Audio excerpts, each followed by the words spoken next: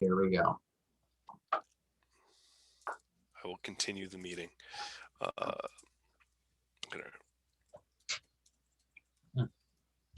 Couple more persons admit.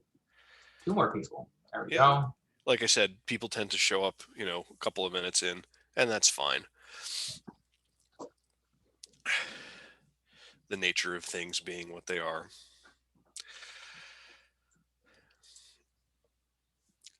All right. So, Gavin, are we ready to get started? Sure. Okay. So, what we've got planned for this hour are the first 3 chapters of the Fabris theory section in his manual. So we're starting at chapter 2 because chapter 1 is just sort of like a hey, how you doing introduction sort of thing. So in this hour, we're going to look at what he says about the 4 basic guards, prima, seconda, terza, and quarta. We're going to look at how he divides the sword into different component pieces and what their properties and uses are. And we're going to close out with how to form the counter postures. So essentially, what you do to protect yourself from getting one shot. That's a good way to think of counter postures. Okay. All right. So to start us off, if we're looking at the 4 basic guards, that's the traditional Italian ones where we have prima, which is, the thumb down. So think about it in terms of you've drawn your sword from the scabbard and your arm is elevated. So your thumb is pointed down. Then you rotate to palm down for seconda. And then you rotate again, thumb up for terza. And then palm out or palm up and thumb out for quarta. So those should be pretty familiar to anyone with experience in the Italian tradition. So key points that he makes about these things is that as you're operating in them, you should always make sure that your point is directed at the opponent in one way or another. Now he does have some guards where that's not the case, but those are more special and kind of exotic things that aren't necessarily plan A from the get-go. But the thing with the keeping the point always directed at the opponent, one of the concepts there that he gets into later with that is the idea of presence. And presence means essentially keeping the point of your sword inside the silhouette outline of your opponent's body. So if they come forward at all, they must impale themselves out of necessity.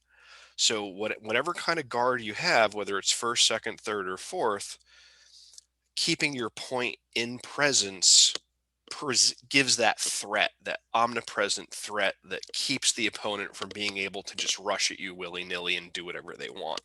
Once your point is out of presence, they have the ability to move their bodies past your point and be able to strike you. So one of the key components of those basic guards, as he's describing using them correctly, is to always have the point directed at the opponent.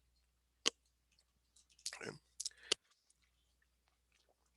I think we have Ibrahim on here. If you recall, a couple of years ago when we were at Armor Day and we were playing with some sharp swords and one on guard with the sword, and Ibrahim immediately took 3 steps back because another note on the sword pointing at you is if it's actually a sharp sword, it can be very intimidating to have it pointing at you, and there's a level of keeping your opponent back that this is going to do as well, assuming they're not, say, suicidal or playing a game where we blunt the weapons. But with a sharp sword, that is also a very mentally effective approach to keep someone away from you.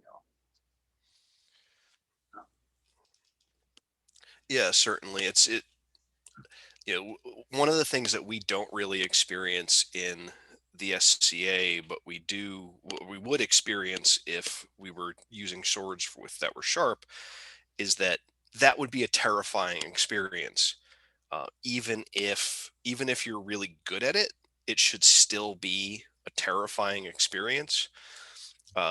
About a century ago now, the fencing legend Aldo Nadi was involved in a duel with sharp epées, and he wrote about it. And there was actually photographic documentation of this duel. And one of the things that was really interesting is if you look at these pictures, Nadi's lunge looks like hot garbage. Um, Even though he hit his opponent several times, I think he took a small scratch himself. But his lunge looks terrible. Like his back foot is like 2 feet off the ground. He's all his weight's on his front leg. He's clearly outbalanced. And he wrote about it, and he essentially said that the experience was just it was a terrifying experience, even though he was that experienced and even though he was that skilled. The threat of death and injury overcame even his training. So there's a lot to be said for just keeping that point in place and maintaining that threat. um, and Fabris talks about how each of those guards covers different lines. So there's if you're in prima, you're covering the high lines, that are, he calls them above above your sword, where your kind of center of mass is. um, Prima creates a strong angle going down, and we'll talk more about that later too. uh, and he identifies that essentially each of these four guards covers and interacts with each of these four lines on the quadrant. So you have the center line in the middle, and then you have a X and Y axis, and each quadrant has different angles and properties that go along with it. And each guard interacts with each set of quadrants differently. And he identifies bastard guards that are kind of in between and share properties while not having all of the properties of those individual guards. So there's like a bastard third fourth, where you're kind of in between third and in between fourth. And it doesn't do everything that third does as well as third, and it doesn't do everything that fourth does as well as fourth, but it kind of does both of those jobs reasonably well at the same time. But he focuses on the four true guards, because there's four major lines: above, below, inside, and outside. And he talks about there being four parts to the blade. In this section, being there's a true edge and a false edge, and there's a flat on each side of the blade as well. And each one of those directions of the blade has different properties. So because culturally there's an appreciation for things being sort of aligned and symmetrical, it's four lines, four guards, four parts of the sword, and so on. It's a very period method of mnemonics, is to keep a list of some number and then repeat that number. I do want to point out something that is easy to miss in this section, and that's that these guards are defined by the rotation of the hand, not the position of an arm.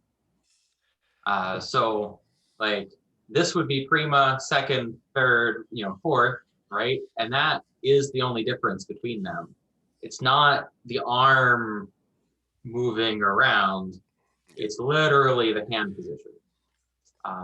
So it's easy to fall into the trap of saying, well, I'm going to go to quarta, but I'm going to go to quarta and cross my body with it because I have to, which is not the case in this Italian rapier section.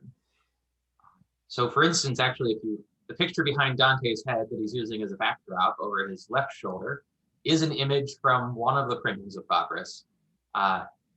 And that's actually a terza, right? That's a third guard. And from that position, if he just rotated his hand, he could go to all four guards, right? The arm doesn't have to move. is, I think, an important part of how Fabris sets up his defense and thinks about these. That is contrary to, say, modern fencing, where there's more of an arm involved movement to get into different guards and parries. Yeah, fully agree. Oh, and that's one of the things that goes along with that is while we will see in this manual some very different types of guards, they're all defined by position of the hand relative to the ground. Like, are we pronated? Are we supinated? Um, and he says in this section that the essence of each of these guards remains even if you allow for variation on them.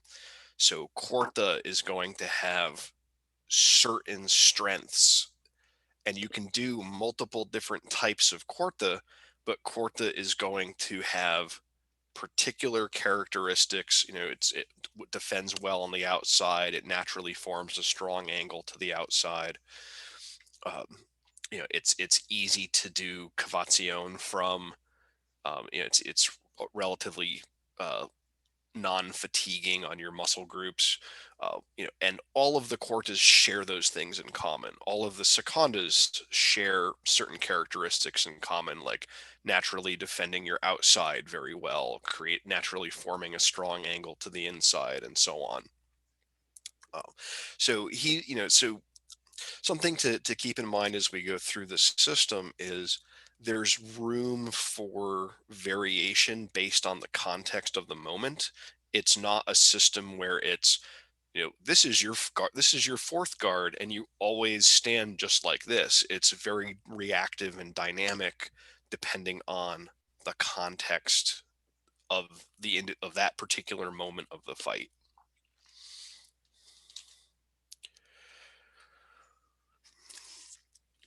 Okay, so Most of the section, are there any questions before we sort of move on from there? yeah, it's about half a page in the manual, so there's not a super ton to delve into there.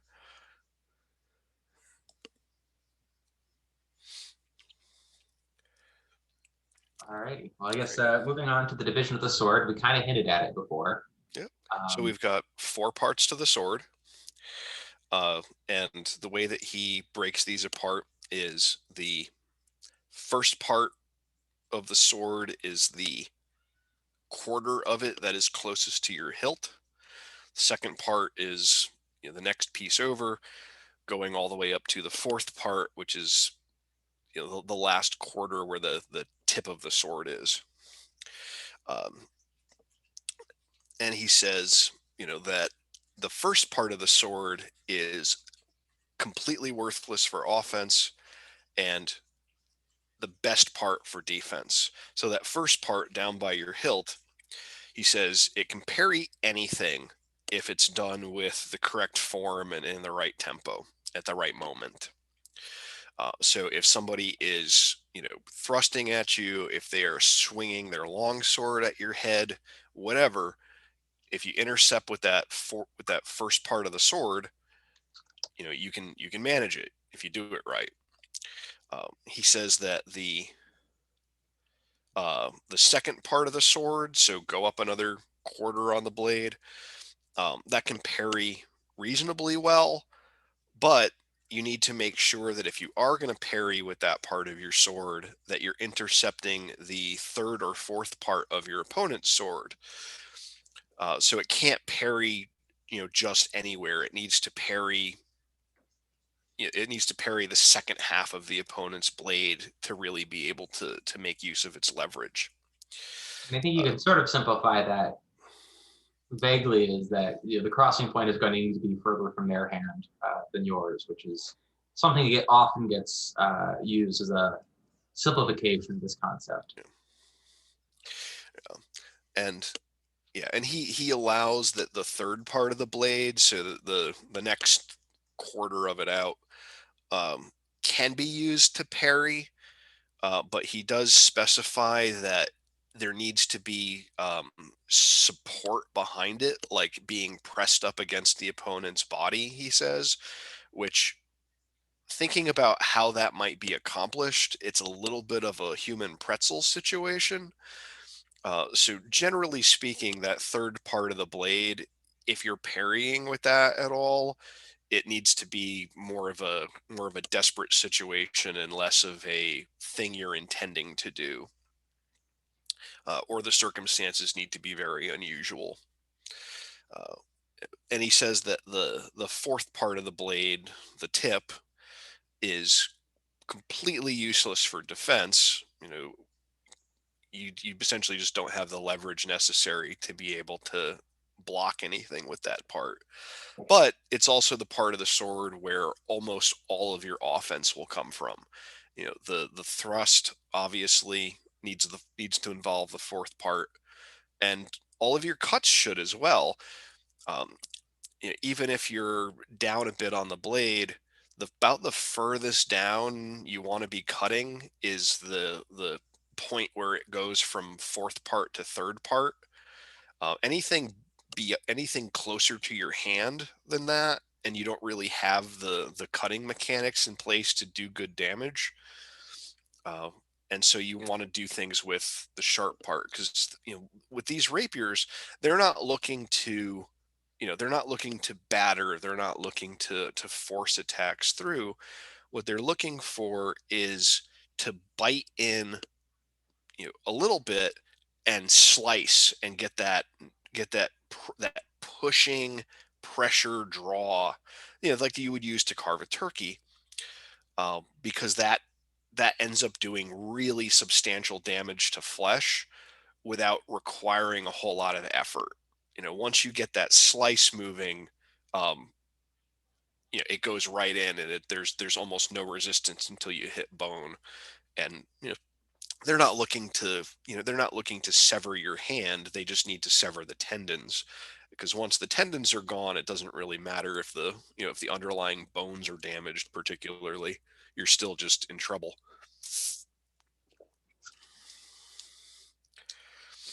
Okay. Um,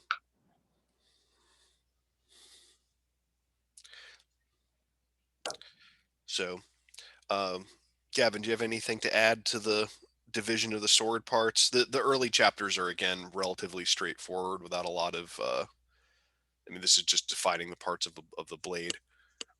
Not especially, but again, that's that parallelism. There's four guards, there's four positionings of the sword because of the flats and the edges, there's four divisions of the sword. Um, it's that same, it's an interesting from a mnemonic sense of how that was organized. Yeah. Yeah, and just as a final note, he says in the manual that the uh, cuts that are done with half of the third part and half of the fourth part are, he said, I mean, I'm sure there's no way to have measured this, but he calls them as being twice as damaging as with the third part of the blade alone, because of the slicing component to it. So whether it's twice as much or not, they did understand and identify that a mere percussive impact did substantially less damage than a percussive impact that translates into a slicing draw. Um, which, again, if you've ever carved a turkey, you well understand that if you just hit it with the knife, not a whole lot of damage happens. But once that knife starts to slide, everything just opens right up. So it's essentially that sweet spot of the sword. Yeah, there's a point. Some people refer to it as a point of percussion, and you can kind of you can feel it if your sword's well balanced, that there's a particular part of the blade that wants to be the part that hits. And the critical thing here is, if you're trying to cut for real, you don't want to just land the shot and have it just kind of thud and not move, or hit and bounce off. If you're trying to do a real cut, you want it to land. It doesn't have to be very hard when it lands, but that landing and then the biting slice that is just going to create a devastating cut. And that'll be relevant, because when he talks about the section on how to cut, the advice that he gives is all predicated on the idea of what part of the sword you're landing with, and what kind of what kind of cutting action you're trying to make on the other person's skin. If I could add something about the point of percussion here, Sure. going back to heavy, if you take your sword and smack it in your hand and move your hand up the blade, it vibrates until you hit that sweet spot, and then all the vibration stops. And I suspect you could probably do the same thing with a rapier to find that exact point on the blade. I would imagine. Yeah, that makes perfect sense to me. For me, I feel it more when on the impact, but when I'm just doing like a test cut with something. But yeah, I mean, anything you're hitting is going to get that same sort of tactile feedback, and you're absolutely right. There's a moment where it just changes, and once you feel that difference, it's very, very pronounced. Yeah, I definitely wish people did more test cutting with rapiers, just because of the fact that like when you have like these wider bladed medieval swords or like, the so-called side swords, you can just cleave through stuff. You don't need to draw, and some sources tell you specifically to not draw. But when you get to like Capoferro and later, it's like, no, you got to draw. And I would like to see, how much of it is making the best of your weapon, like the fact that you don't have as much mass at the point of impact, so you've got to draw to add that damage, or just reflections of civilian clothing changing. I would like to see more work done on that in the testing sphere. I think that would be Yeah, it could definitely be interesting. Yeah, to some extent it just comes down to as your weapon starts to become more specialized toward thrusting while still retaining a cutting edge, your techniques just necessarily have to adapt to be optimal for the equipment that you've got. uh, and optimization is really a process that's very contextually dependent. um, so over time, as those sorts of things change one way or another, you start to see adaptations to that are the way that works best for that circumstance.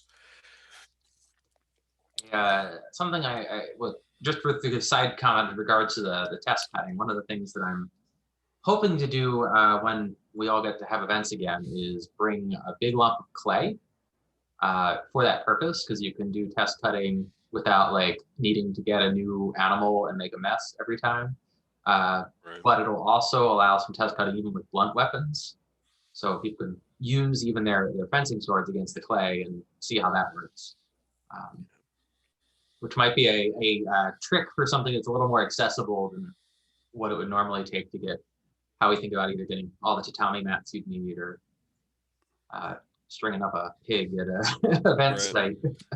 I think that's a great idea, rather than like, because when we soak tatami for like cutting tournaments in HEMA, that's like tubs and tubs of heavy tatami that we've soaked for 24 hours. It's a pain to transport. It smells awful, as opposed to clay, which is heavy but more transportable and doesn't have a lot of the issues that tatami does for transport and ease getting to events. So that's a good idea. Shove it back together, and you only need one lump. Yeah, and just pour some water on it, and it turns out good. Yeah, you can.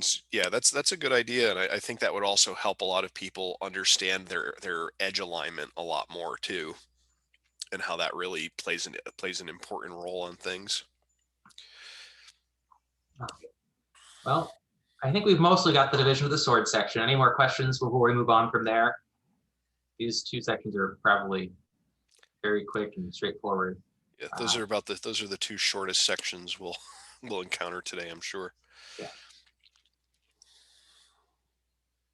Okay. All right. So the next chapter, which is probably going to be the meat of our conversation on this hour, is how to form the counter postures. So here we get a definition that I think is important to keep in mind and mentally distinct from other definitions that sound similar. That a counter posture is one where the straight line between your opponent's sword point and your body is defended without blade contact, which There will be some other terms that we discuss later today that seem like they're the same thing, but they're not. Fabris is using them differently. Yeah, one of the other aspects of a counter posture is that you need to have a leverage advantage and be able to resist that their attack with a parry. So the reason that that's important to point out is simply putting part of your sword between your opponent's point and your body is not going to be adequate. So we just discussed the fourth part of the sword being useless for that purpose, right? Right, and the third part being mostly useless, and the second part being okay in particular circumstances. So what we're really looking at is the fourth part, or the first part, excuse me, the first part down by your hilt, and the hilt itself as being the part of your sword that's acting to obstruct. Yeah, So, right? yeah, because that's how you know if your opponent attacks through there that you're going to be able to successfully block. You're going to be able to deflect their attack. And so counter postures they're dynamic and change in relationship to what your opponent does. So no matter where they're moving and what they do, you know, if I'm in a guard of Terza, you know, it's not just, oh, I have my arm out forward and my thumb is pointing up, and you know, oh, I've made a guard. Like, okay, so I've made a guard, but if it's not functioning as a counter posture, my opponent might be able to just attack right around it. So I want to be responsive and keep my first part of my sword and my hilt in between the direct line of their point and my body, so they have to get around me before they can reach me. The name, you know, the name counter posture itself implies this, but it's worth pointing out that you are really countering the posture position of your opponent's sword. And so it is an active, dynamic thing that it has to be responsive to what's going on.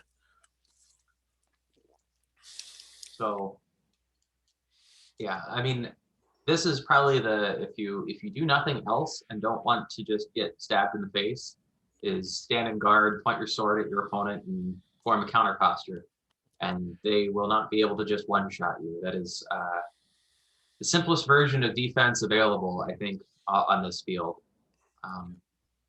Obviously, you want to be able to do more, but that really is going to set up a lot of your, you know, just ability to stand there and form counter posture is like 40% of the fight. Yeah, I mean, in practical terms, if you were able to maintain a counter posture 100% of the time, you know, you wouldn't be hit, because you would constantly be moving in response to whatever your opponent was doing, and your hilt would get in the way all the time. You know, easier said than done, certainly, but you know, as an underlying concept, maintaining a counter posture to keep your defense up is, you know, very, very critical. So the other part in this beginning part of this section that he talks about is that this is done without blade contact, which may be counterintuitive or seem a little bit hard to wrap your mind around if you haven't seen what that means. Sometimes it's a little hard to explain that in words, but you're essentially setting up at a distance by putting your guard in the position where it blocks the imaginary crossing point as the weapons would move to attack you, which is hard to visualize sometimes. So your opponent is standing against you in guard, their sword is in a position, and in order to hit you, it has to go to a different position, right? So you're putting your defense between that, where their sword is, and that position they have to go to, which is why it's reactive and why it depends on where your opponent is standing. But along with that, Fabris says that you also want to avoid forming your counter posture from too far away. in part because that's going to give away what you're doing. But you also need to do it far enough away that you aren't close enough to be hit. Because if you form it too late, they may already be hitting you. Yeah, one of the things that shows up in this system a lot is there's sort of there's sort of a Goldilocks zone where things happen just right, and if you do it too far away, it doesn't work, and if you do it too close, it doesn't work. And a significant part of your training as an individual fencer is figuring out where that middle ground is, where things will actually be effective for you. Because he says that if you form your counter posture too far away, you give away too much information, and if you form it too close, then it's just obviously too late. Um, you know, I think this and he is. says, Go ahead. yeah, and he says that as you do this, your opponent is going to probably try to counter your counter posture by changing guards, by mutating to like a different terza instead of the other one, or going from terza to seconda, that sort of thing. And so you have to be responsive to these changes by making new counter postures of your own. And that's why you want to form the original counter posture close enough that they can't really do too much to see it coming. But you also want to be far enough away that you can't be hit, because if you're moving around all willy-nilly while they can reach you and be hit, you're just going to get hit. So there's sort of a close but not quite close enough amount of far away where you can make those changes and positional adjustments to kind of make a strategy to get into that threat measure. I think that's. to do, I was just gonna tagging onto the Goldilocks zone. That's really one of the big traps I think people can fall into trying to do Fabris or Italian rapier in general. Is they either apply something, but then they do it, say in this example, too far away, so it doesn't quote work, or and then they say, oh, this Italian rapier stuff doesn't work. But a lot of, say, intermediate fencers who have already learned, say, this counter posture thing, what you see with that is people stand about 10 feet away and they just keep forming counter postures at each other while no one moves, because both fighters know that their opponent has formed a counter posture and they can't advance on them, so they form a counter and they form a counter, and the fight doesn't go anywhere because they're also doing it from too far away. Right. And that's why one of the things that Fabris says specifically is that the point of a counter posture, besides defending yourself from an attack, is to use that counter posture to gain measure, to get close enough to do something. And he says, like, if they form a counter posture to respond to your counter posture and it works, and you don't have that clear line of attack, back up and try again. So he's not saying like, oh, we're going to both stand, in where we can reach each other and just kind of jockey for position and then see who can go. It's, there's an in and out, test each time. And hey, it's not working this time, I got to back out. It's not working this time, I got to back out. Oh, now I have an open line of attack. Boom, go in. And so one of the things that he talks about in this section too is that these counter postures and these mutations they're not fast paced. It's not a zip zap, bopping around sort of activity. It says, the counter postures are to be done slowly and in a controlled fashion. How slowly? I would say as slow as is possible without it failing to then function.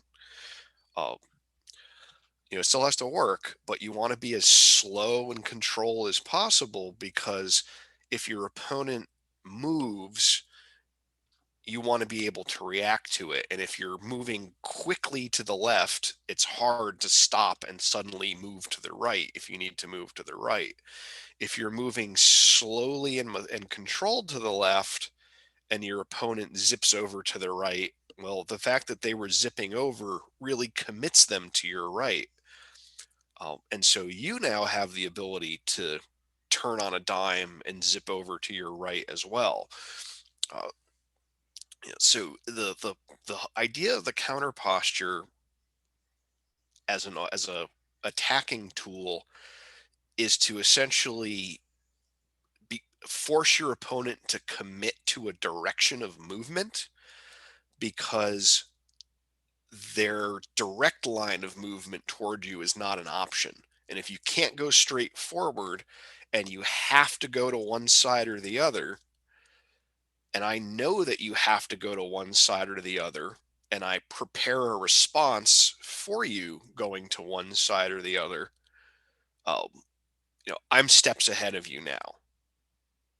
And one of the concepts we'll talk about in a later class is the concept of obedience. But what's essentially happening there is I'm using the counter posture to prevent you from doing what you want to do and to make you do a thing that I want you to do, that I am prepared for, and that I can use as an opportunity to strike you.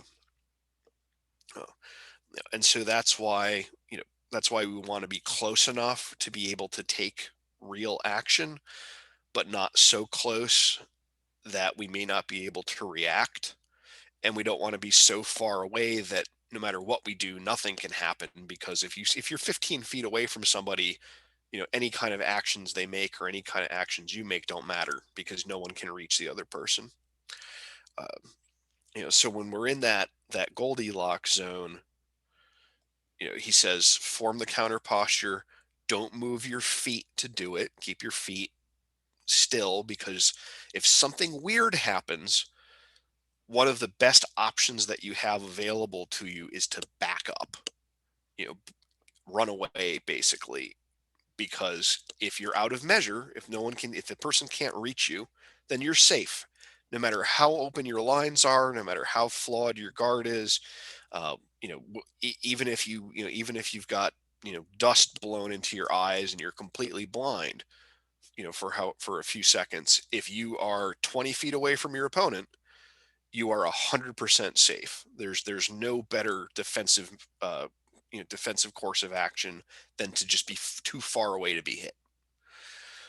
I think I want to just add some foreshadowing here.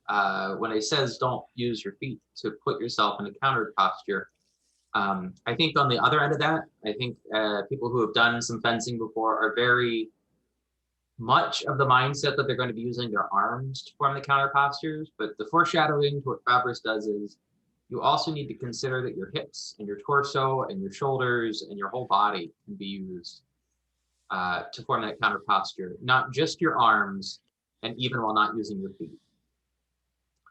So Yeah, that will be this is the theory, but there will be some stuff in Fabris that looks weird, and it's because he's using his core and hips to form a counter guard or counter posture, not just the arms. yeah.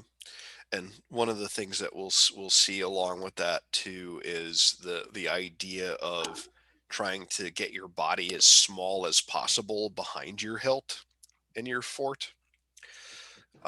Because in those situations, the amount of movement necessary to maintain a counter posture also shrinks down. So if you are, that's why if you look at the manuals and or the plates in this manual, rather, you have the arms are generally the weapons are extended forward.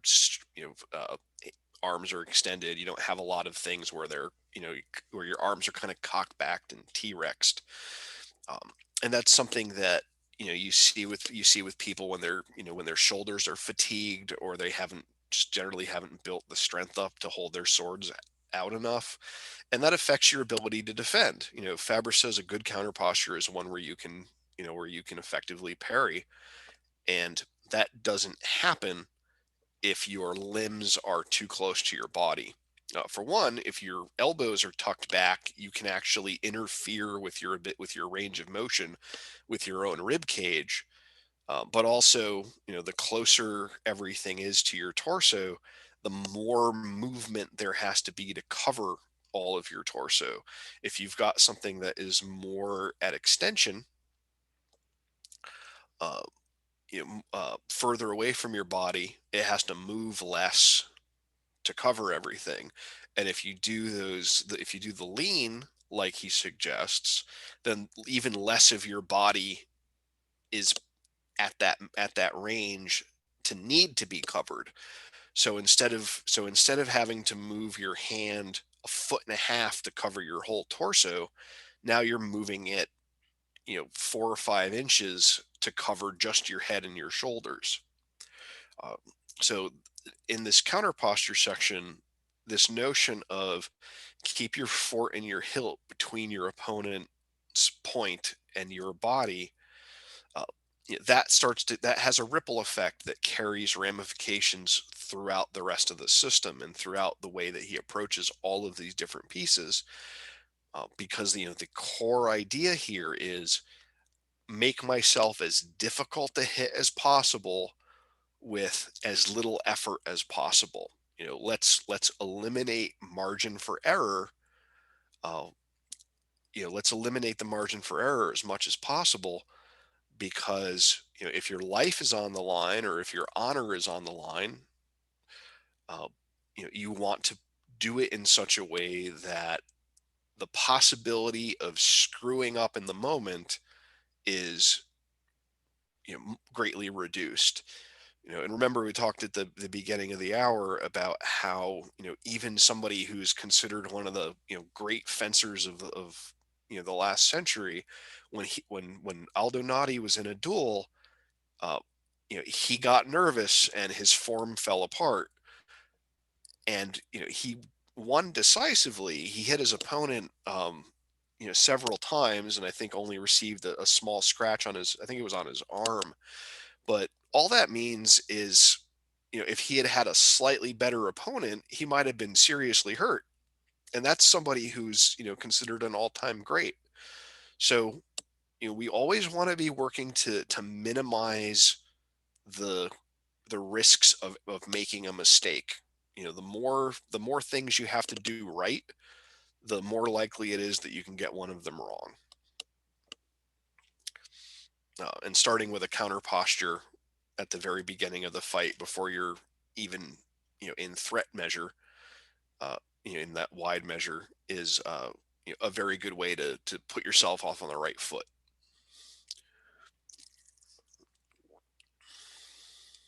So I guess this last bit of this section, talking about using the counter posture to gain measure, is something I think we should dig a little into now. Sure. Because that's going to have, it's really going to be something that has to underlie how you think about all the scenarios in this manual being set up from the beginning.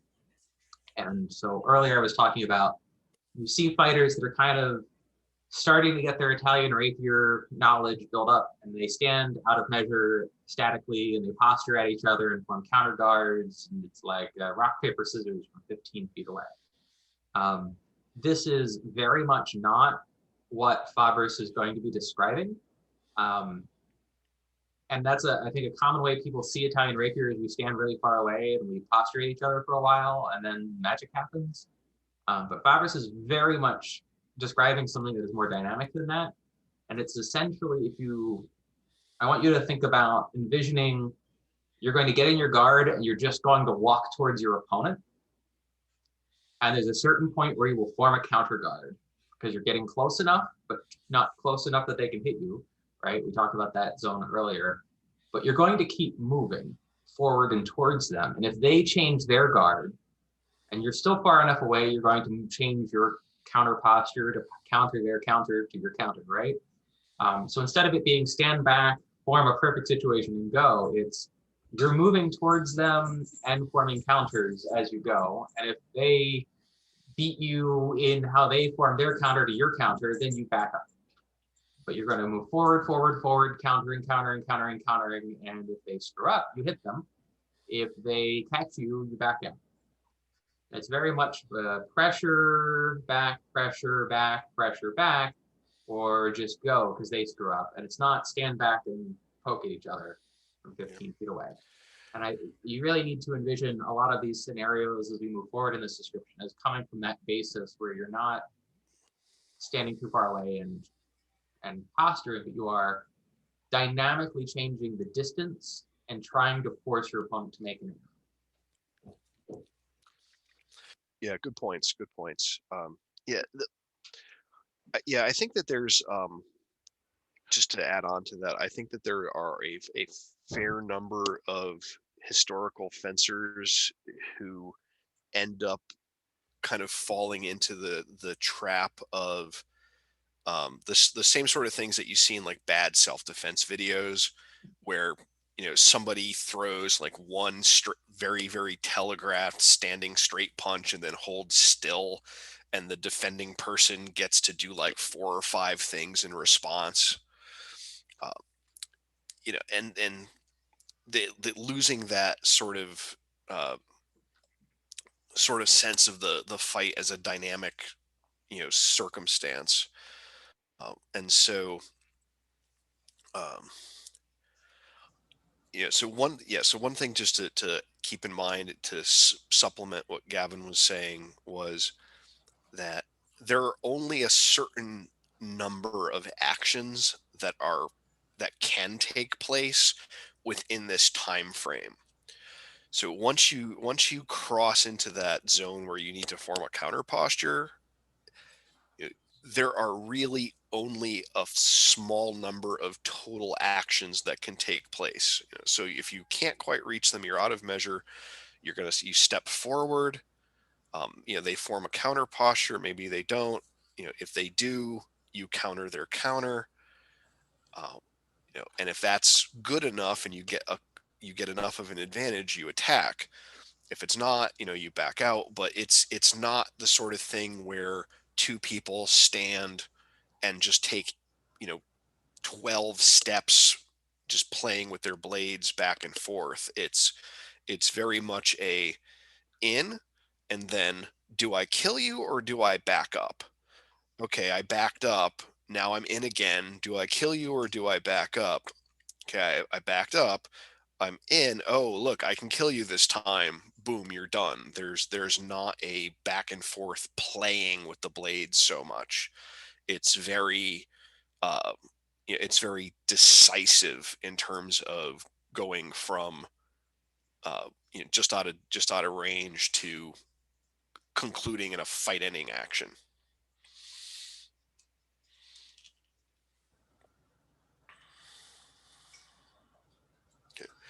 I think that wraps most of what we have is this section.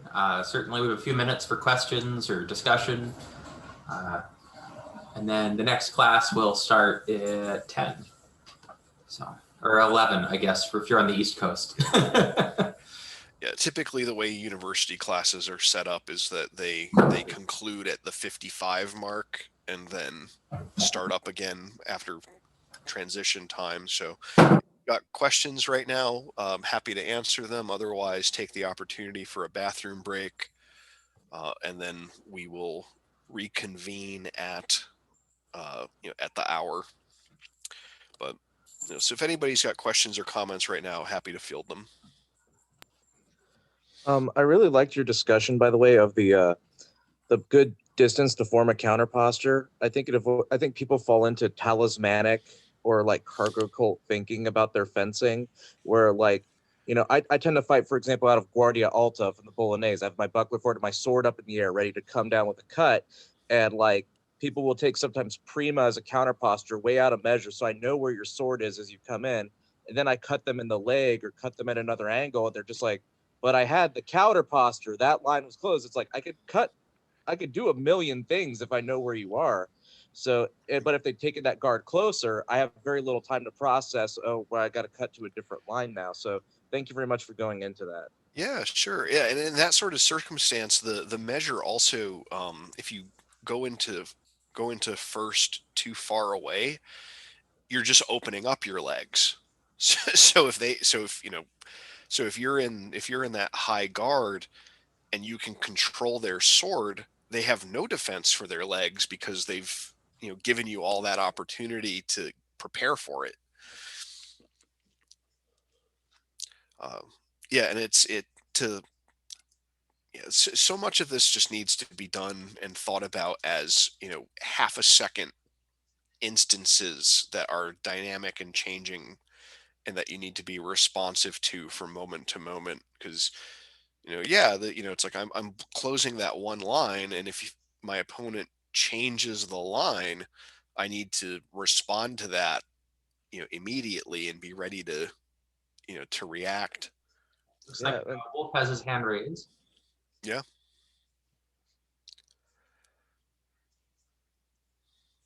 I'm sorry, completely unrelated to the class at all. This is the first Zoom meeting I've ever been a part of. Do I log out and log back in, or do I just leave this room open? Just leave it on.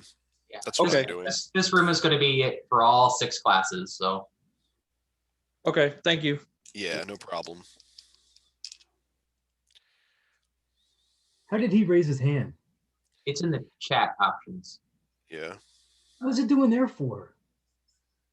Where? So in hour 2, we're looking at his explanation of measure, flinging the sword, and cuts, which do interrelate together pretty well, even though it may not seem like they do at first. Okay, so major points in his explanation of measure section is he talks about there being 2 measures, 3 really, but 2 functional ones: larga or wide measure, and stretta or narrow measure. The third measure is out of measure. But you can't really do much there except get into larga. So he doesn't talk about it too much. It's pretty straightforward. He defines larga as when you can strike your opponent by stepping forward with your right foot. So a lunge, because he's assuming a right-handed fencer, and sword foot forward. So if you can lunge and strike your opponent, congratulations, you are in misura larga. If you are a little bit further back than that and can't reach them with a lunge, and would have to step forward to then lunge, or do a pass to try to strike, you are out of measure. So if you can lunge, you're in larga. If you have to do something other than lunge to reach them, you're out of measure and shouldn't attack from out of measure. It's too far away. It's not going to work. And he says that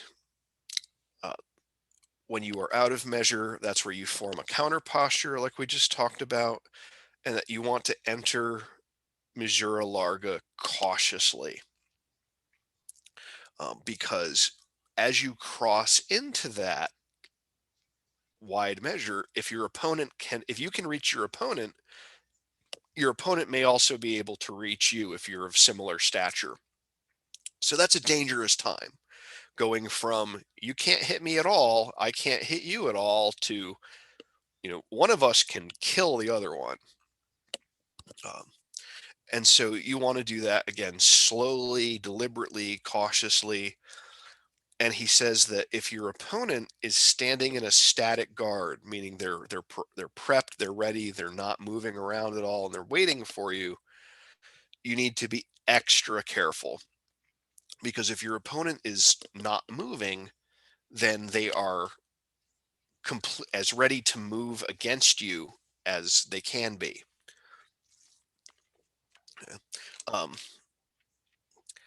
So he wants you to be extra careful at those opportunities, at those moments, and try to unsettle them in one way or another. So this gets into that idea of the counter posture being a thing that you do, and then you test and see how they respond to it. If you form a counter posture, go in and they just do absolutely nothing, maybe it's time to attack because you've got them shut down and you're not shut down. If they counter your counter posture, now it's time to back up because you're moving into range, and you're no longer threatening them and they are now threatening you again. So that's not a good place to be. So one of the I think it's really important to keep in mind this entry into Larga as an important part of a fight.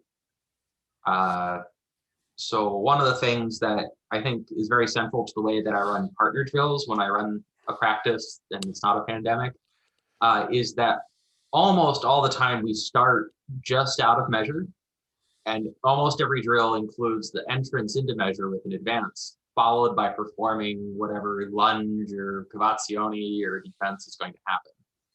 Because it is not the case in the fight that you just are magically in measure. It's something you have to learn to do and then be decisive as you enter.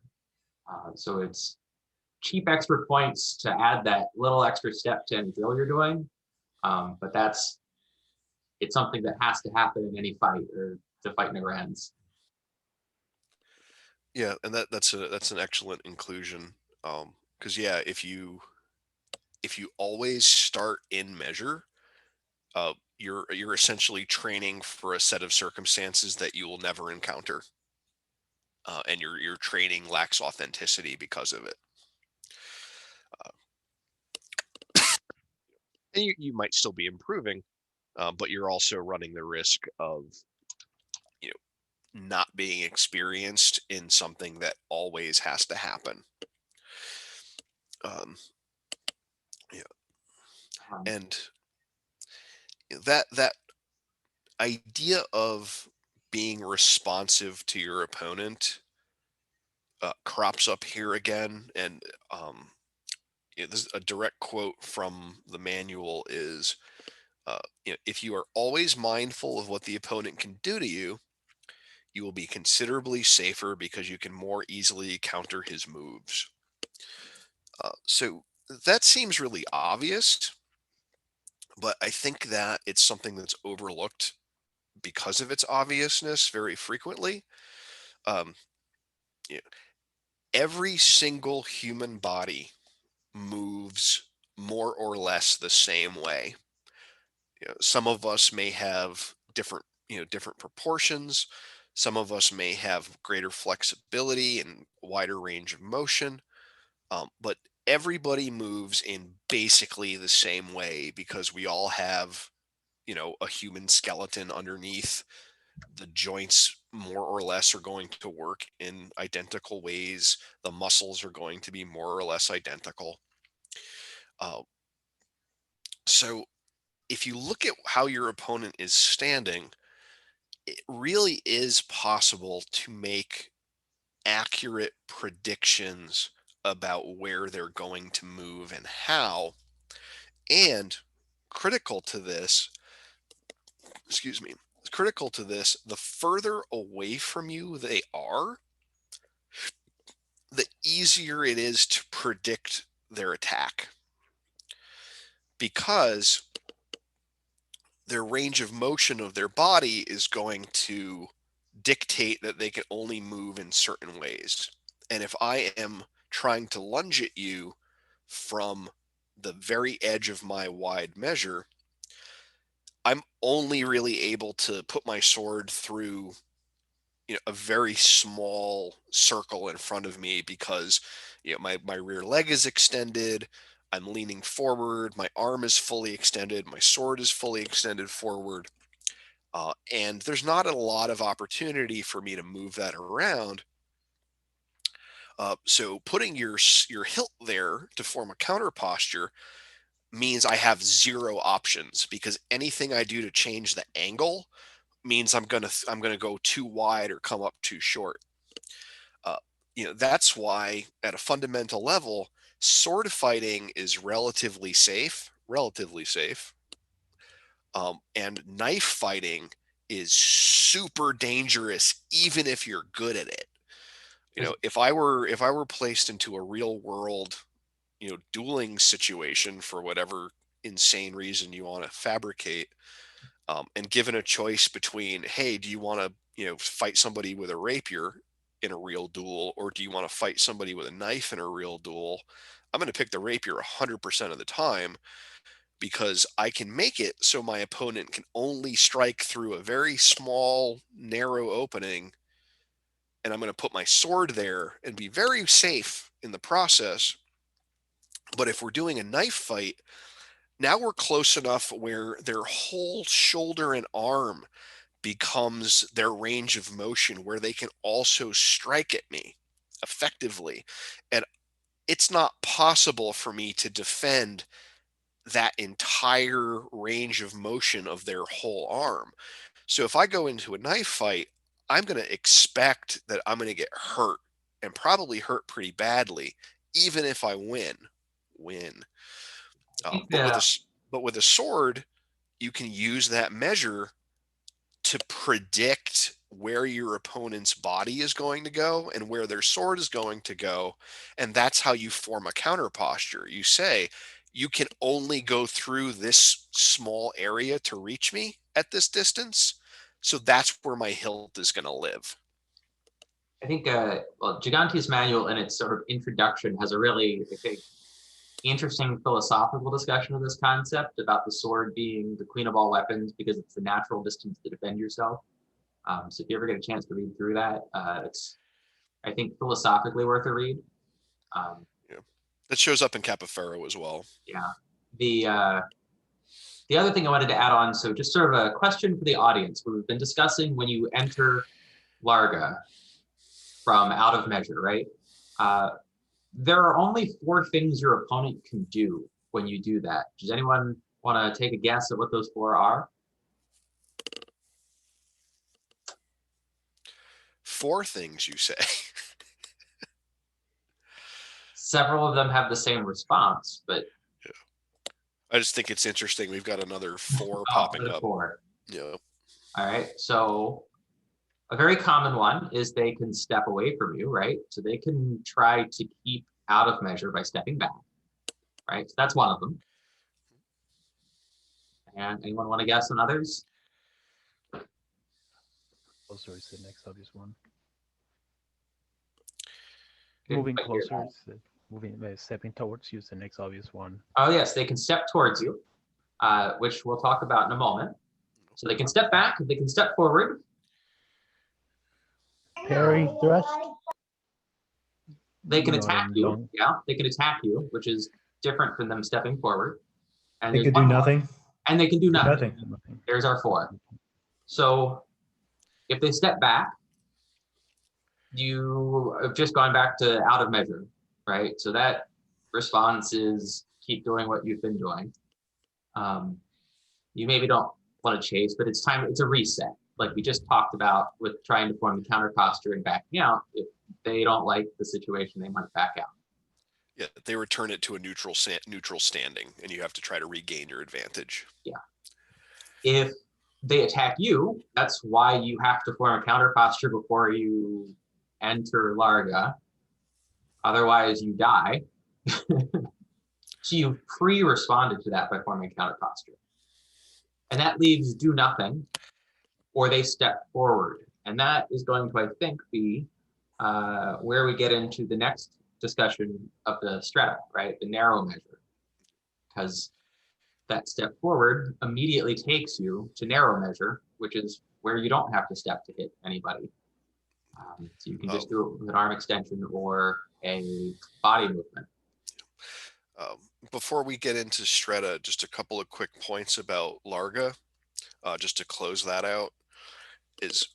So when you're in Larga, Fabris says that if your opponent moves their feet anywhere but backwards, strike at them. So if they back up, they're getting out of measure. They're just resetting to neutral. If they lunge, if they step to either direction laterally, those are all opportunities to strike. If they move just their sword in response to you entering into Larga, they can retreat still or possibly be able to parry your attack. Because if their feet move, they're committed to that direction. But if just their sword moves, they can still do other stuff with their feet. So it's if you enter Larga, they move their sword, but not their feet. That's when you start to try to enter into Strata. And Strata is where you can wound your opponent without taking a step. So you're close enough that sticking your arm out and leaning forward is adequate to hit them.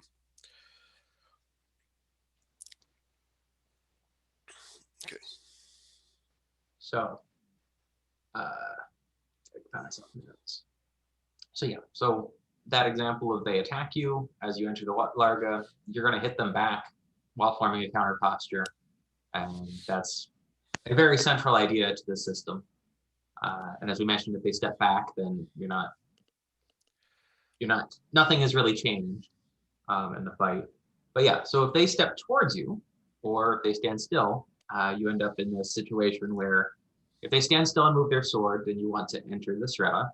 And if they just stand still, things get a little stalemate. But and Strata is a risky place to be. Just Yeah. to be clear, it tends to be a place where just whoever moves first is successful because you're so close that there's not a lot of reaction time.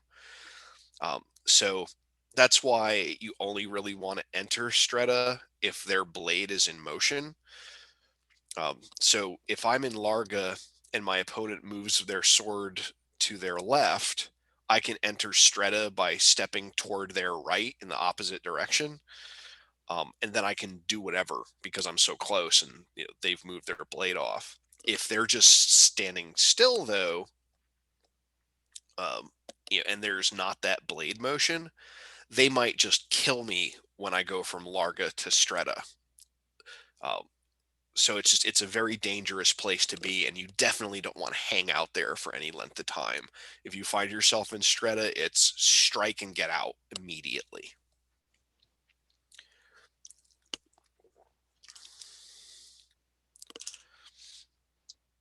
so That sounds great for tall people. Yeah, there's a section in here where he talks about what to do if you're tall and what to do if you're a shorter opponent versus a taller opponent. And yeah, and the measures are definitely relative to the heights of the people. So if there's a height disparity, my Larga might be your Strata, and I have to just kind of deal with that. And he talks about how to deal with it, but it's still it's a challenge that he acknowledges. So, just to kind of recap and summarize this. So you got the Larga by stepping into measure, and for some reason, no one died yet. If they move their feet, right, then you make them die. If they just move their swords, you're going to try to enter Strata and then hit them and then get out, right? So that's kind of our strategic plan of any change in the measure in a fight.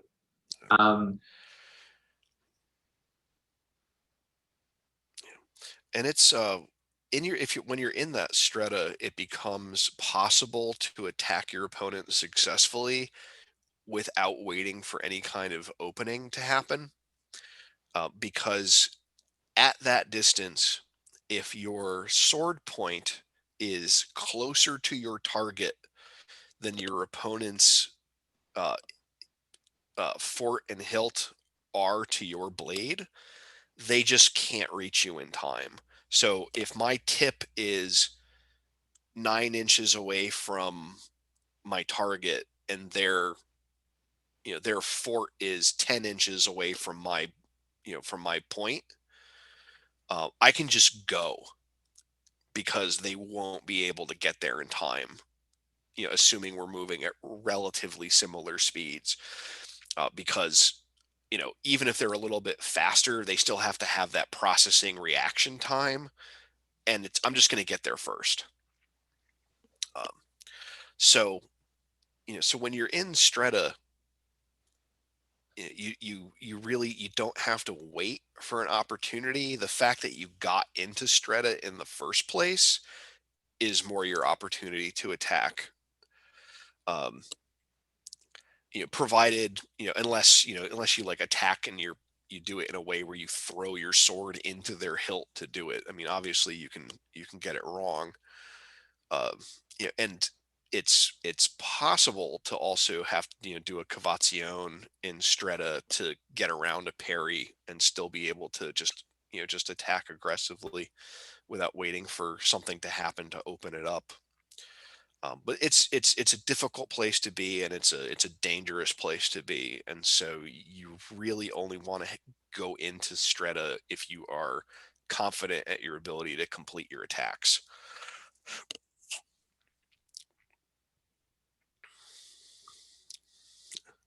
Now, if you do want to gain strata, he talks about how to do that. He does outline a method of it. And he says that if your opponent is in a static guard, so they're not moving, but you still want to get into strata, it's like, you can do this. It's very dangerous, though. And the way to do it is you put your weight on your left foot, you slowly lift your right foot and kind of push it forward. And then if your opponent attacks during that step, you can parry and counter and transition it into a lunge if you need to. Because your weight's already on your left leg, your right foot is already being pushed forward. So that's the first part of a lunge. It's an easy thing to transition into a real lunge if you need to. If you are able to complete the step and get your right foot back on the ground, you can you lean forward, shift your weight to your front leg and strike that way. And if you gain the strata and they back up, if you're in strata and your opponent backs up, you're now just in larga. And so if they back up one step from strata, lunge, strike, and recover. So it's an important distinction here that when you're in larga, a retreat breaks the measure. When you're in strata, a retreat doesn't do that. Or one step of retreating. Yeah. So you're kind of locked in that once you're in strata, it's like Game of Thrones, you win or you die, right? Because just trying to retreat out of it isn't going to save you anymore. Without giving them your opponent an opportunity to kill you for that retreat. And so in order to kind of, so one of the things here that sort of flips is a lot of times we'll see that you're moving your weapon and then moving your legs. Like if you're forming a counter posture, you move your sword, and then you move your feet afterward. So you get the counter posture and then you advance into measure, into larga. When you're gaining strata, he says that you want to move your feet first, and then move your body. Because we essentially, if you're trying to get into that closer bit, you really want to make sure that you have your counter posture locked down. You really want to make sure that you have your defenses against their weapon in place, because you're committing yourself to that forward motion. It's kind of like testing the water. You dip your toe in, and if they don't respond to it, you can move. And if they do, you're still in larga and can defend yourself. Right. And once you've gained, once you've actually gained the strata and wounded your opponent, he suggests, recovering and backing up as much as possible, because if you for some reason fail to immediately end the fight by striking them, or you miss because you just got in close and weird stuff happened, it's too dangerous a place to hang out for more than maybe a second or two at the most. So he says, if it's like once you've wounded them, get your body out of there because there might be one last attack coming your way. And to further that, he says, if your opponent is breaking measure over and over again, so like their response to you trying to gain strata is to back up over and over, he says, never chase. Because I do that to people all the time. I back up a lot. I get them to chase. They overbalance a little bit. Now their weight's too far forward, and I have my free pick of shots to take because I've gotten them off balance. I do that all the time. He says, never chase. Stay calm. Get them to come to you instead. And that's kind of the last word on his measure is, he said, it's apply pressure, get in. If you're not comfortable, get out. Only get in during good circumstances.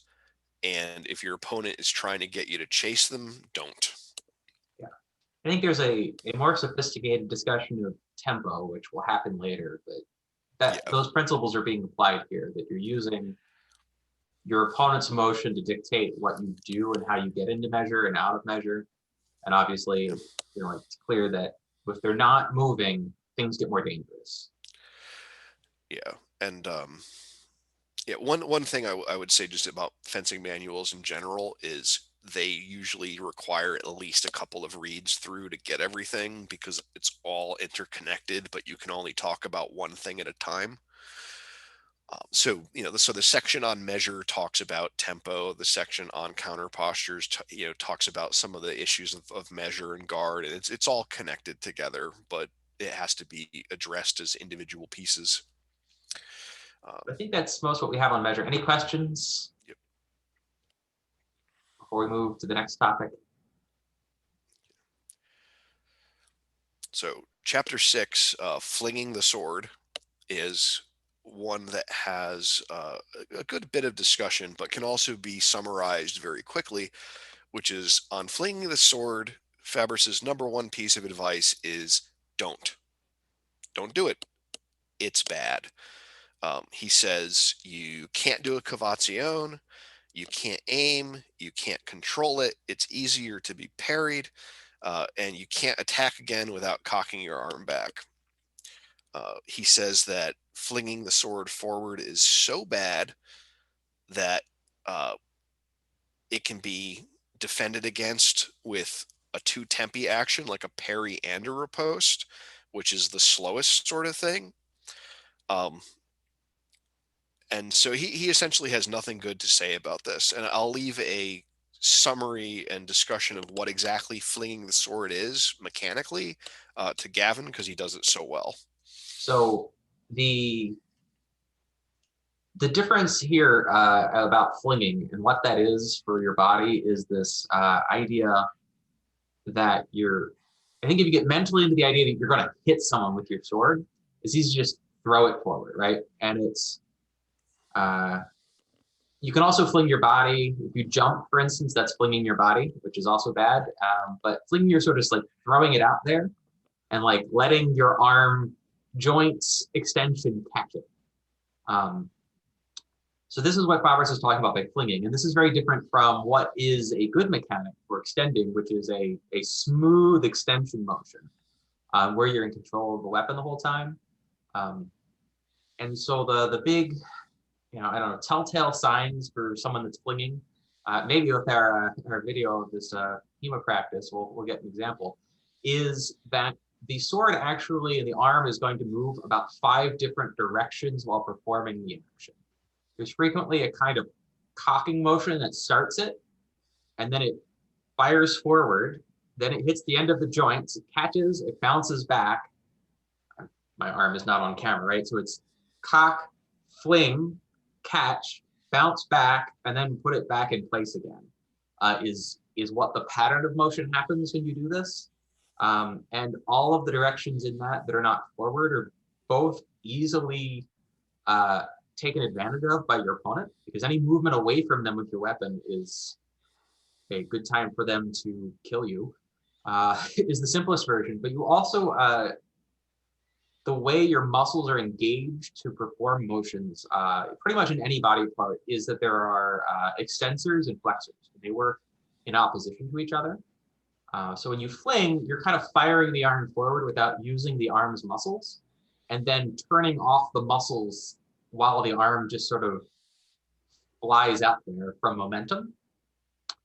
But that means it's also very weak against any form of pressure because none of your muscles are engaged at the time.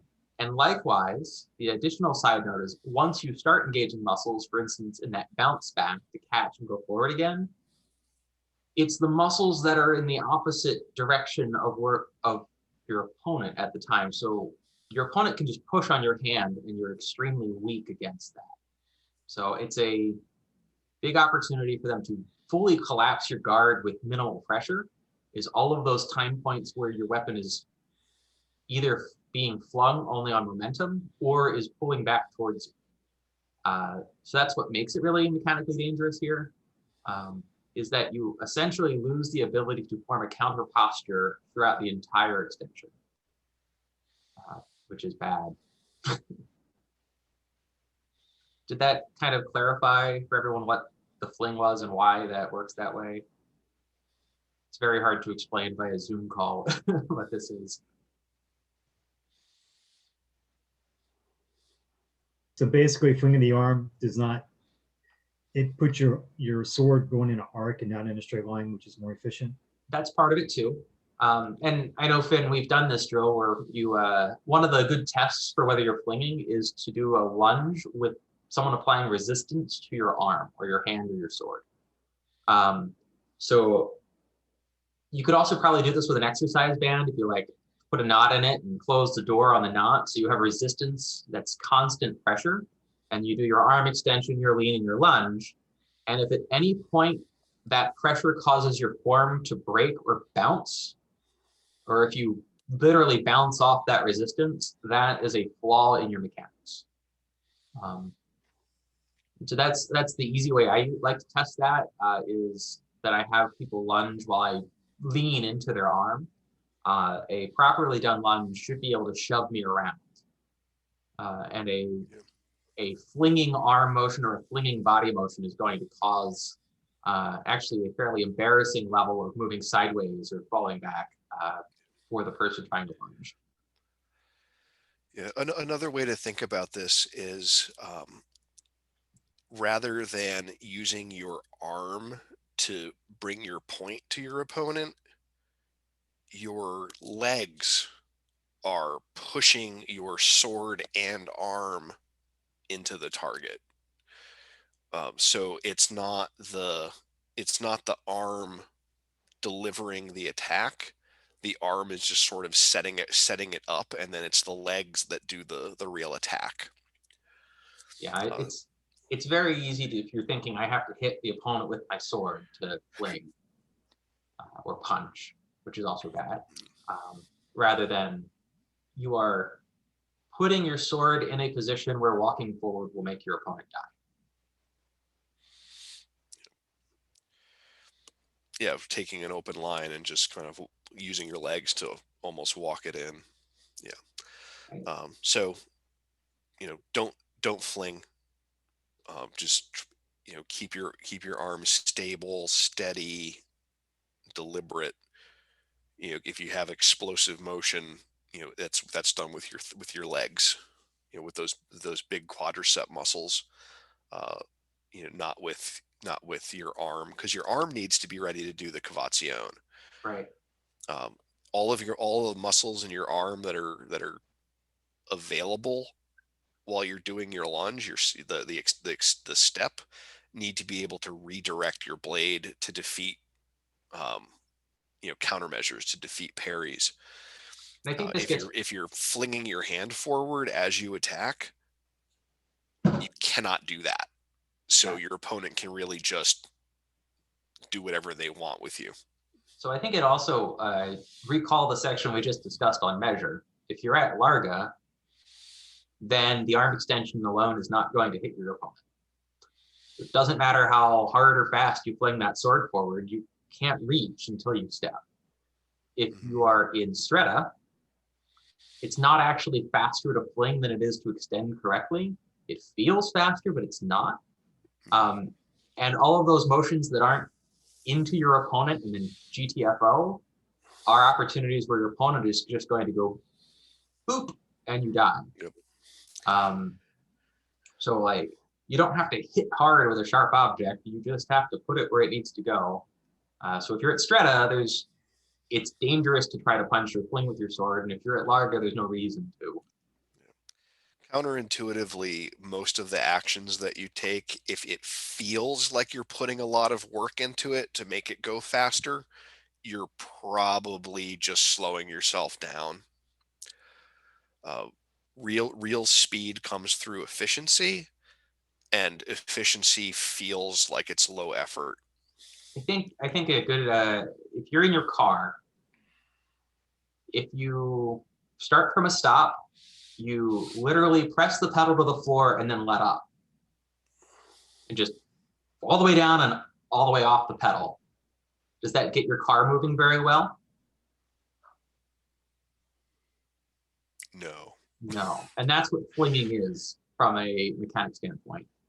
Versus a car that you lay on the accelerator and you keep slowly pressing it further down will allow you to actually accelerate from that stop.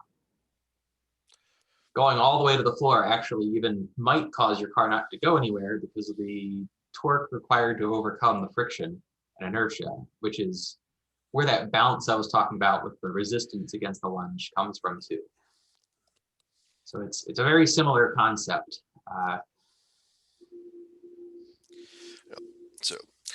And in this section on flinging the sword, he also talks about some related sorts of actions, like doing beats where you're trying to batter against your opponent's sword. And that's another one where he essentially says, just don't, because it's not a fight-ending action. And if your opponent is skilled, all they need to do is perform a cavazione and get around the beat and hit you. He even says that if you try to fake beating at their sword, it's still worse than taking a cavazione in response. And he says that a fake beat, because it's so inefficient in its motion, will get faked out by a fake cavazione. He says a beat will also lose to a lunge. And a beat will also not work against opponents who have a good guard and thrust properly to begin with. So even if you land the blade contact with a beat, you still might lose if your opponent is able to, maintain the right kind of leverage advantage, engage the larger muscles of their body through their measure. Not through their measure, engage the larger muscles of their body through like how their posture is, and partially through what measure they're at.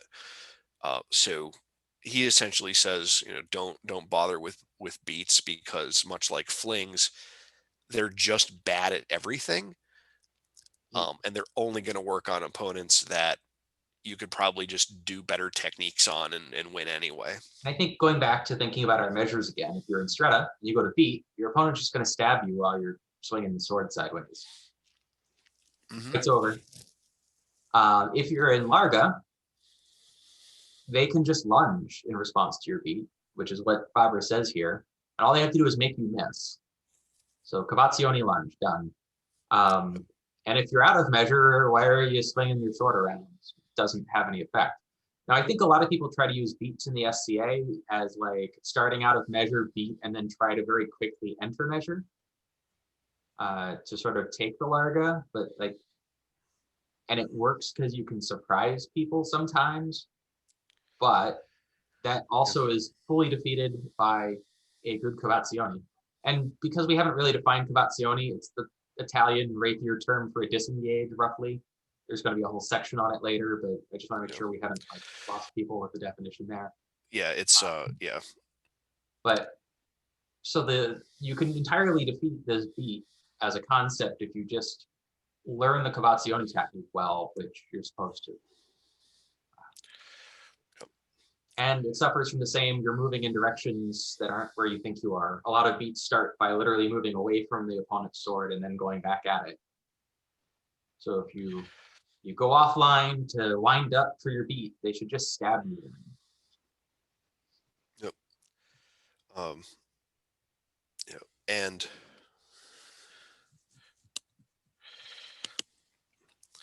just along those lines in this section,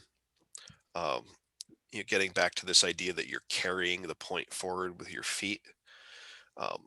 Fabris says that another one of the reasons not to fling is once the attack has begun, you want the point to be always moving toward your opponent's body. So the distance between your point and the target should always be getting smaller and smaller. He even says, if you halt your sword's motion at any point, the completion of the lunge should still strike. So if if I've got my sword arm extended, and I have to halt for whatever reason during that motion, I need to be able to, and then I need to be able to complete that motion by following through with the lunge with my legs. If I'm flinging my arm forward, I can't stop partway through and then continue. I'm completely committed to that action. And anytime, one of the things you'll see in this system repeatedly come up is anytime you are so committed to something that you can't stop and change to something else, you've probably put yourself at considerable risk unless you absolutely have it significantly locked down. And I think that halting the sword motion and then completing the lunge to strike can be a little bit weird to picture. So I think a common example would be you begin by extending your arm at your opponent on some line, and they manage to get a parry ready or form a counter posture to that. So you perform a cavazione before you finish your lunge, right? So that cavazione is going to stop the sword tip moving quote, forward towards them for a moment.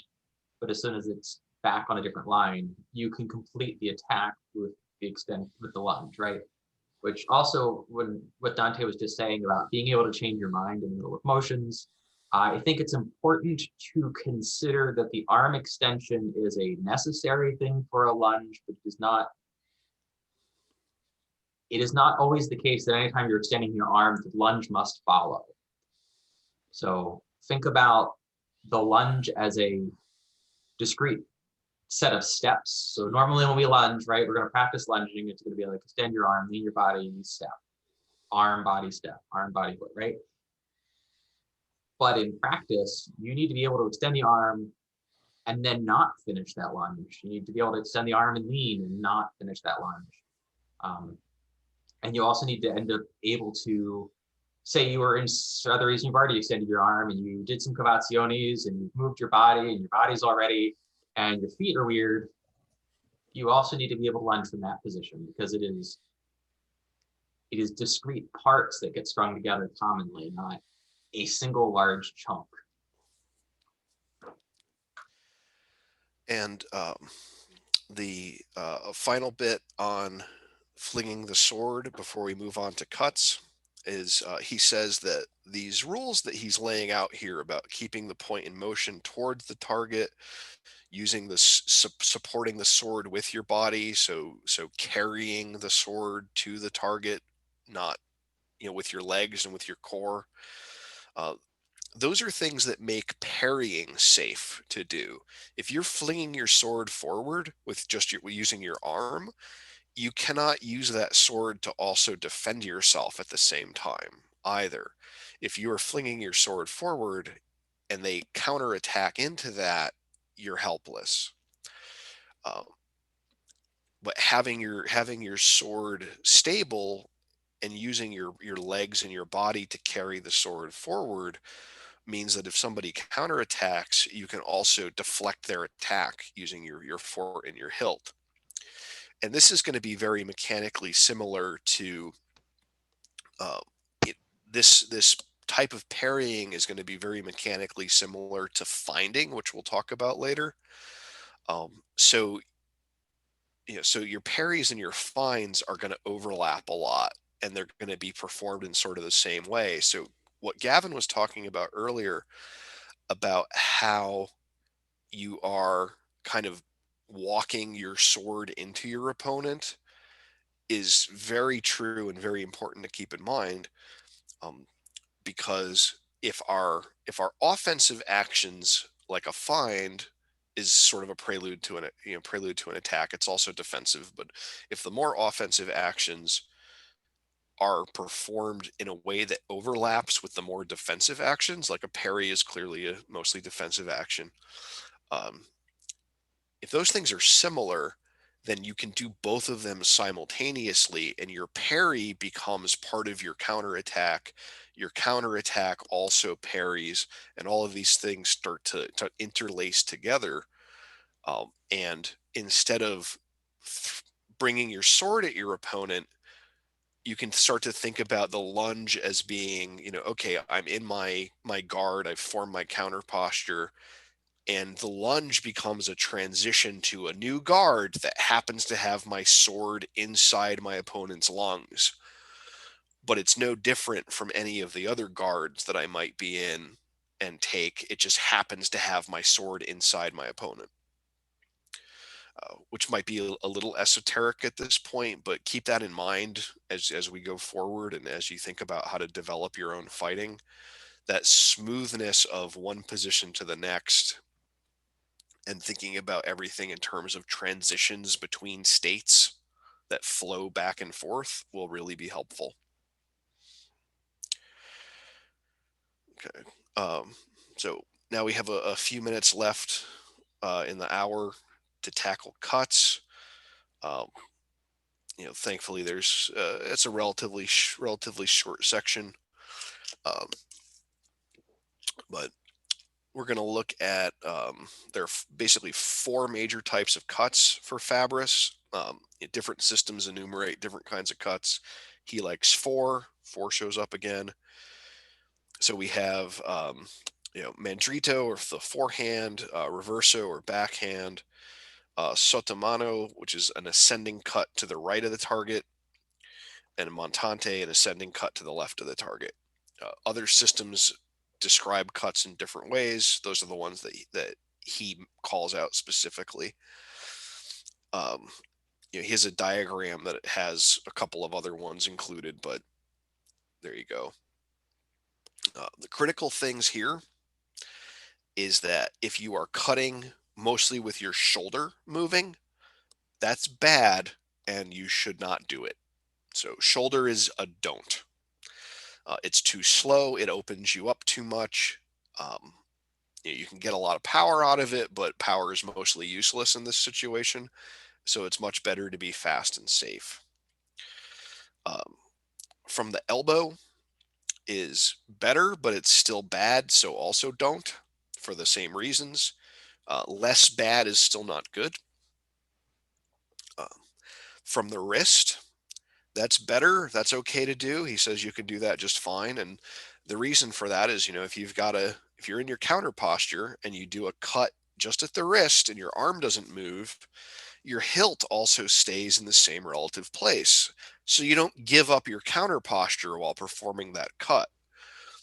If I bring my arm back, I give it up my counter posture, and now I have a big old opening that they have to, just walk right through with very little effort. Same thing with the elbow. But if I do it with the wrist, my hilt and my fort are going to stay in the relatively same place. So I can strike that way without losing very much of my defense.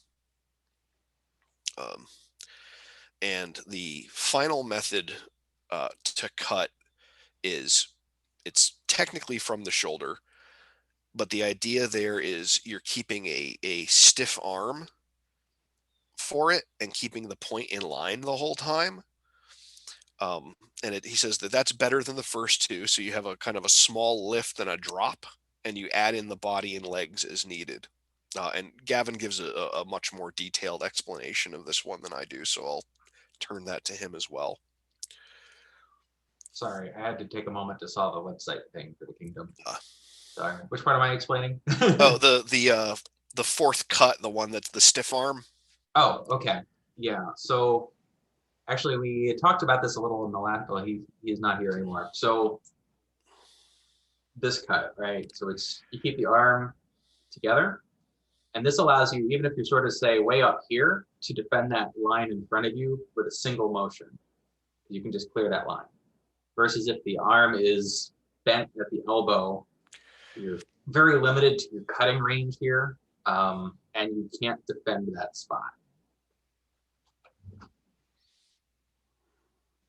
So that's kind of why I think Fabris likes the extended straight arm and doesn't like the elbow or shoulder elbow cut. And it's not a big elevation either. He says, you lift it up and you just do a small lift and let it drop. It's not a big giant lift, because again, you simply don't need that much force to do significant damage with the fourth part of a sharp sword, hitting somebody's like forearm probably with that type of cut. It's really easy to bite into a tendon or two with that kind of thing. So if you are going to throw a cut, you need to make sure that you're waiting for the right moment to do it. You shouldn't really lead with a cut almost ever. There might be some circumstances where it's okay to do, so I'm not going to say never. But almost always something else has to happen to make the cut a viable idea. So you can feint doing a cut, he says, and then thrust if they respond to the cut. If your opponent is standing still in guard, you can feint a thrust and then actually go for a cut. So you use the thrusting feint to get your blade in position to then cut back in. And then if they parry the cut, you conclude with a thrust. So there's some ways to do it, but you have to be mindful, and most of them end up better off as turning into thrusts anyway. He says cuts are slow.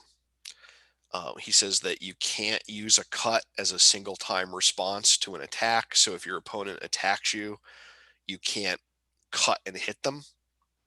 You can thrust and hit them in response to an attack and defend yourself. So that's better. He says cuts are basically not very useful overall because they take strength, which you may not necessarily have or need. They're awkward motions in general. They invariably unsettle you to some degree compared to a thrust. And in the grand scheme of things, he concludes the section on cuts by saying, if you take somebody who is very skilled at thrusting versus an opponent who is very skilled at cutting and have them fence each other, even if they are both equally skilled, the person who is good at thrusting will win all of the time, and the person who is cutting will not win.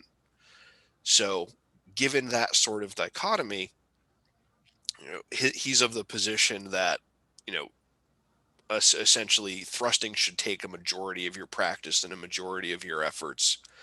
And then cutting should be a thing that you learn to do because it's good to know how to do more things than fewer, but they shouldn't be the basis of your fight, and they shouldn't be a staple of your repertoire. All right. So we're at 11:55 on my clock. So we have a 1 hour lunch break at this point.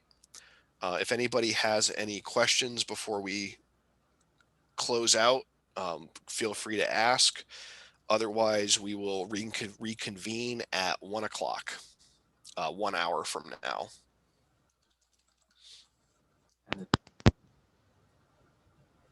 And we're live. All right. Welcome to Complete Theory of Fabris Part 3. In this hour, we're going to be looking at parrying. finding the sword, and just those two things, because there is a whole bunch to know about each of them. So to start us off, hopefully we don't need to define what is and what is not a parry. Parries are just types of blocks. Fabris just happens to have a lot of thoughts about them and what are the best ways to do them. So to start off the discussion on parrying, I want to define a concept that he refers to called obedience, putting your opponent into obedience.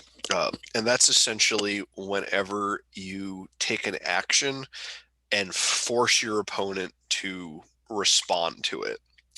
So if you attack your opponent and they go to parry, that's a form of obedience. And Fabris is not really a big fan of parries in general. When he talks about types of defense, he gives a hierarchy of them. He says that voids are the most artful, the best thing to use. Single time counterattacks that also block the incoming attack are the next best. And parries are the least artful because they are a form of obedience. Now, that said, he's not saying don't use parries or parries don't work, because they do. Parries clearly work, and they are a good thing to do if the alternative is get stabbed. But he says they are counterproductive because you are reacting rather than being proactive to take control of things. And he says that you should always counterattack or threaten, with a riposte or an arm extension after parrying, because at least then you're doing something to try to regain control. So if you are going to parry, make sure that you follow up with a threat of some kind. And I love that this chapter starts out and calls the parry a form of fear. Is an often quoted line from Fabris there. And that's really about it being what puts you in obedience to your opponents. And you have to respond, or else you get stabbed. Essentially, so sometimes you hear people talk about having like a oh no parry, like an emergency catch-all sort of thing.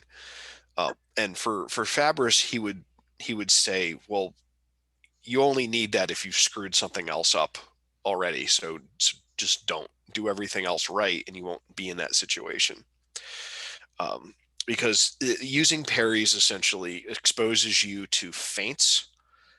And if someone feints at you and you react to it and you shouldn't have, that's their opportunity to either gain misura stretta, or it's their opportunity to just outright hit you. So if you can defend yourself without parrying, your opponent's feints and attacks don't actually get to reach that threat level, which is why he says, if somebody throws a cut at you, it's better to just withdraw whatever part of your body is being threatened and just let the cut fall and miss you. Because once the cut has passed through your center line, you can pretty much do whatever you want to the opponent, because their sword's not in the way and it's not coming back anytime soon. So if they're going to cut at you, just let them miss. And it's better to void, to dodge a thrust, and we'll talk about how to do that in a later section. Because if you void the thrust, you can also be thrusting back in return, and their sword is going to be way out of position because they're attacking you. So the parries work to block, but they also don't create the circumstances of a victory for you. So he always wants you to be working to win while defending yourself, rather than being in a purely defensive mode, or in obedience, as he calls it. Be trying to win, not trying to just not lose. Right. Yeah, exactly. So So if you do need to parry, because one of the things I really do appreciate about Fabris is he'll say, this is not great, but since it is useful sometimes and may become necessary, I am going to tell you how to at least do it well. The least good option can still be done better, than other versions of the least good option. So he says that if you do need to parry a cut, the thing that you want to do is place the fort of your sword, so the first and second part of the sword, in the path of the cut. And as you do this, also thrust so that the thrust lands before the cut does. I know, Gavin, you've got quite a bit of experience with this and being in an exclusively cut and thrust kingdom. Yeah. So I think there's a couple things that are, hidden in those sentences that can be easily overlooked. And the first is that it's your fort that you're putting in the way. I think a lot of people think about defending and parrying and are thinking about catching with their guard or hilt. And it very specifically works better for it to be your fort. And then obviously you don't always have a complex hilt either. So blocking with your fingers is not recommended. But the other part of that is that the blade won't glide to make that thrust work easily if you're catching with your hilt.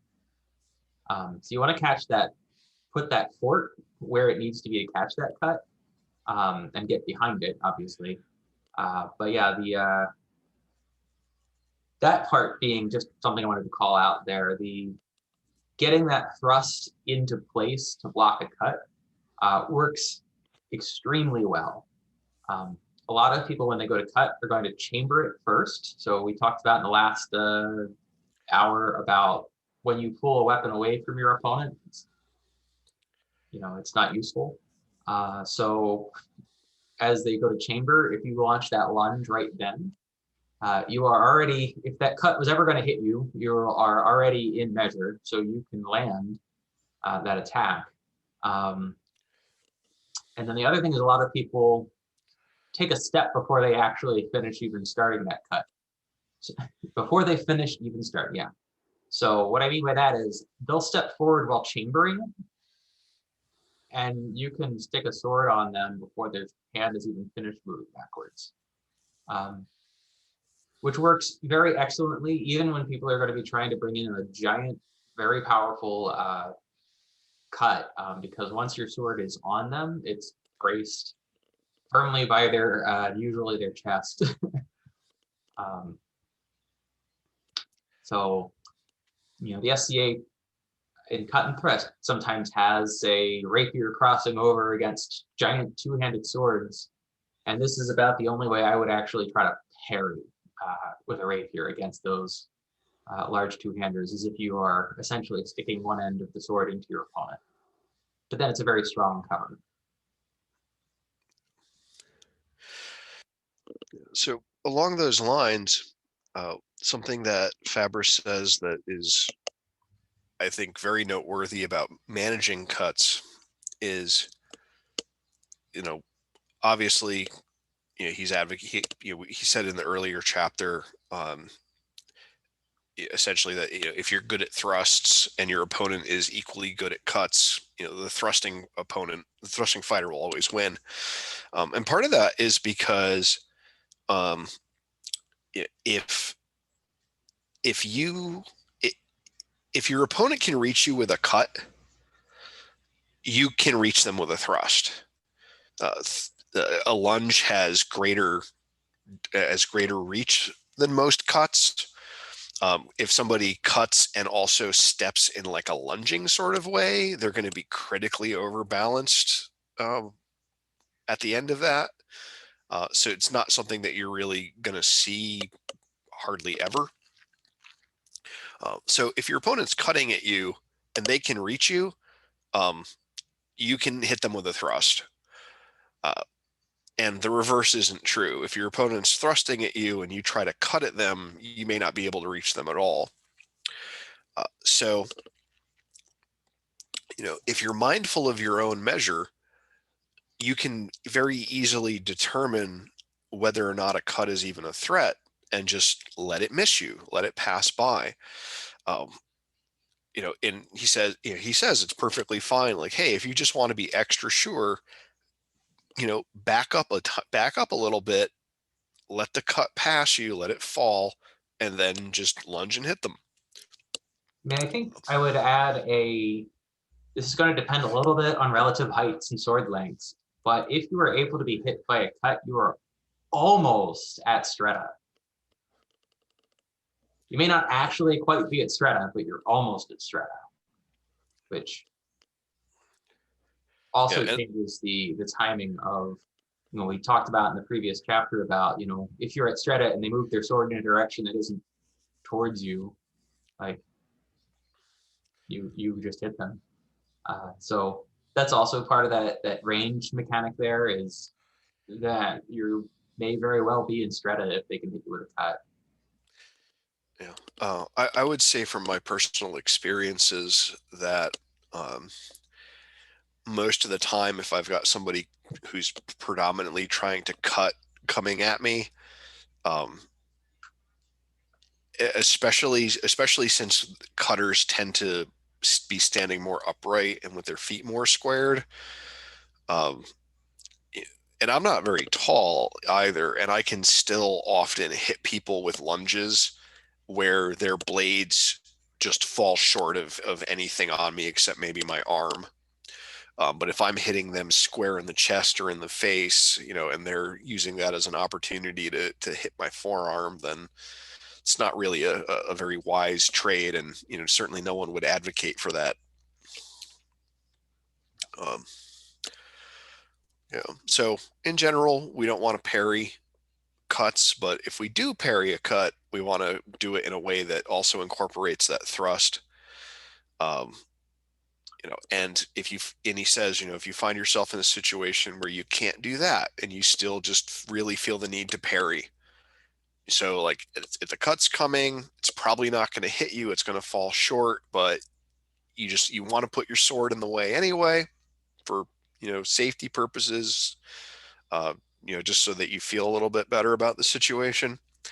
He says, at least make a threat immediately afterwards. So if you are going to block a cut, immediately make some sort of threat to prevent them from continuing to advance. Because if they miss the cut and then are able to continue to step forward and turn another cut, at that point you might be in trouble. You probably are in trouble. That is German plan A. is to, they use different terms, the Vor, the Nach, and the Indus, but that mindset there is that it's going to throw a cut, you're going to parry, and then they're immediately going to line to another cut, and you're going to try to parry, and you're immediately going to line to another cut, and eventually you'll screw up. Right? So that's part of this. You need to turn the fight back around on them. And that's where Fabris is coming in here of, yeah, they threw a cut, but you need to make them think about whether they want to step forward again, at the very least. Right. Is this exchange going to be one cut, or is it going to be many cuts? And the first cut you should almost always be able to avoid because of the distance that it's happening at.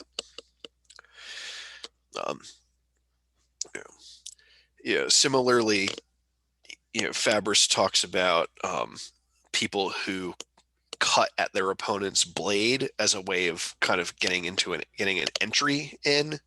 And that's bad for the same reasons that we talked about earlier, where just beating at the blade is bad. If your opponent knows what they're doing, they just cavazione and hit you. Because either you're too far away for them to thrust, at which point, like, what are you even doing cutting at their sword? Or if you're close enough for the cut at the sword to actually matter, you're close enough to get hit by a thrust.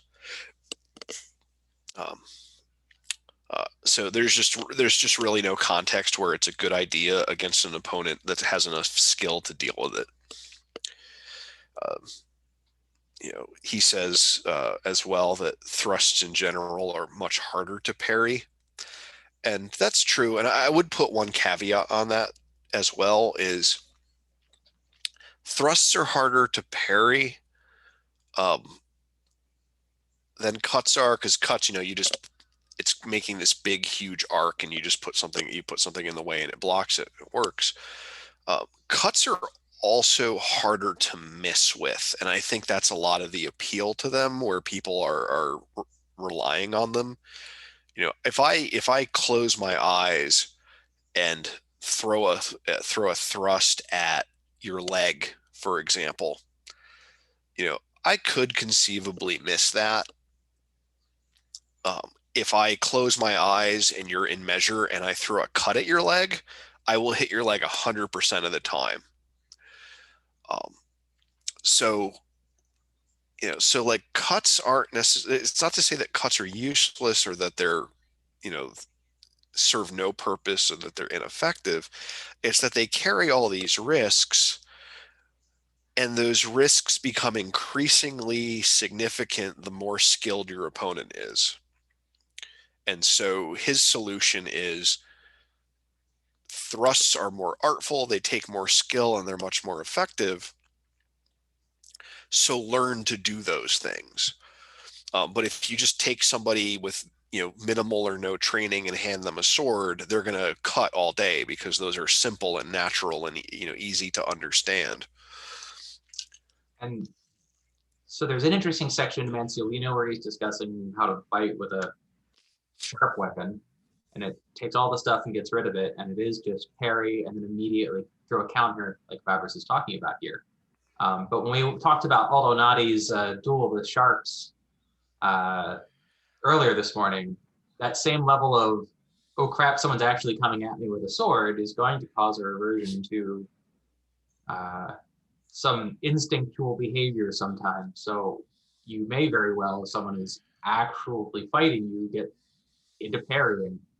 And so it's the thing you have to do that isn't just parry is also attack back. It's kind of a lesson that carries through, not just, oh, we're fighting with blunt weapons at an SCA event, but if you were having to use a sword for real, you may be actually parrying as a form of fear. Right. And, to be fair, Fabris does say that, if you are, like, if you're dealing with someone that's very substantially stronger than you, or maybe they're using a, you don't quite have matched weapons, so perhaps your opponent's got a much heavier blade than you, or maybe they're using a longsword or something. Combining a parry with a void is typically going to be a very safe option for those sorts of real, like, oh crap, I got to get out of here sorts of moments where you just maybe you mistimed things, and so you can't counter. You can't just void and artfully sidestep and stick your opponent. If you're going to do that parry and you are really in a position of concern, couple it with a void off the line of attack, and that way, if your parry gets shoved around a bit, or they yield and try to sneak through, you get a bit of extra layer of defense. Now he does say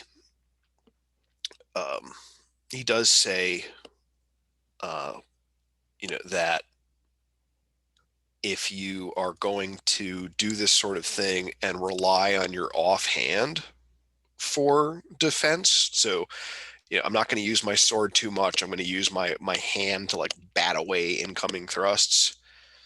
He says that's just incredibly stupid. Except for total emergency situations. He acknowledges that things that are otherwise really, really bad ideas can be okay to do, because if the alternative is, get stabbed in the liver or get my hand cut very badly, the hand cut is clearly preferable between those two circumstances. But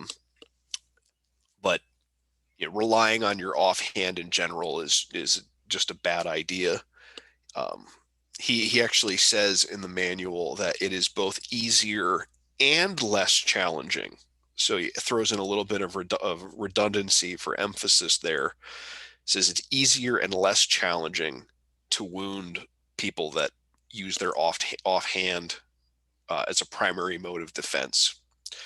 But he does acknowledge that using that offhand as a supplement to close a line after the point has passed you and you have voided to attack it can be effective. I was gonna say, and this also kind of fits with the question Ryan had earlier about different secondaries and applying them to fighting with Fabris. Right. You could think about, we're not using our left hand, let's say, but a buckler.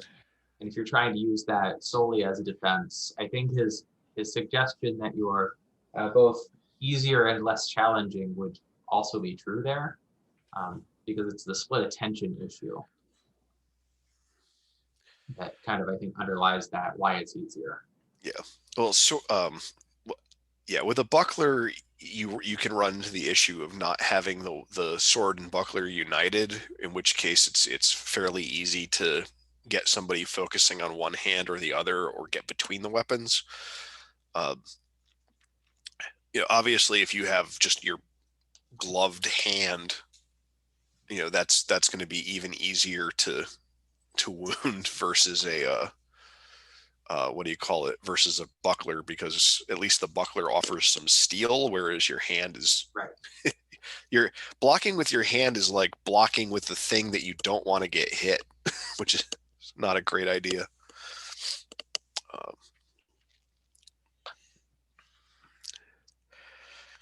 So one of the things, one of the reasons that we grouped this with finding the sword is that the mechanics for parrying, which you notice we haven't really talked about too much. Like we touched upon like where the blade should intersect. The mechanics for parrying are very similar to the mechanics for finding the sword. We hinted at that earlier today, and when we go over finding the sword, you'll see hopefully that the actions that you take to find and the actions that you take to parry, when you are also adhering to the other rules that Fabris puts out, have very significant overlap. For me, and I'm not strictly a Fabris fencer. I tend to do more of a Capoferro sort of thing, but I've been doing Italian rapier for 16 years or so now. My parries and my finding actions are probably 90 to 95% the same action. So it makes it really easy to go from a parry to a thrust, to that riposte that he says, since finding the sword is also a preface to a thrust. So everything starts to integrate and overlap in ways where my motor memories start to serve multiple purposes simultaneously, which cuts down on all sorts of mental gunk that could otherwise get in the way. Technical term there, gunk.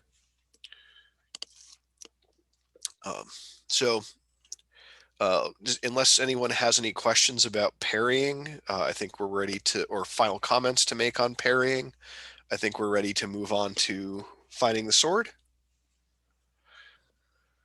Just that I really like the defense against cuts advice. We see mirrors of it in Godinho, where he's like, defending cuts by going nails up, and people sometimes when they first learn that, they just try to catch the cut on their quillons and stab somebody at the same time. But usually they get overpowered, they get thwacked on the fingers, they miss. What like Tim Rivera and I and the other Godinho people have found is the best strategy is to just go nails up, stab them in the face, and then the quillons just catch whatever's left of the cut. Like it just catches the junk. Like, and if it's sharp, they're, who knows like how much they've lost the momentum of being stabbed. And even if it's blunt, that impact, even if it's not a forcible one, takes that oomph out, makes the defense much better. So like seeing that in Fabris is affirming and nice. Yeah, I will say that one of the really cool things is as you start to read a bunch of different fencing manuals, the overlap between the good ones is really significant, even if they approach it differently, or they come to the same sorts of conclusions for different reasons, or different conclusions for the same reasons. Like Fabris says, don't make any blade contact because that gives away too much information. And Thibaut, who follows a lot of the same underlying principles of like of like the way he approaches the lines and so forth, says maintain blade contact because it gives you a lot of information. So they're arriving at opposite conclusions for the same reasons, and that's to me is affirming as well of both of them, because they're in agreement, they're just also disagreeing completely. I like that. I appreciate that sort of stuff. I appreciate it too. It's like, should you parry a cut with the cloak directly or not? Masters starkly disagree on that for different reasons. So it's always good to see that overlap. Right, and usually the underlying reasoning is the same. They just get to a different place because they have different priorities. 100%. Okay, so let's. I think we're ready to move on to finding the sword. So finding the sword is a leverage thing. You may also hear finding the sword called engaging the sword, gaining the sword, gaining the blade, acquiring, constraining, stringering. All those things all mean the same. They're all the same thing.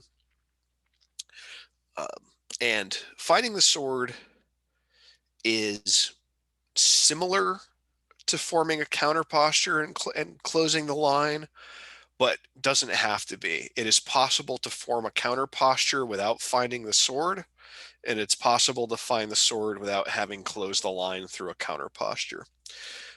Very often, most situations, you're going to want to do both, or you will do both, or one will happen by way of doing the other, but it's not strictly speaking necessary.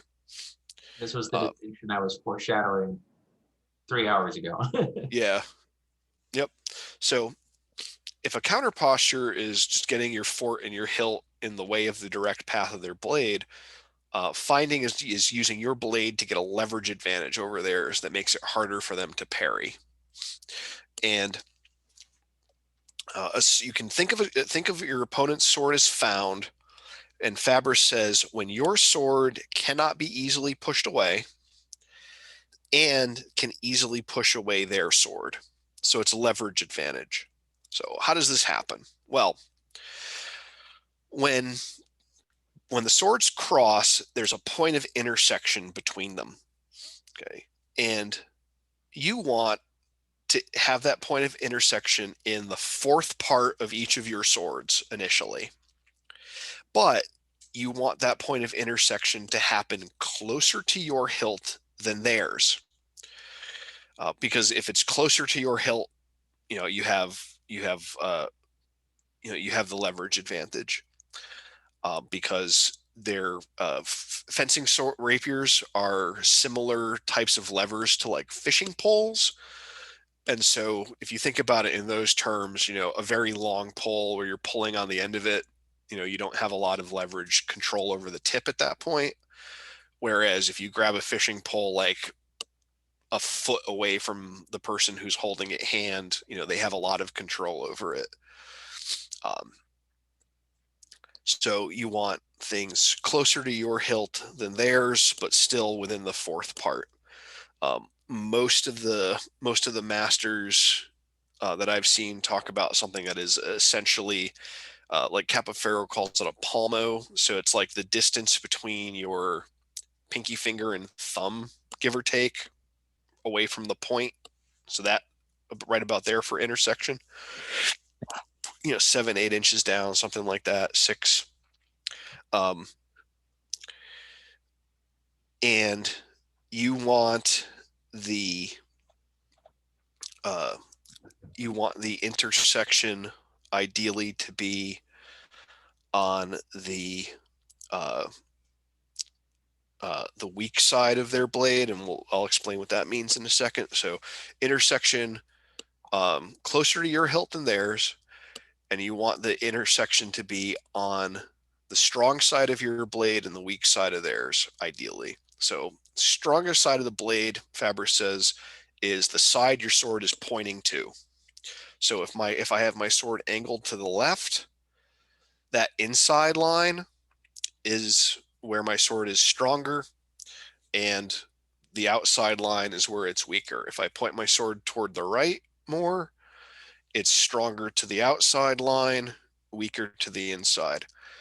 If you've ever arm wrestled someone, this becomes very apparent as to why this is a good thing. Because if you've ever arm wrestled someone and you get your wrist to bend forward, you are in a very advantageous position at that point. You've got a substantial leverage advantage for the same reasons that you do with the swords. If your wrist bends the other way, you are losing, and you are probably going to lose because at a certain point it's no longer recoverable. With this strong angle, if they push into your sword, so if you've got the point of intersection closer to your hilt than theirs, and you've got the strong angle, and they push on your sword, their third and fourth part of their sword will slide down to your second and first part. And if you've got your second or first part on their third or fourth part, you can just shove them around like effortlessly. I have the number of people I have encountered where I am not able to absolutely just manhandle their sword at that point, are all people that are like, oh, it's a 300-pound professional blacksmith. Okay, that person has strong enough wrists where this may not work. Other than those kinds of extreme disparities, you have just such a leverage advantage there that you can just push their blade wherever you want it to go. And you want this done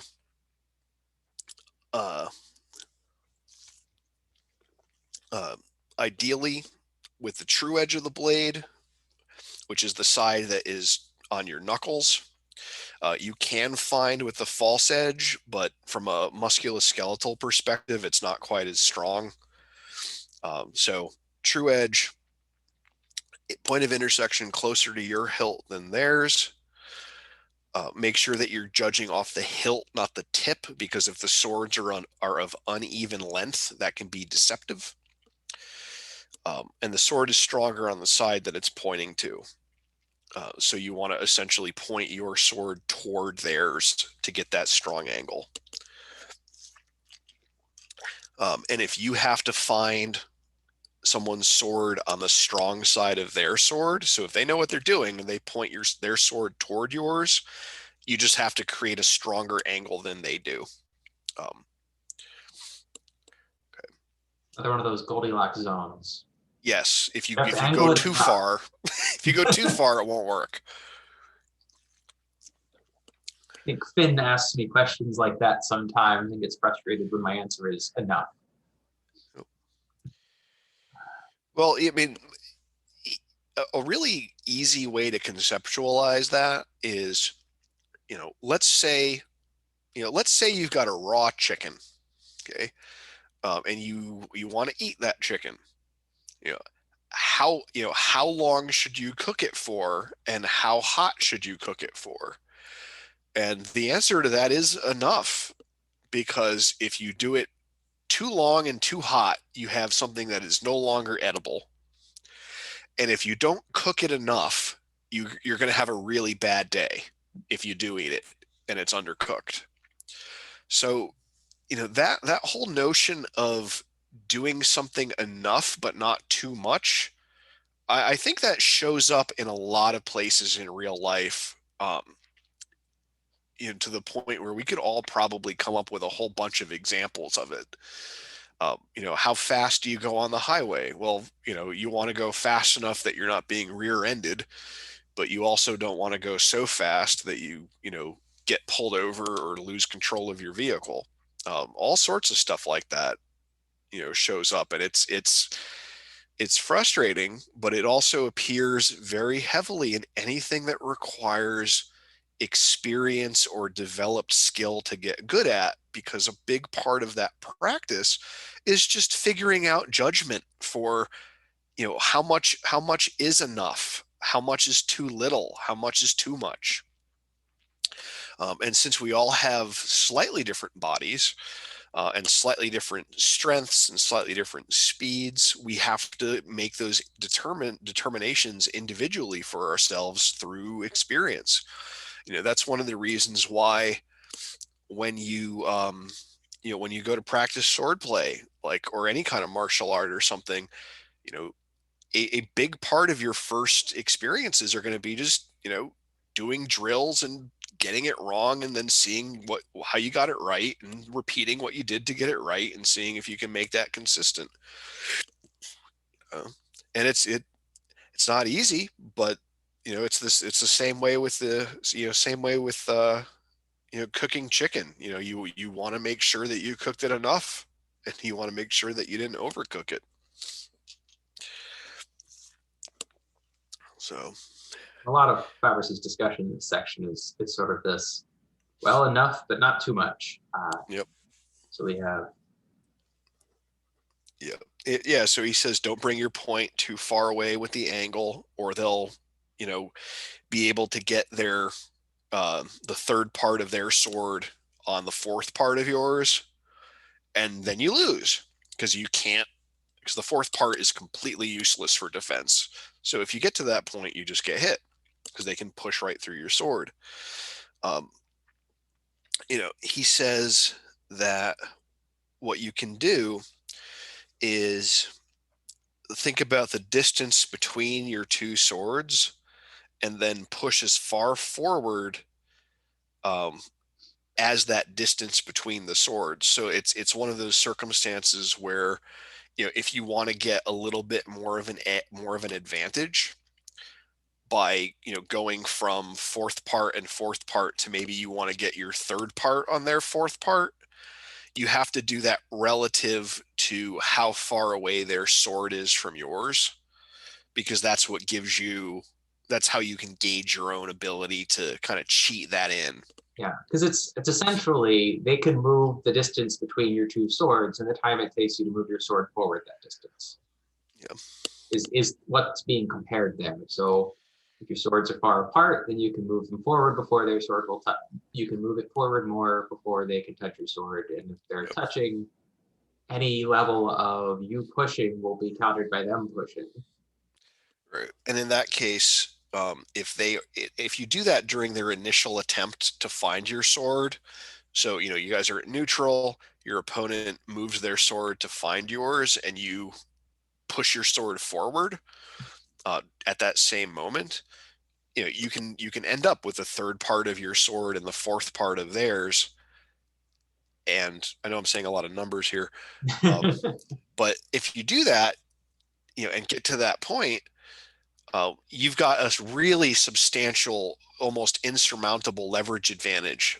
And now you may not be able to act on it at the measure that you're at, but if you do this and you put them into obedience, now you've taken control of things, and they have to cavation to free themselves, or they have to move their sword to change angles. And when they're doing that, they're committed to emotion, and then you get to respond to something they're going to do. So you get to take a better action in response, and it all just cascades until, you step into Missouri Stretta and they're off balance and you stab them. Yeah, I think, and I'm going to restate the thing that we just mentioned, simply because it is a wonderful, dirty trick. That's not even a trick. So again, if your opponent, you say your swords are parallel, and they make an action to gain your weapon, to angle their sword over top of yours, which is how a lot of people do this, All you have to do is extend while they do it. And you Yep. win. You've countered their attempt to find you. So there's a dirty secret. And one of the interesting things about extending your arm is that is a precursor to a lunge. So you are halfway into a lunge while they are now at a leverage disadvantage, and are going to have to try to do a panic parry that won't work because you've got a leverage advantage. And while I mentioned, I start drills from out of distance, and it starts by the gain in advance, and then you do the thing. In a fight, someone who is about to gain and then advance into misura larga while you extend your sword in response to their attempt to gain is someone you can immediately lunge and hit. Then the fight is very short. Yeah, and Fabris talks about how to avoid that by saying, if you move to find and you're too close, your opponent may be able to make a stronger angle and be able to attack you. And you avoid that by not only looking at the distance between your bodies, but also the distance between your sword points to see if you can, in fact, respond, or if you are too close. So he says on the inside line, if you're finding on the inside, if the opponent tries to attack you during the find, thrust at them and do it so that your hilt arrives at the same place where the point was. So what that means is, like, so you have this initial point of intersection, and so that'll be up in like the fourth part of their sword. So if they extend forward to try to take control of that, if you thrust into that and you essentially drive your hilt to the point of intersection between the two blades, you end up with the first part of your sword on the third part of theirs, and their attack will be deflected because your hilt's going to be in the way. And if they try to push and shove you aside with a parry at that point, it's not going to work because they are essentially pushing at your hand, and you are pushing at something that is 30 inches away from their hand. So the leverage at that point is incredibly significantly in your favor. This can be a very hard thing to practice and drill, because there is a very strong natural tendency to want to do things with your sword relative to your opponent's sword, especially when they start touching. And this is, you are thrusting to a position that is marked by where their sword was technically, but you need to be doing this by controlling your sword to put it where you want it, not trying to extend in opposition to theirs. And that's a subtle difference that has a very important practical meaning. Yeah, you're not working to move in mirror fashion to your opponent's blade. You're not trying to mirror their motion. You're essentially overtaking it and displacing them. Yeah, and I work by literally blindfolding the fighter doing the drill and not having their opponent even have a sword. Gavin is cruel. I'm going to need to see that in action, I think. Well, essentially, it's you do the drill, then you like have them close their eyes. Their partner puts the sword just away, and they do the action that they're supposed to do a couple times, and then you put the sword back in hand. So it's, you are performing this action on cue, and it doesn't matter where your opponent's sword is. That makes sense. That makes sense. Yeah, and that's something that I think we see with a lot of less experienced fencers or ones that have trained less, is they're constantly trying to get around the sword, or they're trying to deal with the sword itself. Whereas if you have this leverage advantage and you're able to take and maintain the leverage advantage, you're not going around their sword, you're going through it. And if they try to go through yours, his response is essentially to say, no, I'm going through you after all. So there's not an attempt to you're not trying to push it away. You're not trying to get around it. You're not trying to do anything sneaky. It's they are pushing on you, and you are just going right through and over them. And from our discussion of flinging the sword, if there is any level of fling or bounce, this is suicide. Yeah, because if you fling your sword and try to do this, you lose all of your muscular strength and all of your leverage and all of your control, and you will be batted aside like a gnat.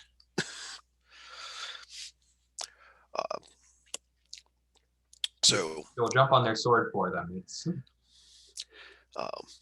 and so that's on the inside. On the inside, if they try to attack you during your find, you thrust so your hilt goes to that point of intersection. On the outside, and I'm very fond of this one, I will say, I'm very, very fond of it because I'm a shorter fighter, and so things that go under the sword are usually more comfortable for me and more accessible. So he says on the outside, so in this case, you're trying to find on the outside and your opponent attacks you. What he wants you to do is, rather than attack through their sword, you drop your point under their sword, put your hilt up where that intersection had been, and attack so your hilt and fort still close the line. But you're not attacking over their sword, you're attacking under. And that ends up catching people like right in the liver, right in the armpit, right in the small ribs, that sort of general zone.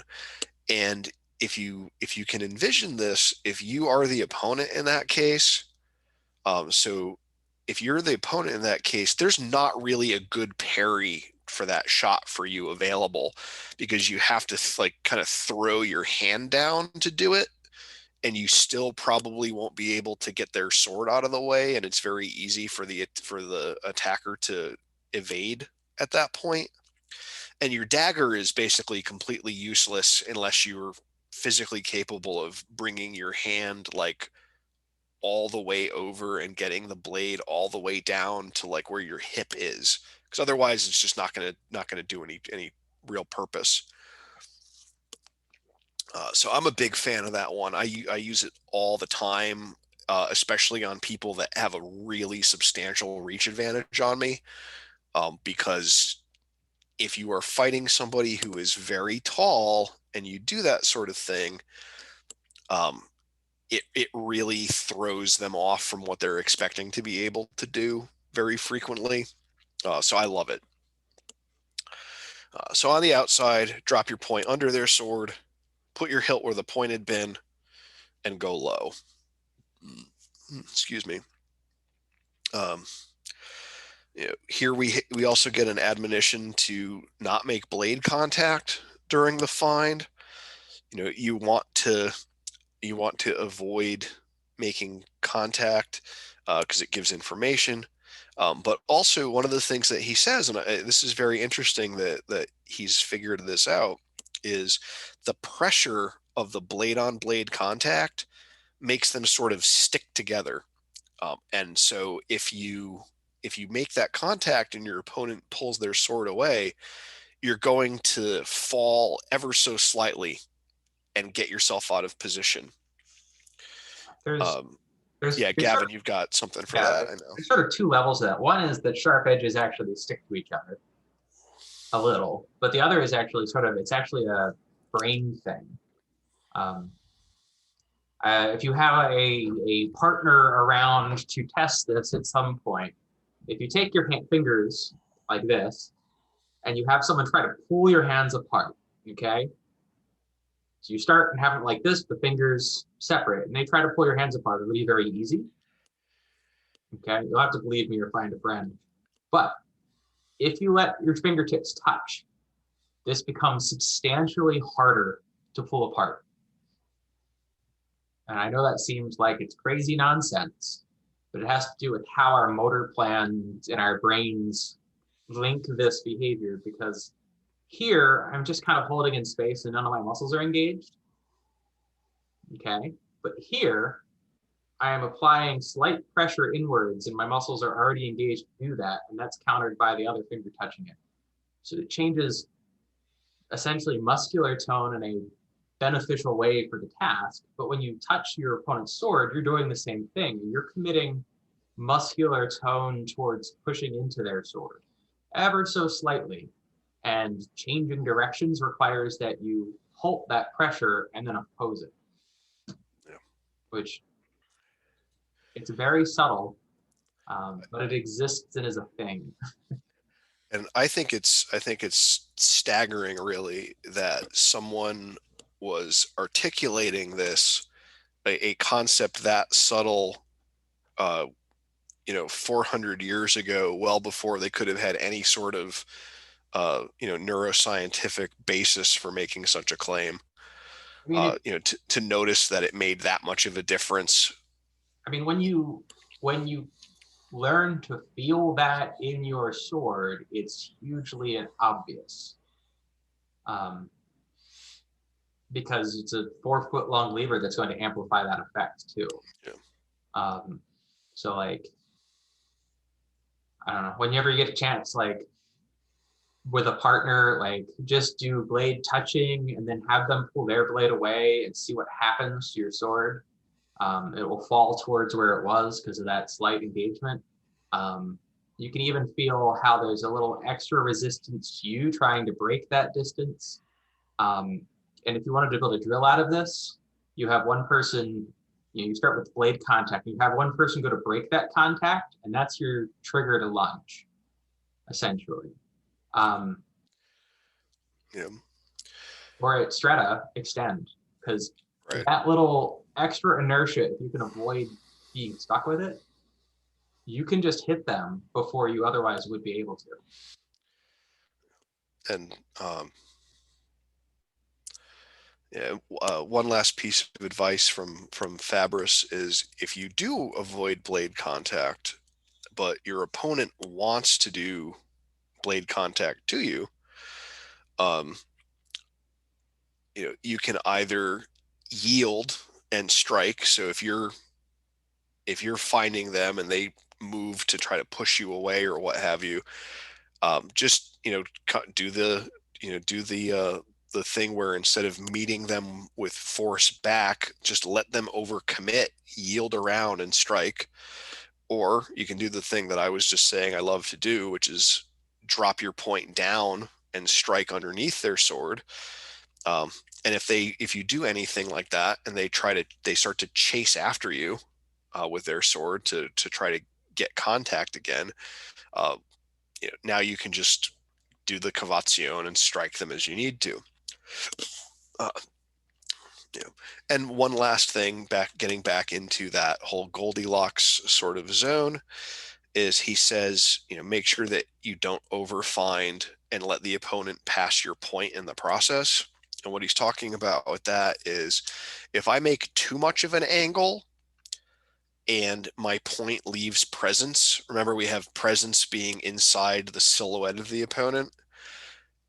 If my point leaves that presence, they can step forward and get past the point of my sword. So as I bring it back into presence, I'll smack them on the side of the arm, for example, rather than get the point into their body. And once they are past the point of my sword, they can thrust me and I can't thrust them. And that's a very bad trade, since, you can conceivably cut at somebody's arm and they'll still just run you through. Yeah.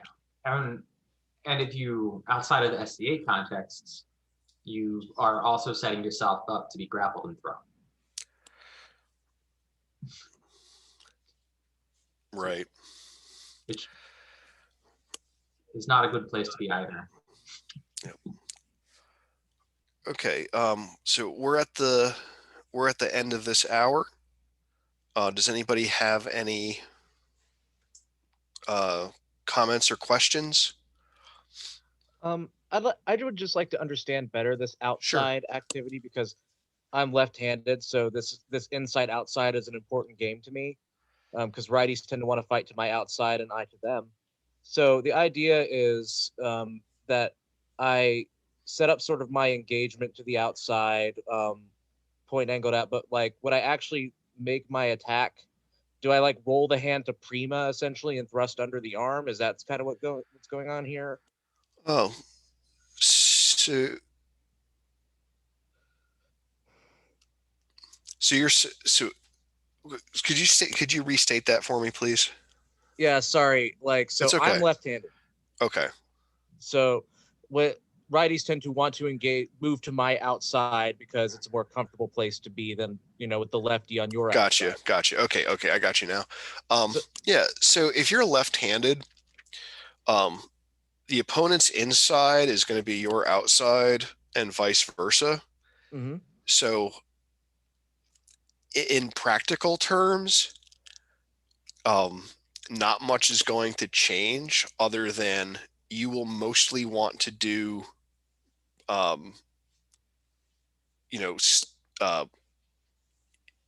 seconda prima terza to the outside, and they'll mostly want to do terza quarta.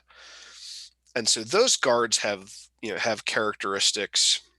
They interrelate with one another, very similarly to how right-handed versus right-handed or left-handed versus left-handed would be. All the same stuff applies. It's just things are a little bit flipped. Okay. So when I do that, actually, you're talking about though, I would turn the hand to prima to go under the arm usually. Go ahead. You can. I don't think it's necessary. I think you can actually do this in terza just fine. But the scenario would be a righty, say, attacking quarta on your outside line. You're just drop tip and pushing hand towards where the crossing was. Oh, okay. That makes sense. Like it sounds about as good as like the reason I tend to go to prima is I find secunda as a lefty versus righty, righties can do. I don't know if there's an Italian term for it, but in arcata, where they just go nails down and then just arc around my guard and hit me anyway, because their wrist bends inwards better than mine goes outwards.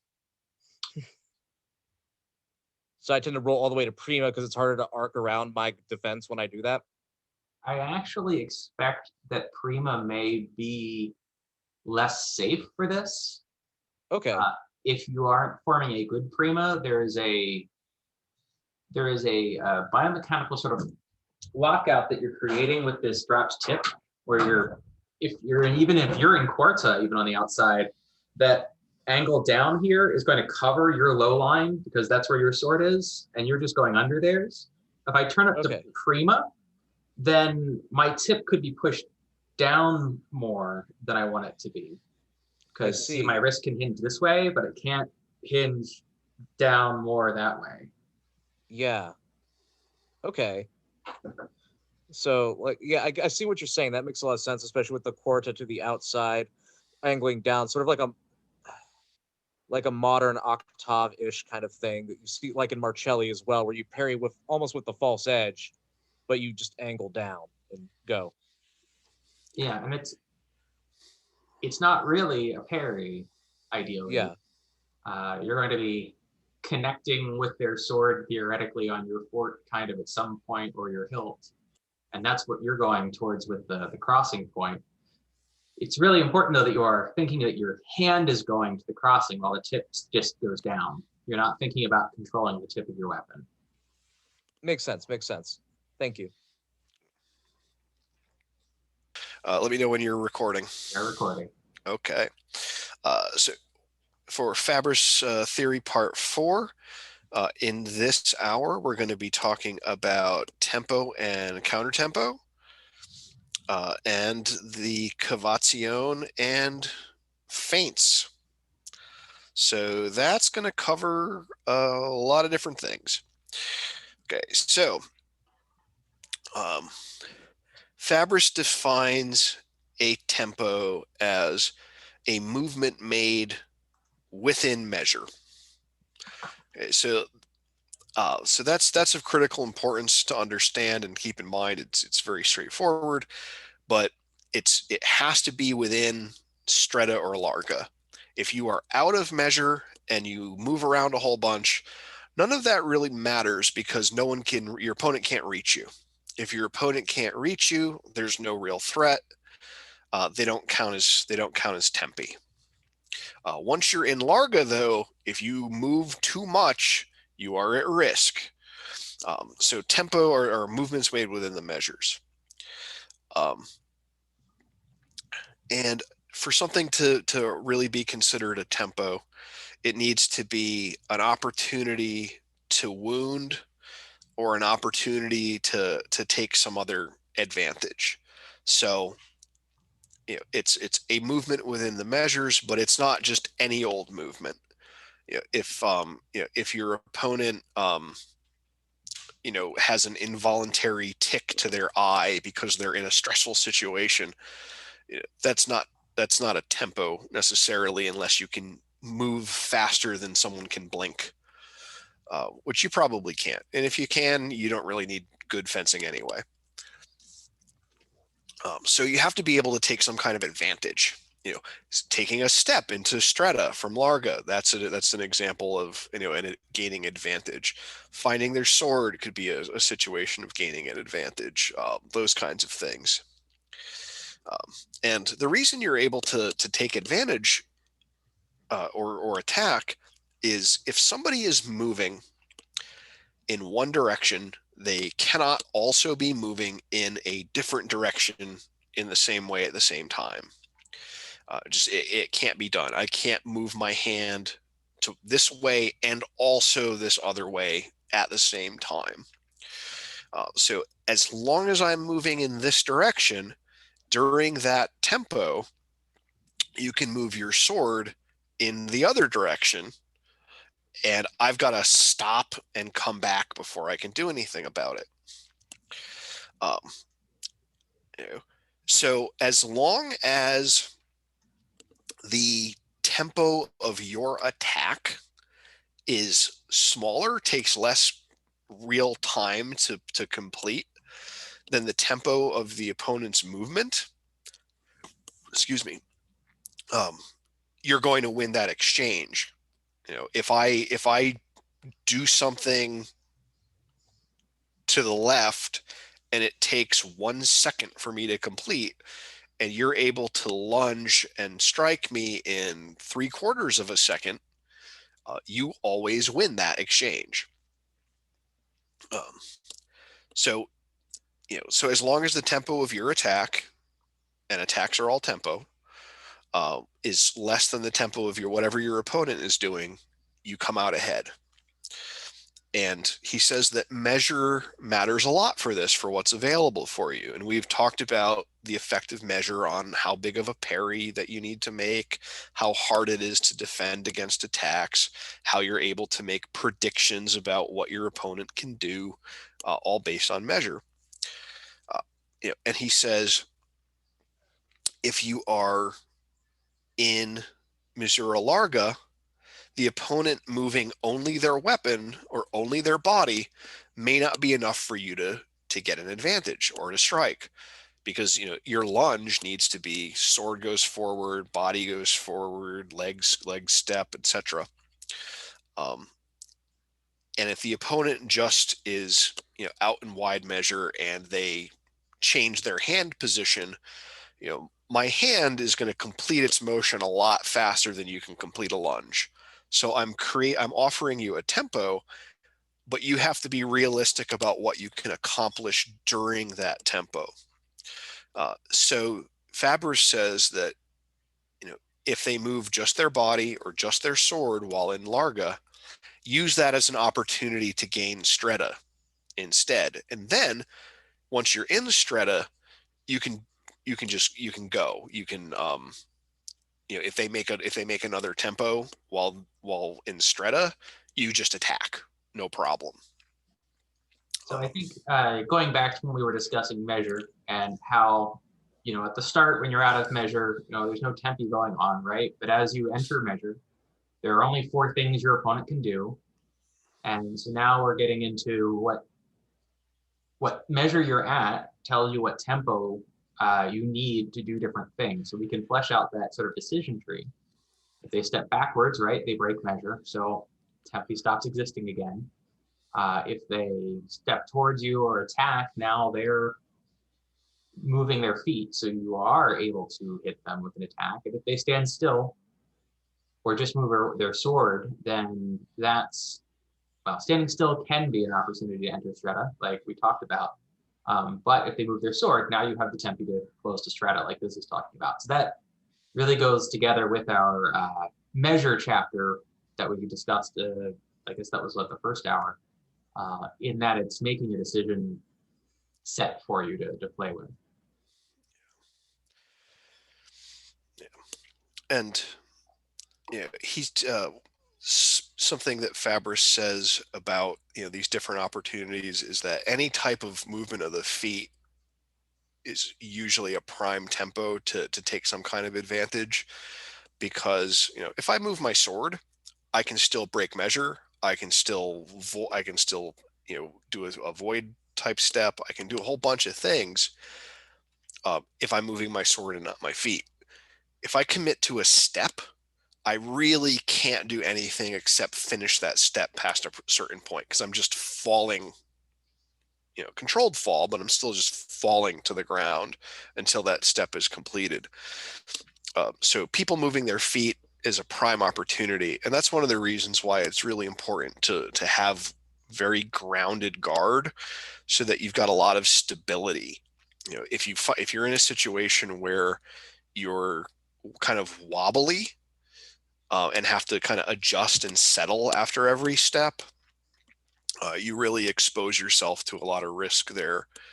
One of the things that you can use to kind of test yourself with that is just very simple stuff. Like if you're in guard, have a friend kind of not like shove you, but give you some gentle pushes, like at your sword arm, at your shoulder, and so forth. And if you've got a good stable guard where you're really anchoring your weight, you're not gonna go over. If your balance is poor, and you haven't established that kind of real stability, and you have to move your feet to catch yourself, you're off balance. And those wobbles in movement create opportunities for people to attack you. One of my favorite moments to attack is when I can see that the person's lead quadricep has suddenly become load bearing. Like you can see it, like the knee kind of bends and the quadricep, flexes and pops out. When somebody does that, I know they can't back up, and I know they can't lunge. So I can hit them in the thigh, pretty much for free at that point, because I can tell exactly where they are in terms of their ability to move. So watch people's legs. But since you have been paying attention this whole time, if you're in a counter posture and doing the slow, steady, clean types of motions, not flinging, not hopping and bopping around, not flailing about, not trying to feel fast, if you're being smooth and controlled and decisive, you're going to be in a position where you can act in response to things that happen, because you're not going to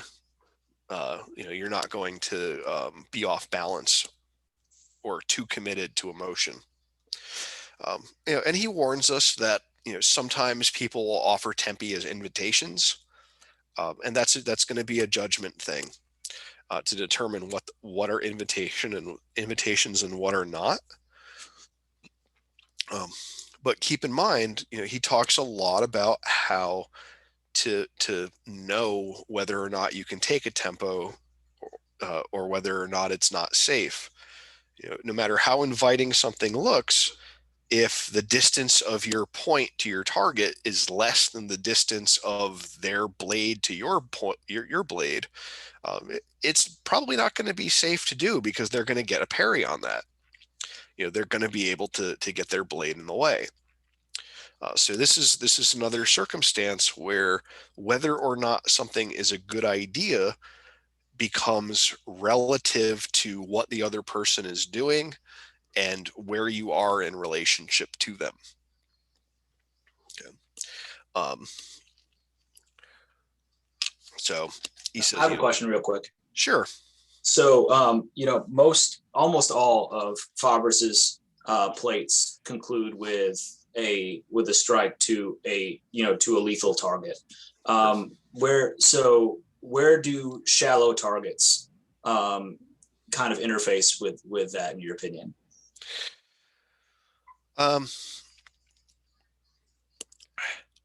Well, I think so. We were actually just talking about this the other day, because someone asked almost the identical question, and at a certain point, I think that you have to keep in mind that he's talking about what you do with a sharp sword, and in the SCA context, we're not. So in our context, if I hit you in the forearm, you lose your arm and it's immediately incapacitated, and anything that happens afterward is, doesn't count. If we are fighting with sharps and I thrust and strike your forearm, that may be an opportunity for you to hit me because it's not automatically going to be immediately incapacitating. Similarly, if we were fighting with sharps, I would not thrust at your hand through your ring guard, because it would be fairly straightforward for you if I missed, or even if I hit you and your hand didn't, collapse immediately, to take the ring guard, trap the tip of my sword and break it or bend it or otherwise, lock it in place and then hit me. Or that point becoming dulled in your execution of, maybe banging into that hilt. Right. And if suddenly my sword tip is like this, I'm at a substantial disadvantage. So I think that, I think the reason that he is predominantly focusing on attacks to the body like that is because those are things that are going to be more secure. And I think that the artificiality of our combat makes the hands seem like a better target than they are. Yeah. Yeah, it definitely seems to be an interesting thing, especially when you're talking about measure. The measure to what, and that can be, it makes the conversation a lot more complicated. Yeah. And, Cappafero talks about, hitting the hands and forearms, but he also says that that's something that you do with opponents that are bestial and don't understand tempo or measure. So if you're fighting somebody who's skilled, those sorts of risky attacks to the hand may just not be a good idea, because it kind of work like a feint, where if I throw a shot at your forearm and you respond by lunging and hitting me in the lung, it's not a great trade for me, and it's not a tactically wise thing to do. So that's a good way to bridge us back into the next subsection of tempo, which is counter tempo. So attacks in response to your attack. That's essentially how he defines counter tempo. Is you make an attack against me, I do an attack back in response. And he says, this can include double hits. He does acknowledge that those happen, and he says that they happen because either somebody got the tempo wrong, so there was a judgment error. I thought I could block this, but nope, I'm dead instead. The invitation happened too close. So again, that's I thought I had enough time to stop. I had enough time to move, and I was wrong. or the person who's making the invitation does too wide of a movement. So they're trying to open the line to invite and they got too inviting, and we're struck. So again, with the invitations and things like that, we hit that Goldilocks zone once again, where things need to be just right. Not enough of an invitation, and it's not inviting enough. Too much of an invitation, it's just a hole in your guard. And he says, to avoid this, you want to make sure that you have enough time to strike, but you also want to move smoothly so that you can redirect as needed. And if you want to beat somebody who's offering an invitation, you pretend to take the invitation and recognize what they're going to do in response. So remember, he's talked before about how you can guess what your opponent's going to do if you just pay attention to how they're standing. So you pretend to take the invitation and you just be ready to respond to what they're going to do. On the pretend to take the invitation, if you guys are familiar with Zen Warrior Armory or Triplet Competition Arms, so Walter Triplet has a chalkboard in his sal where he has different rules, and one of them is if your opponent pretends to give you an opening, pretend to take it. I wonder where he got that. It may have been around for a while. Yeah. And probably showed up in a bunch of different places. Hundreds of years even. Yeah. But it's I'm sure it certainly didn't show up here for the first time. Yeah. And so along with tempo, once you're actually in stretta, if you're able to get into stretta, Fabris says anything the opponent does, you can exploit unless it's them backing up. If they back up too much too fast, you can't do anything. You might be able to lunge after them, like we said before. But if you're in stretta and they go from third to second, hit them. They go from third to fourth, hit them. They feint at you, hit them. They take a step that's not backward, hit them. And if you are in stretta, and this is a cool thing, you can also attack without a tempo if the distance between your point and your target is smaller than their ability to parry, he says. So if my point is, we talked about this earlier, if my point is 12 inches away from your face and your sword is 15 inches away from my point, I'm going to hit your face because I'm going to get there before you. This is something that shows up again. There's actually quite a good discussion of it in the Vienna Anonymous of accomplishing this, but this is where Fabris talks about that. It's just a little less explicit here than it is in the other manual. But the other manual, for those of you that don't know, is essentially a person's class notes about this system. So any quick questions on tempo as Fabris describes them, or before we move on? Yeah, is it okay if I promise I won't hijack this. You got 2 minutes. All right, 2 minutes. So you can be in the position to exploit a tempo.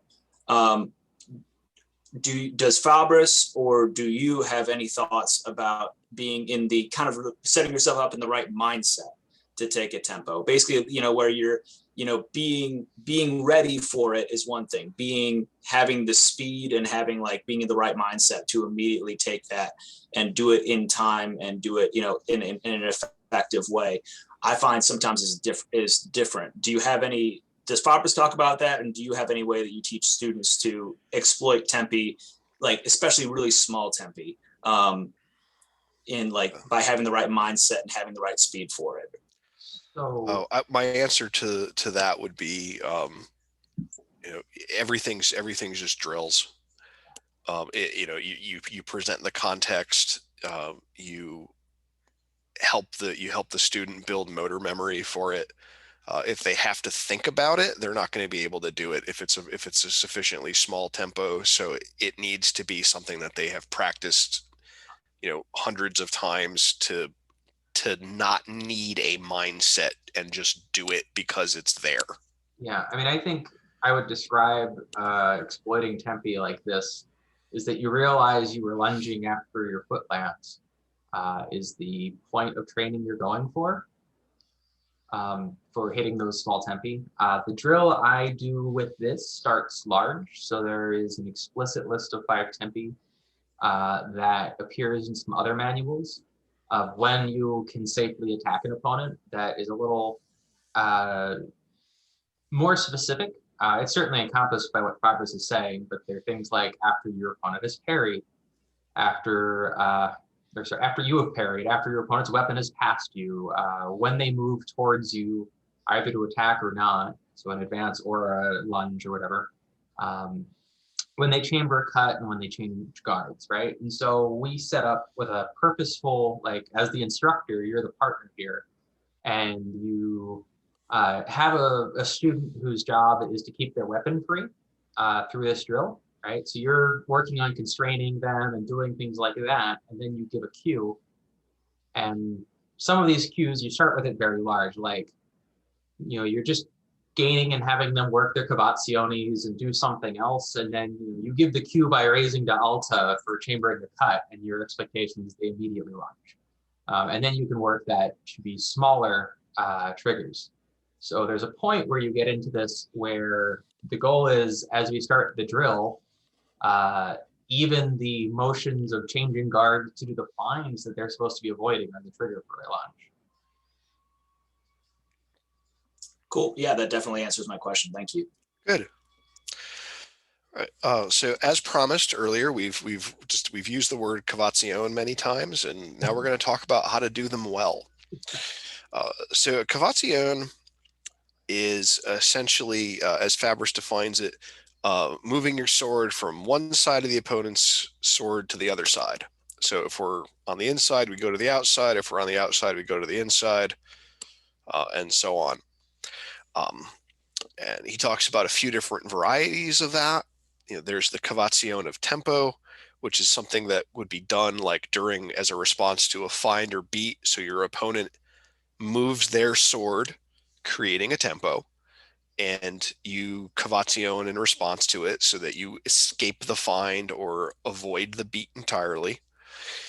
There is the contra-cavazione, which is when you do a cavazione in response to the tempo created by the opponent's cavazione.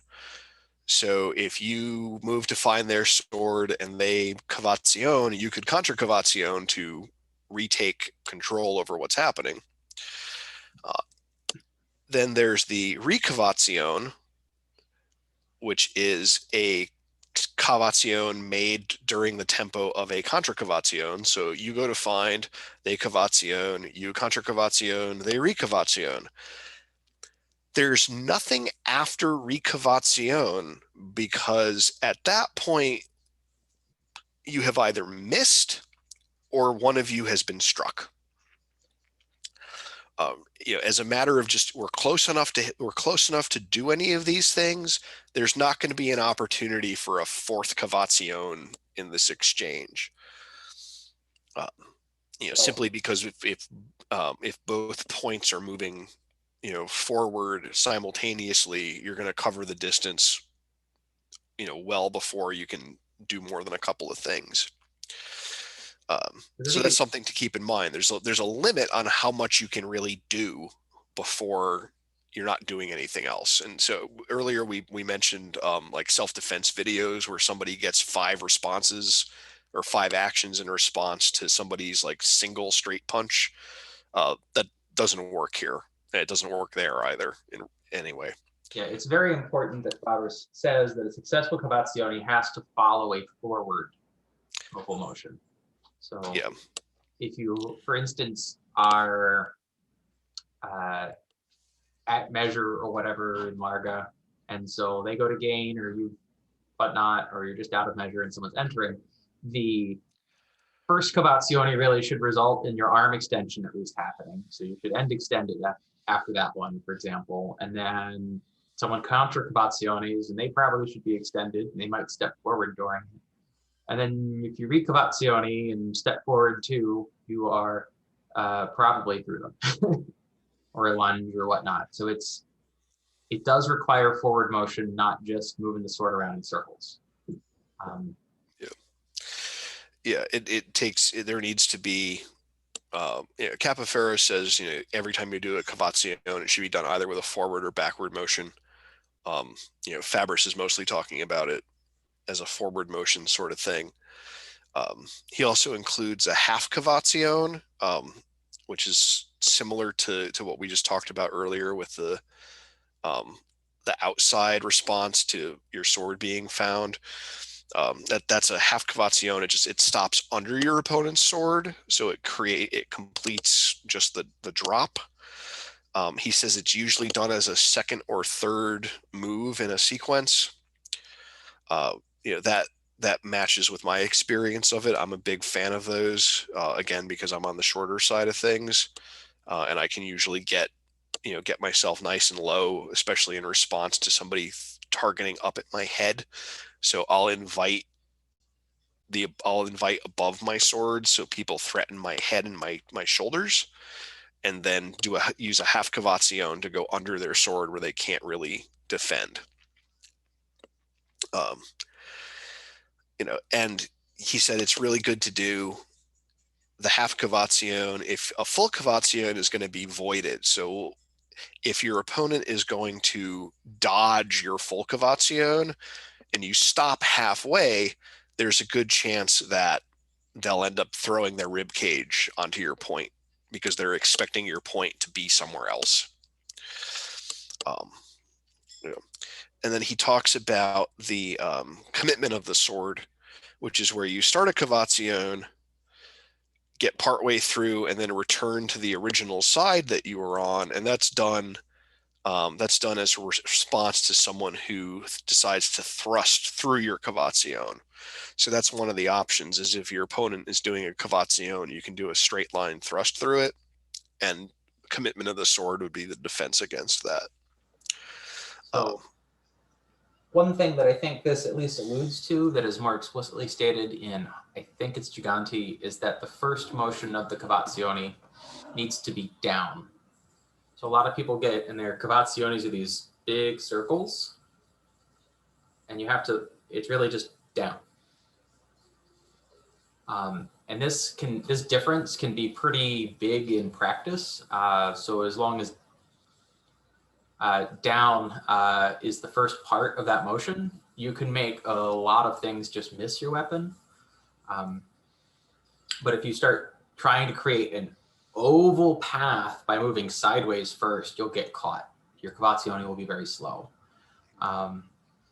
So for example, a drill I like to have is, again, have the student stand there and perform cavazione, and I'm just going to try to swing wildly at their sword, even like big, giant, fast cuts. And all they are supposed to do is that, and it'll miss. And it's a very good visual representation of what important part of that motion is. Yep.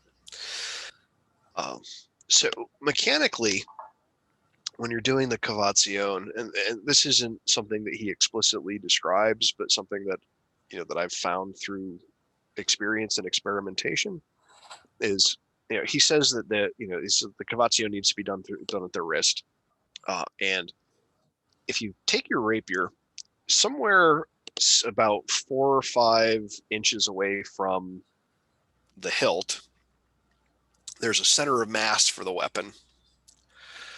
And that is, he'll find it. That is the pivot point that your cavazione moves around. So that part stays still in space. The blade drops, the hilt and handle come up, just like he's demonstrating. Okay. And that makes it easy to cavazione. If you try to do it through a different part of the sword as the pivot point, you end up doing a lot of awkward and extra work and can really wear out your forearm. I've got carpal tunnel problems. I've had carpal tunnel problems for 6 or 7 years now. I get numbness in my fingers and all that and everything.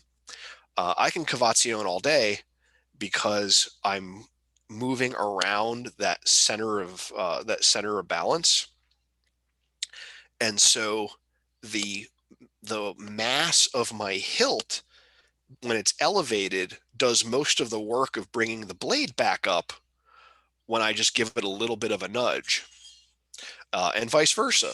I just let the blade, I don't move the blade down, I let the blade fall. And that'll take some getting used to, but once you have that settled, you'll find that if cavazione had been wearing out your hand, it stops. It becomes so much easier.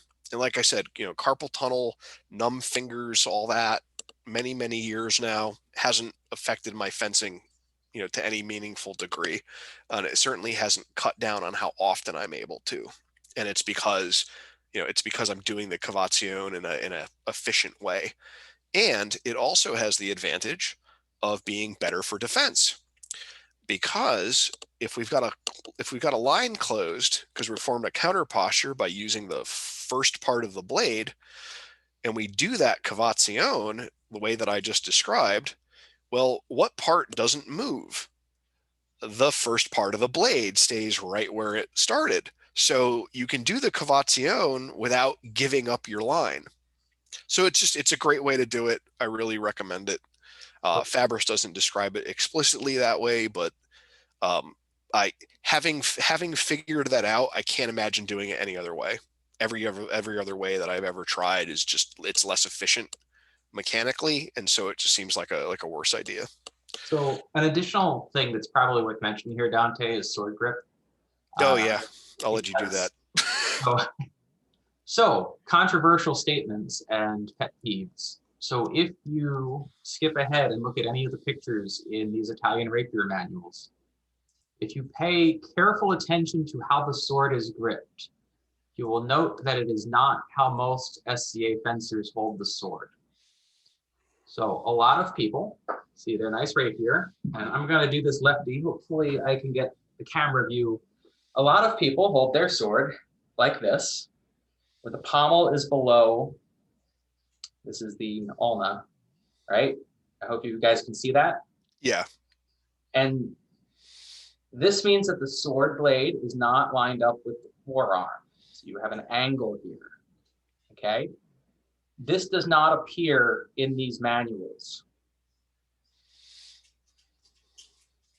What we see is very clear illustrations of the pommel sitting between the radius and ulna on the wrist, and the sword aligned with the whole forearm all the way to the elbow, okay? Make sense so far? This makes that cavazione only this level of motion. I am performing cavazione by doing this. See how small that is? If I do this to do the same cavazione, it's that.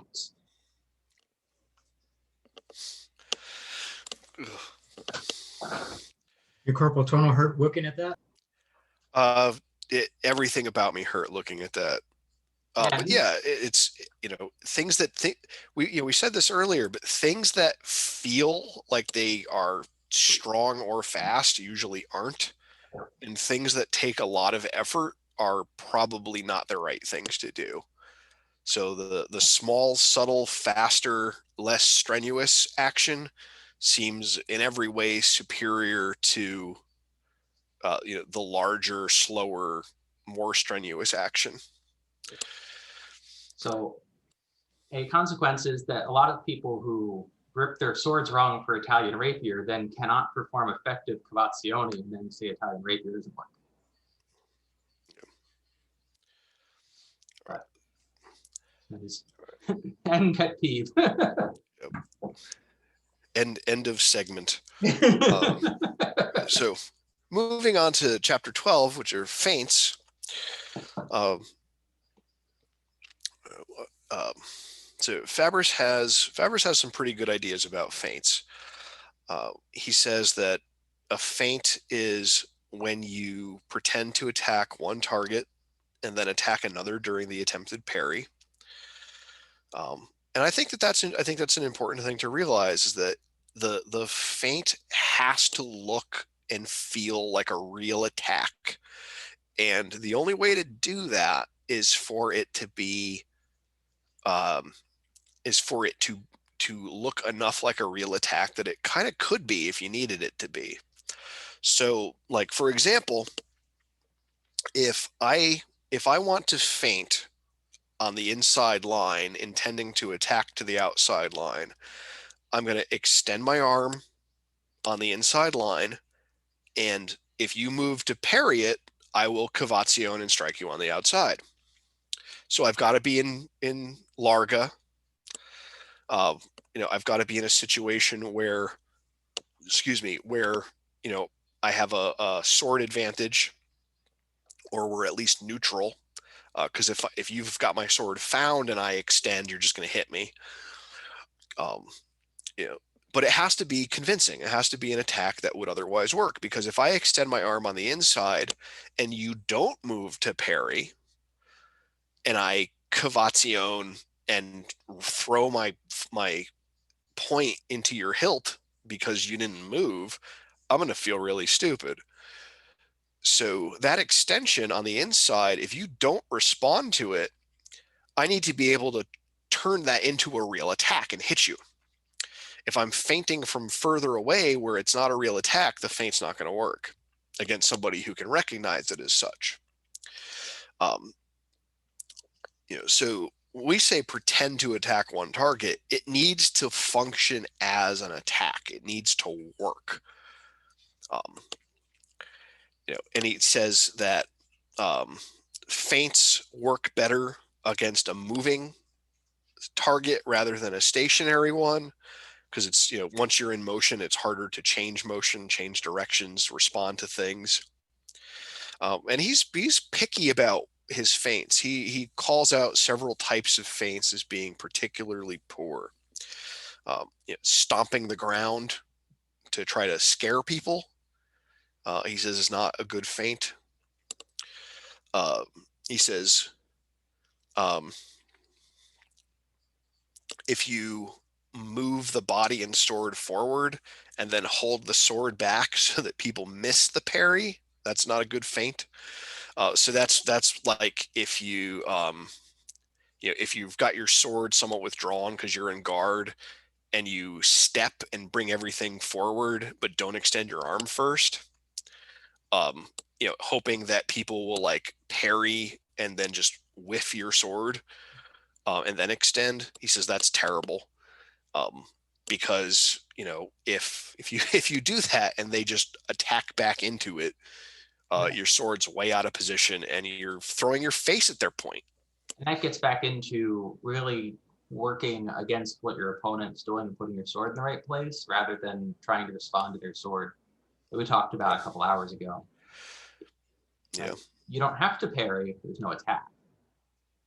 So yeah, they should stab you in the face. And his least favorite type of feint is extending your arm, pulling it back, pushing it forward, pulling it back, pushing it forward, pulling it back, pushing it forward. That is for him just the worst. And if you've been following along to this point, hopefully you see why that would be such an ineffective, inefficient way of doing things. As soon as your arm is retracting, you're going to get hit. Period. If you have an opponent that knows what they're doing and is able to respond. So a good feint for him, like we were saying, is when the attack is real enough that the opponent feels compelled to parry. So it needs to really be something you can sell to somebody, even if they're skilled enough to know their measure within a couple of inches. And it needs to be done in such a way that you can cavazione and strike before they finish their parry. So the distance of their parry needs to be greater than the distance covered by your cavazione and strike. And the parry just to be clear there, the parry distance is the amount of movement done to both parry and also bring back to close the new line. So if this is 6 inches, 6 inches, and 6 inches, that's 18 total inches of movement.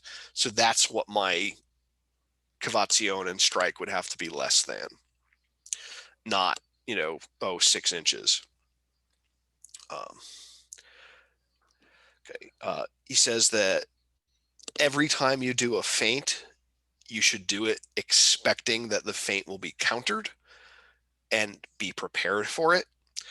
This is one of the reasons why it's good to have your feint be something that can translate into a real attack immediately. Because if you throw an obvious feint and the person counterattacks, you may be way out of position, and you may not be prepared for it. So go into every feint assuming that not only will it may not work, but that the opponent may counterattack it. He says that the initial target should be something that is near to you. That could be like the near shoulder as a target. It's possible that that's an opportunity to threaten at the forearm to get somebody to flinch. Because if they flinch their hand back, you can just keep going. But he says the better thing to do, and this is something that he does a lot, and I like this about him. He says, this is okay, this will work. Here's a better way. And also here are some stuff not to do at all. But the better way is to feint during the tempo of an opponent, because that will cause them to overreact. Their reaction leaves that Goldilocks zone. They do the oh no, giant sweep parry, and their defense falls apart.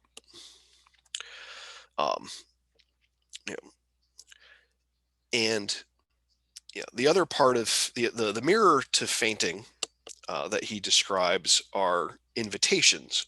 And an invitation for him is offering a tempo or open line within measure on purpose, with the idea being they attack into it, you have a programmed response that defeats the attack, like a counter thrust, for example. And he offers a few caveats about how to make that a good idea. Is one, a good invitation requires judgment of distance, so that you don't get hit during the tempo of the invitation. So if I mutate my guard a little bit, I can open a line that looks really tempting. If I mutate my guard a lot, it may be too inviting. It may be less of an invitation and more of an invasion at that point. He says, don't move your feet while you're inviting, because remember, one of the best defenses in Larga in particular is to break measure. Invitations are not to be done in stretta, just because a fake tempo is still enough of a tempo in stretta. So you want to be ready to bail out if somebody takes your invitation too well. And he says invitations work best if your opponent is impatient, and if they're calm and smart and collected, invitations are often too risky. And he says ultimately, the reason that invitations can be so effective is that it's better to let your opponent try to attack and then fail than it is to deny the attack entirely.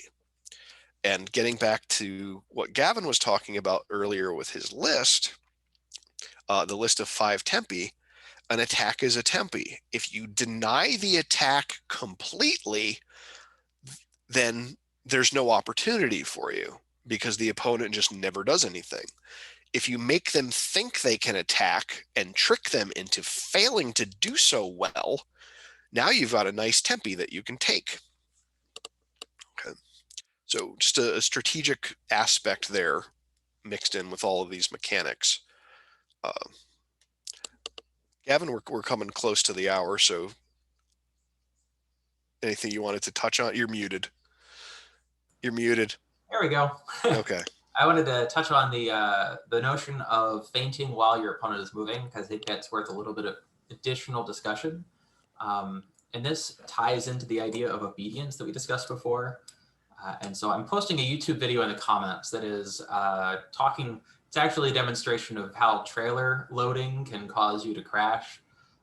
But it I think is a good video representation of this idea that your use of feints along with putting people in obedience is sort of meant to be a summation game where you kind of get them off kilter and then you keep pushing at it until they fail and then you hit them.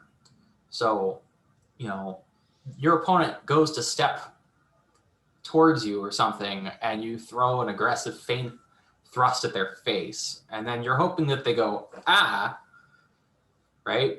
Because they had a plan and you disrupted it and put them in obedience. Now they have to respond to your sword, is really what you're going for. It's not stand there and then feint at each other from distance, because then they'll just stare at you, right? And that's really how you get it to be more effective is that do it while they're trying to do something to get them off kilter and then capitalize on it. So that's right. Pretty much this class. If you have questions, go ahead. Fire away. If not, we'll take a short restroom break and then reconvene at 3 or at the hour for those of you who are elsewhere. Gigante talks about treating every feint as a real attack. Does Fabris have anything similar? I mean, yeah, his.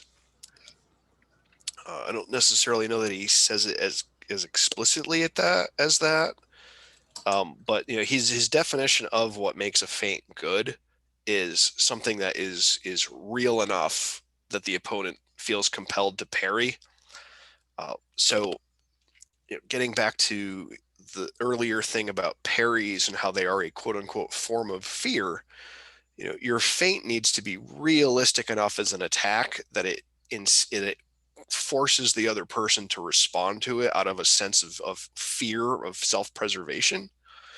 And so I would say that, you know, while not directly saying it in those words, I think that would strongly imply that the feint should be an attack or the precursor to an attack.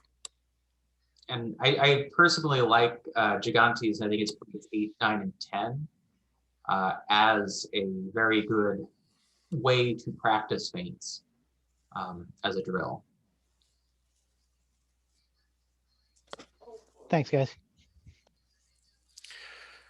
All right, let's take, unless there's another question, let's take 2 or 3 and. Alrighty, so we're about to get started, and this is part 5 of the complete Fabris class. For this hour, we're going to be talking about firm-footed attacks and passes, on holding the sword extended, and on how to keep the body. So, Fabris is we're going to look at the definition here. So a firm-footed attack versus a pass. Fabris defines a firm-footed attack as one that's done by lunging or leaning. So essentially, one of your feet stays on the ground, right? That's at least one. Pretty straightforward, whereas a pass is walking to the opponent's body. So between these two, most attacks are going to be firm-footed attacks. So, you know, we lunge all the time, we practice lunging all the time. And so that's kind of the important part of what we practice. Let me send Dante the link again. All right. Now, one of the important things here is that the hand is inaccurate. So a lot of people think about point control and thinking about their hand controlling the sword. But as we discussed several hours ago now, the idea is really about getting your weapon out and extending the arm and letting your feet carry it to the target. And Fabris also talks about using, oh, here we go. We got Dante back.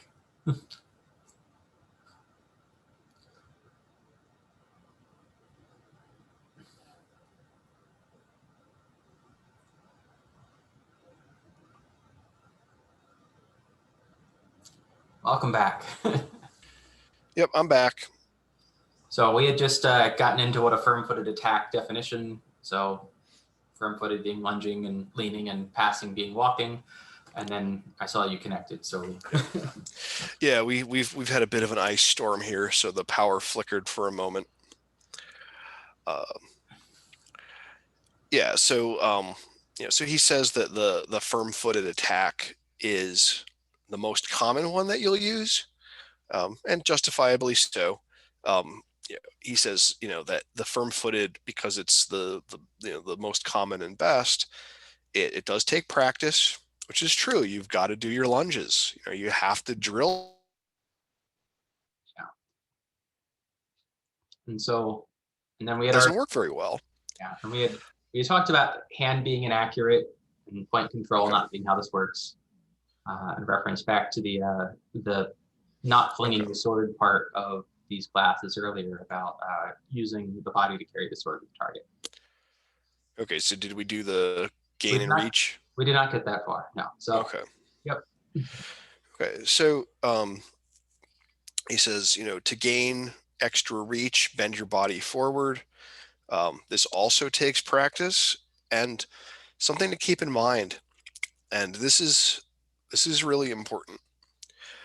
But a lot of the time, good fencing is not intuitive. The sorts of things that you need to do to fence well don't feel natural at first. And that's okay. You just have to get used to them. But it's not like, oh, I walk a bunch, so running is, a little bit easier for me than than if I never walked anywhere at all. It's not like, oh, I have I had a family with several brothers growing up. So, going onto the high school wrestling team for the first time, I'm kind of accustomed to grappling with someone that outweighs me by 20 pounds. Everything about this is bizarre, for a lot of different ways. And so when we're taking these guards, and you can see in the background here, these are older, these are representations of the Fabris manual from different depictions. He's in most of them, except for the one that Leone published. That version of the art is much more extreme, kind of more idealized in how it's presented. But in most of these things, the angle of the back is just very similar to the angle that it would be when you kind of complete your lunge. So when I'm doing Fabris type stuff, I'm not leaning like way crazy forward. I'm saying like, okay, my lunge ends about here, so I'm going to keep my spine right about here. So when I lunge, it just sort of moves forward without any kind of need to drop there. And there's a trap of going too far in this lean, that there's a point where you start bending your lumbar spine to, quote, get more distance, but you're actually shorting yourself and opening your face up to being stabbed. So like everything else, there is enough, and then there is too much. Yeah. So on my YouTube channel, I have a video of just like quick fixes, fencing fixes, and one of the things that I show on there for very briefly is being in that stance. And if you want to drop lower, you keep your spine straight. That's really important. And a lot of people, they just lean forward and they overbalance. Their weight goes on their front foot and they can't lunge, and they go, oh, this guy doesn't know how to move. The thing is, you really have to have strong legs. And as you bend your spine forward, you have to move your hips backward so that your weight is still over your rear foot. And you can kind of see it in the representation over here, which is from the Tebow manual representing the Fabris fencers. That fighter's hips are back. So that's it. It's a matter of keeping everything balanced. Again, there's a Goldilocks zone where all of your weight is on that rear leg. Your hips move back, and your spine is straight and bent forward. And you can.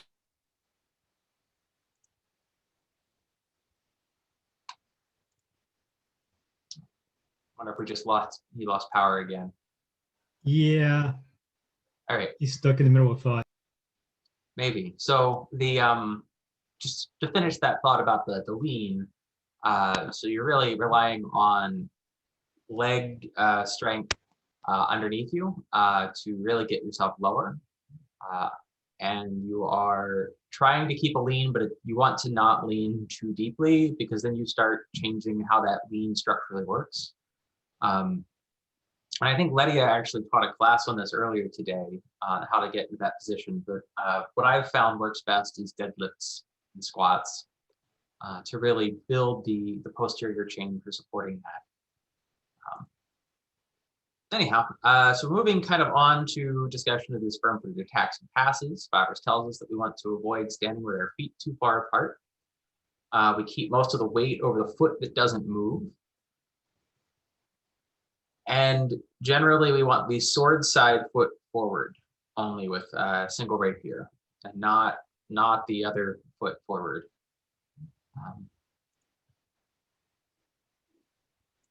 So the we were kind of touching on, we don't want our stance too wide, because that's going to throw off where our weight distribution is.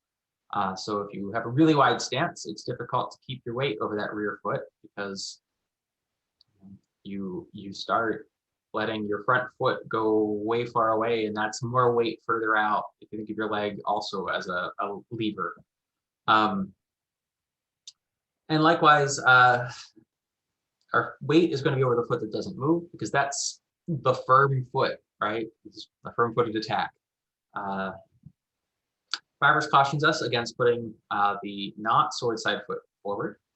He says this leaves you too exposed. It's too slow. And really the thing you want to do from there is withdraw it to perform a single time counter. So you could kind of use it like an invitation. But you're never going to want to attack first from that position. Does that make sense to everyone else, what I'm describing there? Hopefully. So if you're a righty, having your left foot forward when you're fighting with single sword, Fabris says that's bad. So he talks about ideal recovery after a lunge is a pass backwards to get out as fast as you can. So as we had discussed earlier, you're kind of enter measure, either kill them or back out and probe again. And now when we lunge, we're going to hit them, and then we're going to scram, right? So this keeps us safe by not hanging out where we can get hit by their sword. Now moving sort of onto the passing steps. So passing is, Fabris says, is useful to add some variation. It could confuse an opponent. It allows you to use some different lines, and allows you to get past your opponent's sword point. And another advantage is that it's good if you overcommit forward on a lunge. So we were just talking about how the stance that we're doing and trying to get deeper into that lean is about bending and keeping our weight on that rear leg, right? But if you find yourself having put your weight onto the front foot because you screwed up, the passing step may be your better option than a lunge. Because for a passing attack, you kind of want to put your weight onto that front leg and bring the back one forward, right? So it can be good to have that option if you find yourself off balance, to practice being able to move to attack with a passing step as well as with a lunge. But as we already mentioned, the lunge is more common. That's what you should focus your practice on. Passing steps can also prevent an afterblow. So SCA, we don't usually have afterblow rules, but sometimes we have late hits that people say hit at the same time or occur very close to each other, and some people count those. And frankly, if I am approaching my fighting as if I am fighting with sharp weapons and I want to be the most artful as possible, I don't really want to then be hit half a second later and go, well, I hit you first, because it's not a foot race. It's, you know, swords. So passing to their body and getting behind them, for example, really makes it hard for them to hit you after you hit them.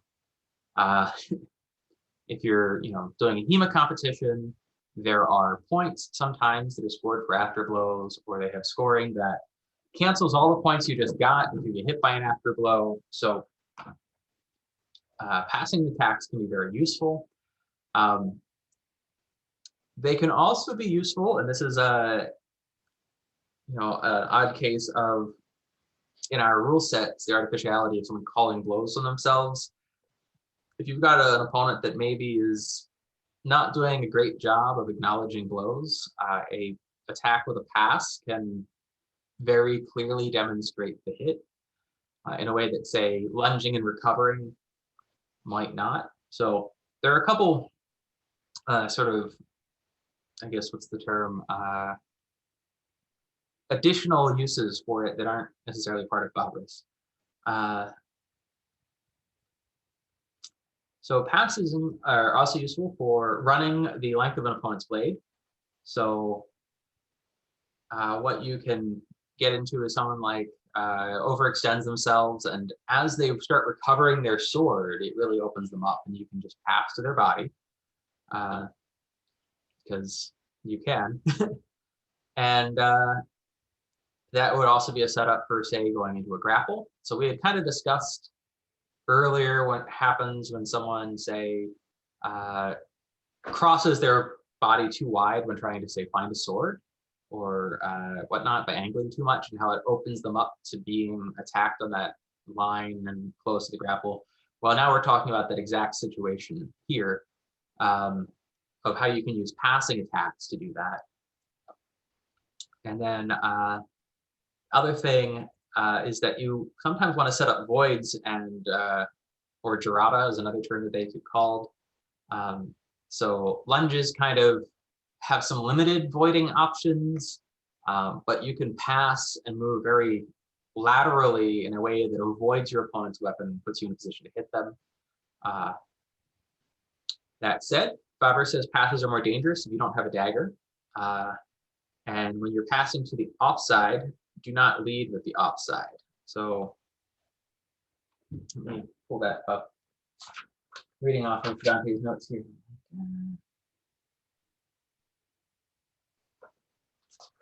Just make sure I have that thought clear in my head.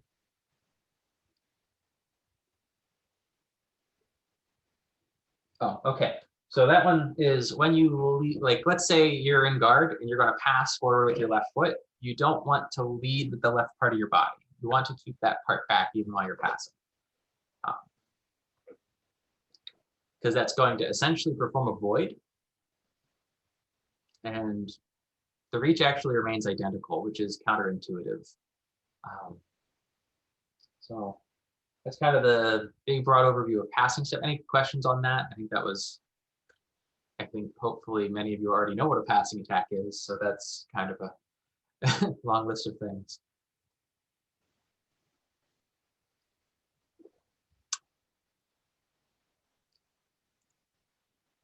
All right, so we're going to move on to the next.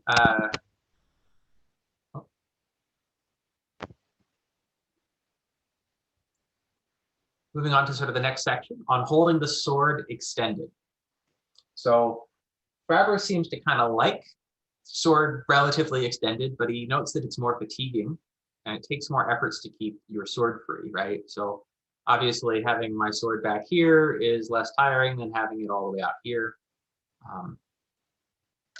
And it's harder to keep it free, right? So if you have your sword extended forward, your opponents can do things like ding it or try to bat it around. And Maybe they'll perform beats, even though we've already discussed that those aren't a great option, right? So you have to do more work to keep it free, which we can do by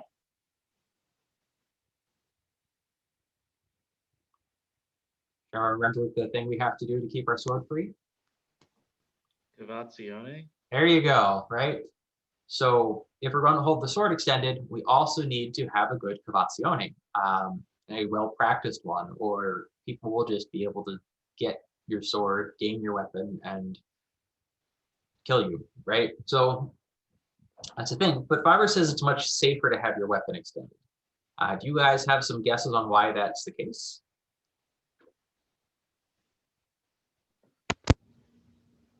I hate answers that rely on psychology because there's always stupid and suicidal people in the world, but there is a little bit of that psychology of there's the defense of the threat now being very close to you as opposed to pulled back. So that's definitely part of it. Ibrahim, did you have a partial answer? Sure. The sword being put forward, yeah, it defends you better than a retreated sword. Right. Also, it's harder. It's harder to gain leverage. Right. So by extending the weapon forward, I frequently talk about this as if it's the cone of defense or whatnot. But the perspective change from if my fist is my defense, right, and it's close to my face, it really only covers part of my face from your perspective. If I extend this forward towards the camera, now I can hide my entire face behind it, right? So the same thing ends up being true with your weapon. So you're better covered by having your weapon forward. And then, yes, there is the psychological aspect of there is a person pointing a sharp stick at my face and keeping, that might keep you back, but it also is occupying space with your weapon, right? So you can hold your body back with your weapon forward and control that space that your weapon's in. So as part of that, for instance, Fabris says that if you're going to do that, you want to keep your steps small and keep your lower body back and away. So actually, the image that was behind Dante's head was one of the perfect ones, but you'll note that there's a relatively narrow stance and the body is held back while the sword is extended. And that's really what Fabris is recommending here. If you have a wide stance while your sword is extended, you're needlessly exposing the, like your front leg to being attacked. And some of your flank underneath the sword, by being, not having your body back, you lose some of the defense that the distance creates, I guess is the way to say it.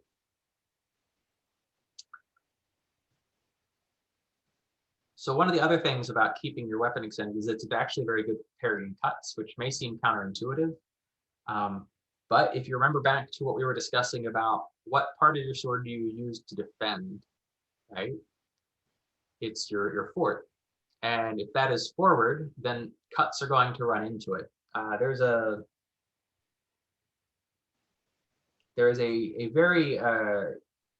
deeper explanation of this actually in Agrippa's manual, where he talks about he has a prima that is illustrated here, and he has one that's here. He talks about if you do this, then the fort of your sword just gets plowed into your face when they hit you with a cut. And that's kind of the same thing. So by putting the weapon forward, you get the fort into the way of the cut versus them cutting into the middle part of your sword, right? The second or third part with that cut.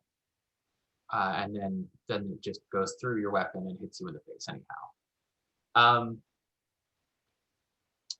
So the other thing that may seem counterintuitive is that holding the weapon extended makes it difficult to be wounded underneath your sword. And it's largely because your sword being forward is threatening, right? They have to get under your sword to go wound you under your sword arm. And so they have to cross space that your sword threatens very easily.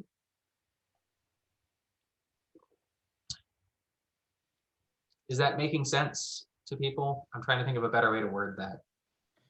It makes sense to, like, from just, speaking as primarily a Spanish style, it's the right angle, that like if my arm is out at this right angle, for them to go underneath my sword, they have to shorten their reach because they are by definition not at a right angle. And if I'm standing like Fabris has with my lower targets withdrawn, that's a long way to go. Yeah, it's that same distance thing we've been discussing throughout these classes, that they have to move further to get under your arm than your extended weapon would have to get to hit them. I think is the better way to explain that. And so that really leaves your sword arm as the most available target. So, well, in order to protect that, there are a couple things we do. The first one is we lunge correctly without flinging our body or our arm. And so that is going to protect the arm because it's going to drive your weapon forward so that the crossing point is now on your fort. And so that's kind of the same thing we've seen before, where lunging down straight through an attempt to say cut at your arm is going to push their weapon aside and keep working for you. The other part of this is you want to keep your sword close to the opponent's target, like open spots, and keep your weapon free. So, like, if your opponent has an opening and you have your arm extended and pointed at it, right, then it's dangerous for them to engage in an attack on your arm because you can just go hit them, right?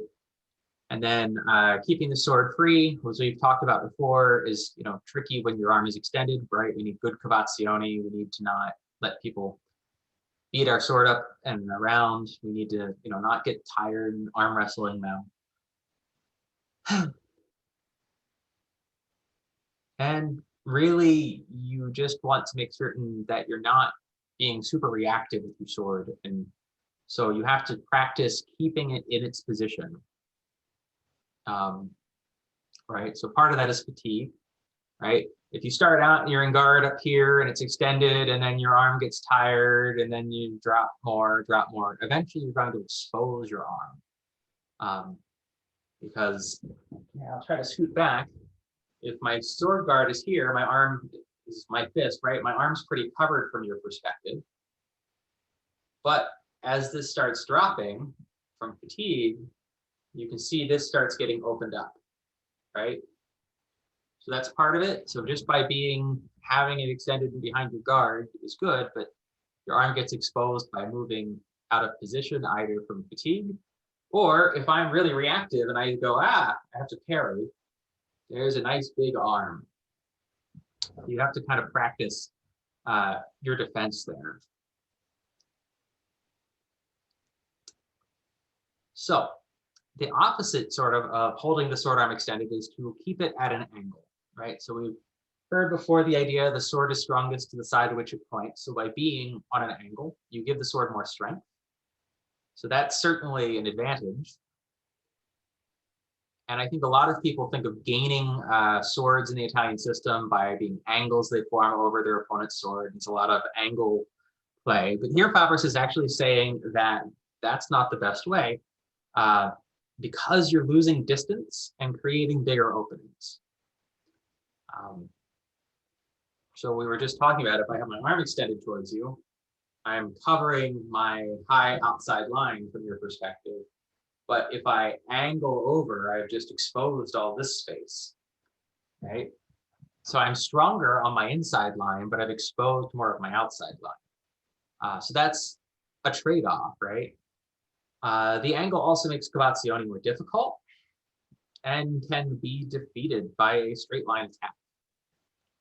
So we had talked before in the gaining section about how as they go to gain your sword, you can just simply extend as far as the distance between your weapons, right? So that same thing is coming into play here, that you go to angle up their sword and they just can attack straight through it. That angle also makes parries larger, right? So we go here to here to here to here versus that. right? So straight line is smaller parries. And any change in guard, right? If I'm here in my quartet and I want to go and angle out to second, that's a fairly large motion compared to that, right? Now, the other thing that is gets a little bit interesting in the sort of geometry that Fabris gets talking about in this section is that an angle can pass through another angle, but straight lines cannot easily defeat each other. So the same reason that people try to use that, angle over top their opponent's sword, that angle defeats the opponent's sword's angle because it's angling in the bad way, right? So good angle beats bad angle. Good angle beats bad angle. But if we both point our swords straight at each other, what happens?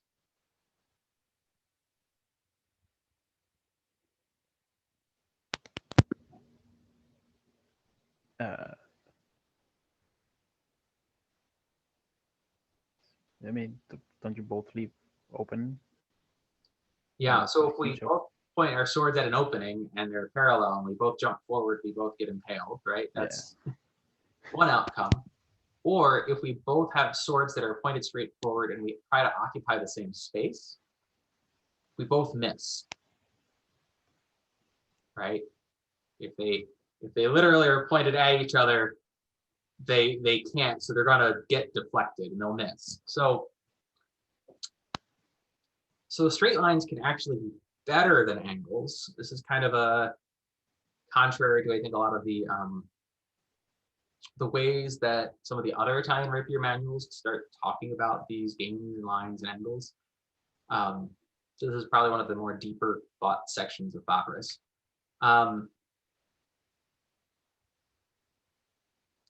And so, but likewise, angles can defeat the straight line easily, but they're bad for defense.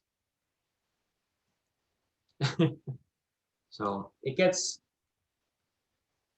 it's hard to explain all of these examples. I mean, reread through the section a few times if you need to.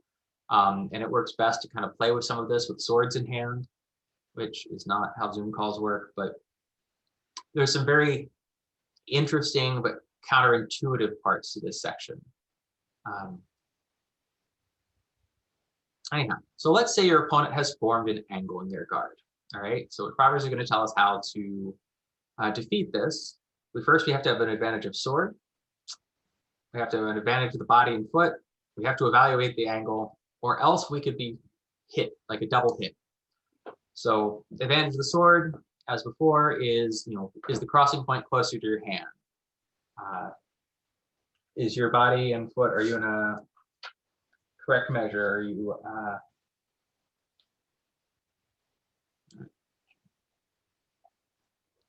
and then you need to figure out, like, if you're angling too far, then your sword has the potential for being pushed way out of the way, or out of presence, etc.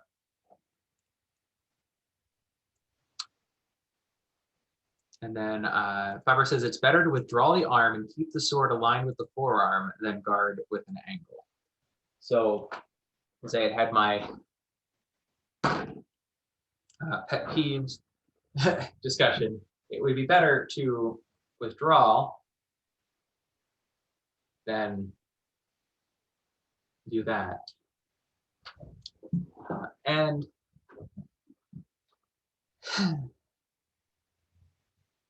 so then, other than that, Fabris says it's really worth learning some of this because it all can be useful at the right time, because you know what I have to figure out what part of Dante's notes that's referring to. Sorry, I think sometimes he has thoughts that trying to remember what he's referencing.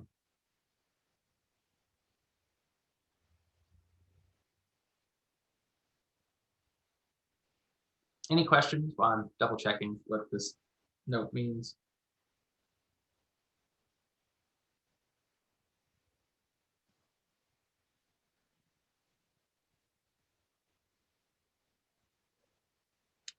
All right, that's just, all right, so that section is really just, Fabris goes on a whole section where he discusses, like, you actually need to know how to do all of these, and so that sucks. Good luck. And then he kind of finishes by discussing how really where you hold the sword needs to be figured out by context too. He generally gives you the advice that it's better to have your arm extended, but not all the way. Like we don't want to be at like elbow lock extension, or maybe not even fully extended, but we also don't want to be like here. You kind of have to figure out a comfortable spot that's relatively extended, but isn't like all the way. That allows you to keep the weapon free, target things you want to target, etc. And ultimately, you have to practice this a lot so that regardless of your opponent's position, you know the right place to be. So that section, I think the meat of it is that angles defeating lines and lines defeating angles fit. I'm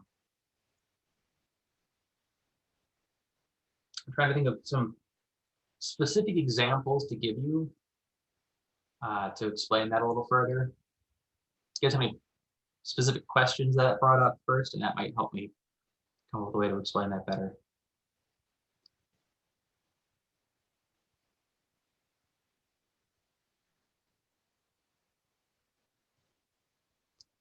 So I think the angles fighting angles is what a lot of people get very used to. So there's a good angles and there are bad angles, and good angles beat bad angles. That part probably isn't so complicated.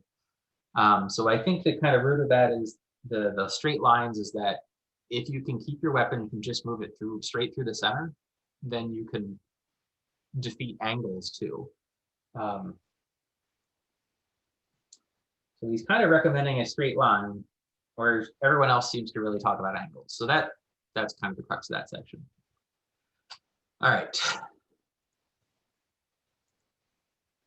So moving on to the last chapter for this section is how to keep the body.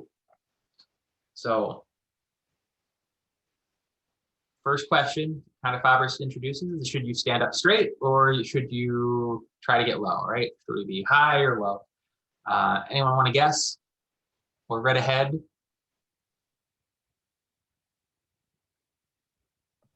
Sorry, can you repeat the question? I didn't quite hear you. Oh, so we're on chapter 15 now, and it's on how to keep the body. So Fabris kind of presents a couple like paired options. So first we have straight up or get low. Which one's better? Low. Low. Get low. Fabris wants you to get as low as you can. Oh, I got an Keep one advantage there on as you that. can. You do, Finn. And the reason for this is because it makes all of your motions smaller and it limits what else is available, right? So if you can get really low, is it possible to hit you low?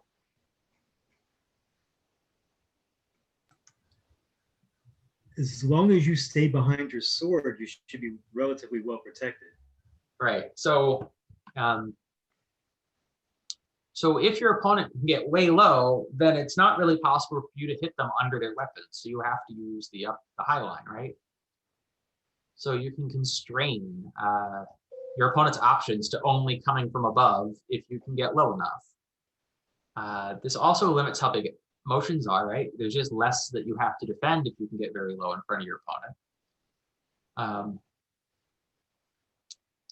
The other thing is that there's the level of how well united your weapons and your body and your motions can be, and the lower you can get, the more united those can be. So Fabris says that you actually lose some ability to keep yourself united if you're upright. And I think that, so one of the drills that I use that Finn is going to shudder when I mention is something that I call the phone call drill, which is a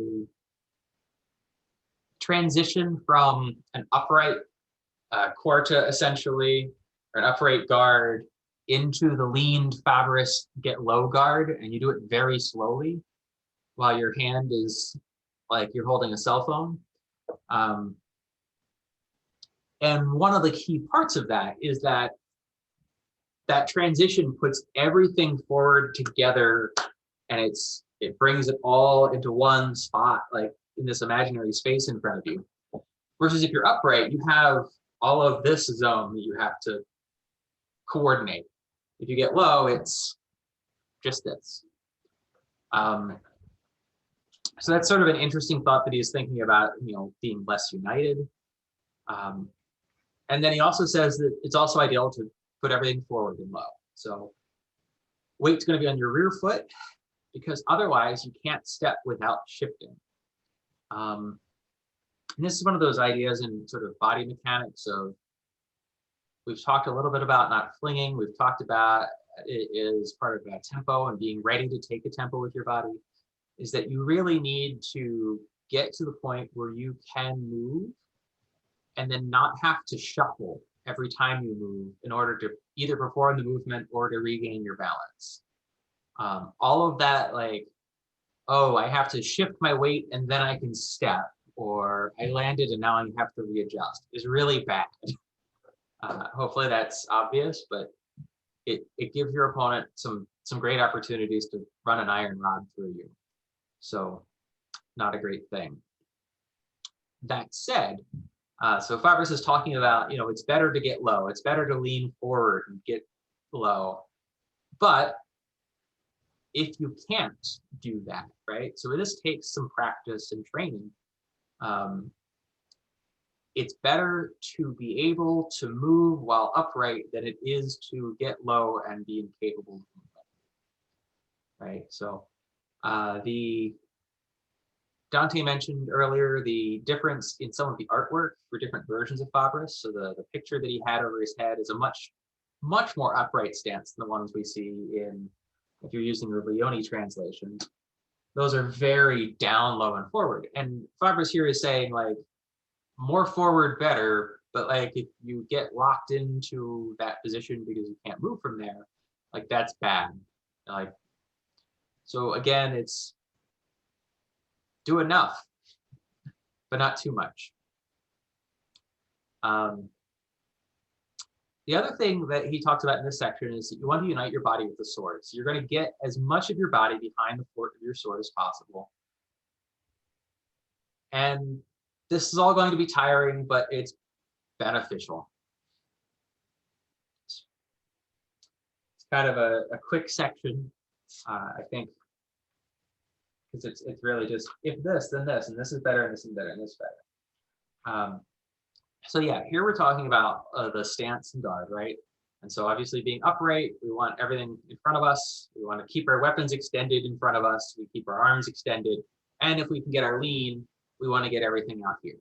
And that's what Fabris sort of says is ideal through these sections. This all has trade-offs. So, right, with the sword, you have to deal with cavazione, knocking your weapon aside, but you have the advantage of reducing targets and being more defensive and having an easier time hitting people.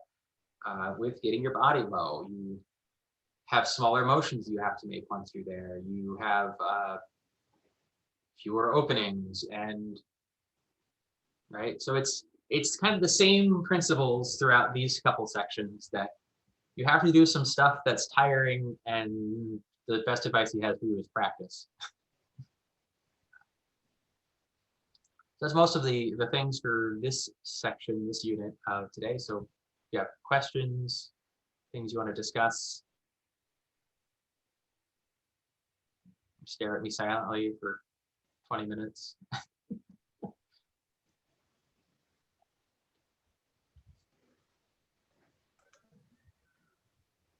Good to stare at you.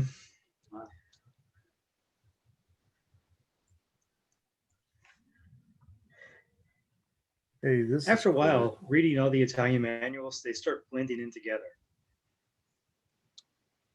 That can happen. Certainly they say many of the same things sometimes, except for when they don't.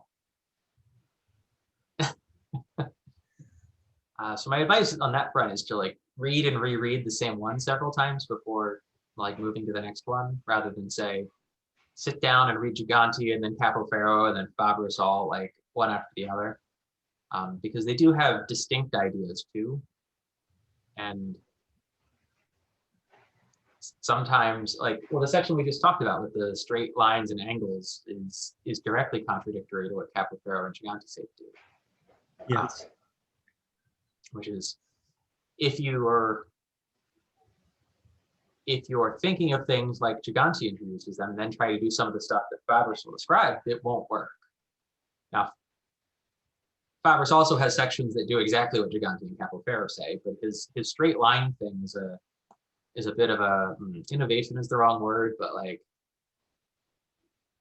bonus plus complicated thought. It's a little bit more advanced than I think just the angle work that, you know, Kappler and Gigante really introduced too.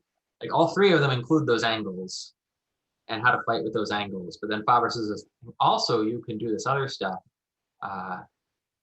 and that makes these other things work. And so you can be a trap to get locked into thinking that all Italian rapier is the same, and then try to apply what's in Gigante to something that Fabris is doing, and then it will make it not work. And then obviously, as you get even further from this source, if you're trying to do things like modern fencing does it, and then grafting that into Fabris is, you know, frog DNA, it also might not work. So, Court, did you have a question? So a lot of it, and this is me. Careful on the right side. Sorry about that, guys. Yep. So this is me being completely ignorant to Fabris. Is there any mention? I know that feints. It seemed like there was a lot of blade feints. Was there any body mechanic feints? And I come from this from the German side, where a feint is just hit them, but then don't hit them like as hard. So you can lead up to the next strike, you know, hitting with a prell, which is the side of the blade or whatever, and that's your feint, or throw your chest out and then strike, but then strike with no cord and then find a different angle, so on and so forth. Is there any mention of like body mechanic feints? Is that, if that makes sense? Did you catch the feints unit, or was that while you were away? I did catch it, but it seemed like there was a lot of like leading with the sword, and then if it's in a straight line, you know, hit if you can, with the anticipation of following up, you know, second intention sort of thing. You know, I get that, but then there's on the German side, there's way more body mechanic feints of lift with your left shoulder and then follow in with something else in order to strike. I'm just curious because it seems like there's several what seems like chapters on how to move, but then feints was more, in my mind, and this is my ignorance of it, is in my mind of more blade feints as compared to everything else that seems like it's talked about with body movement, if that makes sense. Yeah, so I mean, I think it's worth first coming at this with the understanding that Fabris does not like feints. He, I think, even references them as a vanity. So I don't think that kind of feint that you're asking about, like, oh, flinch my shoulder at them, is something that really gets employed here. Both because they're, a lot of these Italian manuals, I mean, all three of them kind of go, feints are dumb, but also if you're going to feint, here's the right way. And so even Fabris has this section, like things like stomping, he's like, that's terrible. And I think some of the like sword arm or shoulder, like body mechanic feints fall into some of that category of it's. The mindset becomes in the Italian, these manuals and Fabris especially, is if it's not a threat, there's no reason to move whatsoever. So like someone moving their shoulder at you or trying to like hint that their legs are about to move forward, to like, you're supposed to have practiced enough to not fight. And the only thing that really puts you into a situation where you need to respond to anything even remotely faint like is the sword coming at you, right?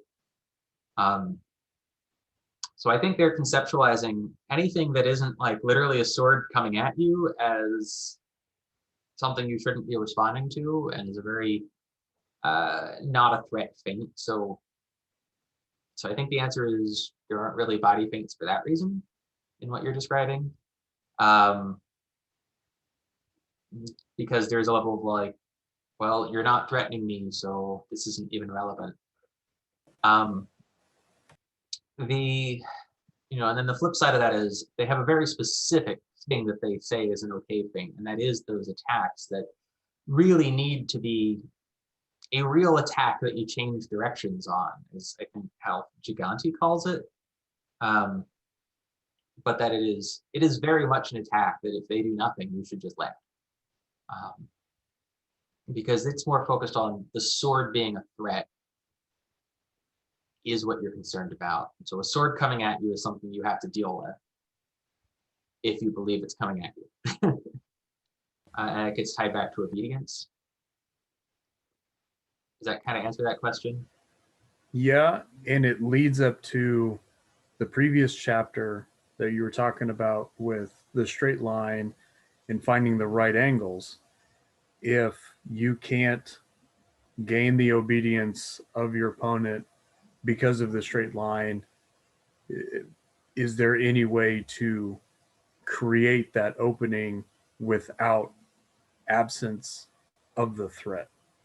And so it was kind of a lead up to, body mechanic of posing a threat to the outside or the six and modern sport fencing. So you're leading into a six with the intention of actually hitting the body, but it's that body mechanic of your shoulder going forward just slightly so that they react to it because they have such a solid guard, and then that creates the opening, disengage, go right in and hit the body. And so I was just curious on if it went to a micro level of, hey, try this trick if their line is too perfect, or try this if their guard is so low that you can't actually gain that.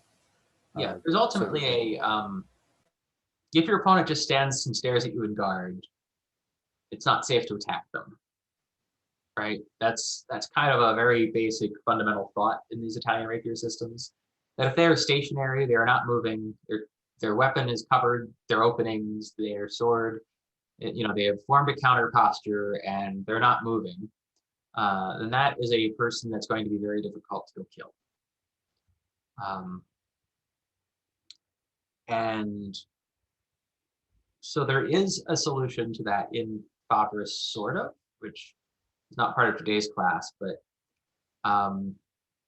yeah, the general idea is you would need to disrupt them from their guard, their counter posture, something.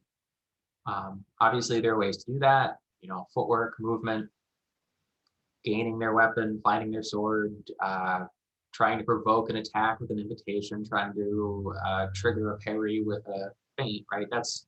Those are the tools for trying to disrupt their guard, but a person who cannot be disrupted is going to be unkillable. Agrippa says something along the lines of, you can't kill someone who doesn't want to die. And it's kind of around that thought. If you can be perfectly in a counter posture all the time, you can't get killed. And then it just becomes a question of judgment. Now, how to take down an opponent who is perfectly in a counter posture or whatever, Fabris has a whole book, book 2, that is got this concept called proceeding with resolution, which is related to how they think about tempo. So it's very much, the Italians are coming to this idea of tempo from a very Greek philosophy standpoint. So it comes from Aristotle, and a tempo being periods of motion separated by periods of stillness, and periods of stillness separated by periods of motion. So if you perform an action as a single smooth motion, right, then it's one tempo. if you perform an action that's herky-jerky and changes directions and pauses and stops and pauses and stops, it can be a lot of tempi. I frequently use, when I explain this, I lunge, and so there's, lunge, arm, body, legs, right? So if you do that as one smooth action, that's one tempo, according to this particular version of the definition. But let's say you extend your arm and you pause and you lean and you pause and you then finish your lunge. That's 5 tempi, even though you perform the same motions. Anyhow, where I was going with this is that a lot of the sort of conventional thought, wisdom, and most of the Italian rapier system is based on using these tempi that are motions, right? And that's sort of how we've defined things a couple chapters ago too. When they move, it can be an opportunity to hit them. Fabris has a whole section in his proceeding with resolution that is essentially, and when they stand still, it's also an opportunity to hit them. But that section is essentially the next book in this book. So certainly not what we're talking about today. And literally the preface to that section is, and these all work unless your opponent knows them. Which isn't necessarily the most helpful advice either.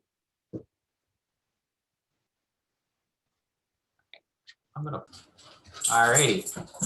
So my dog knows just when I press the record button. So this was the final section of our Fabris Complete Theory class, part 6. And in this section, we're going to be talking about chapter 16 and 17, which includes a chapter that is titled Some Advice for When You Face a Tall, a Short, a Weak, a Strong, a Hot-Tempered, or a Cool-Headed Opponent. And also then a chapter on the different guards. So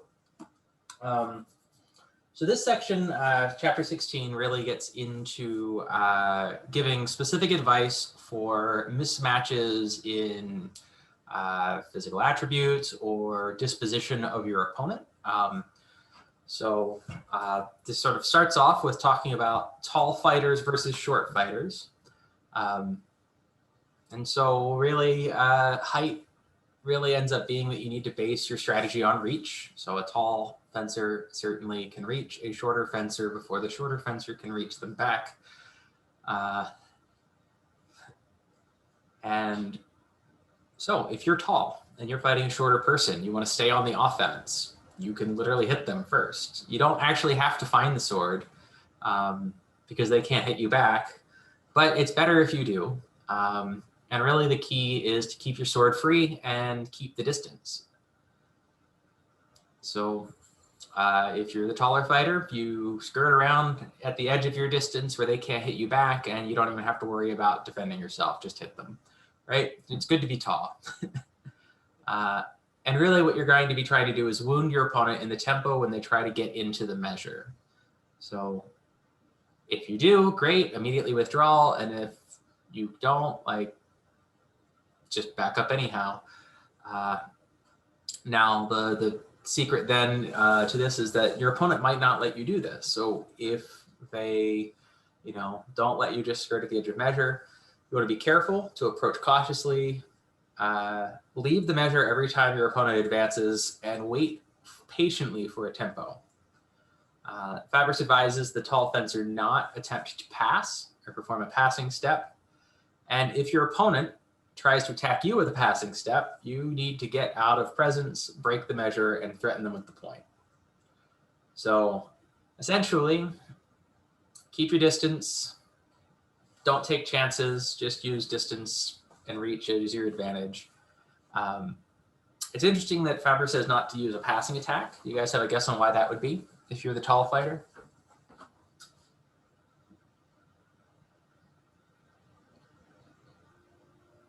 Possibly because it's unneeded and more dangerous. Yeah, it's going to bring your body forward more. Like, if you can just lunge at distance and then get back, why pass forward towards them, right? It exposes you more than is necessary. And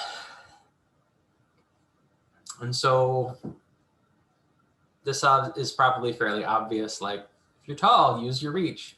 So this gets harder now if we flip this script, right? So what if you're the shorter fighter and your opponent is tall? So Fabris says, number one, you need to make certain that you find your opponent's sword.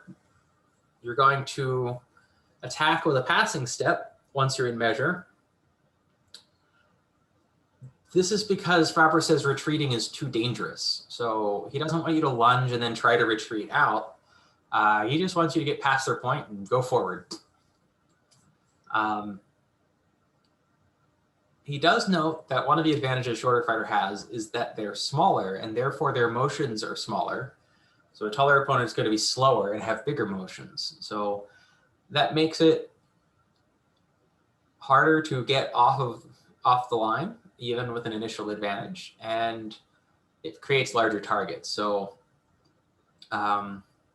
so if you can get, find your opponent's sword, you can get their blade pushed more out of the way, or take advantage of them having larger openings to disrupt their guard.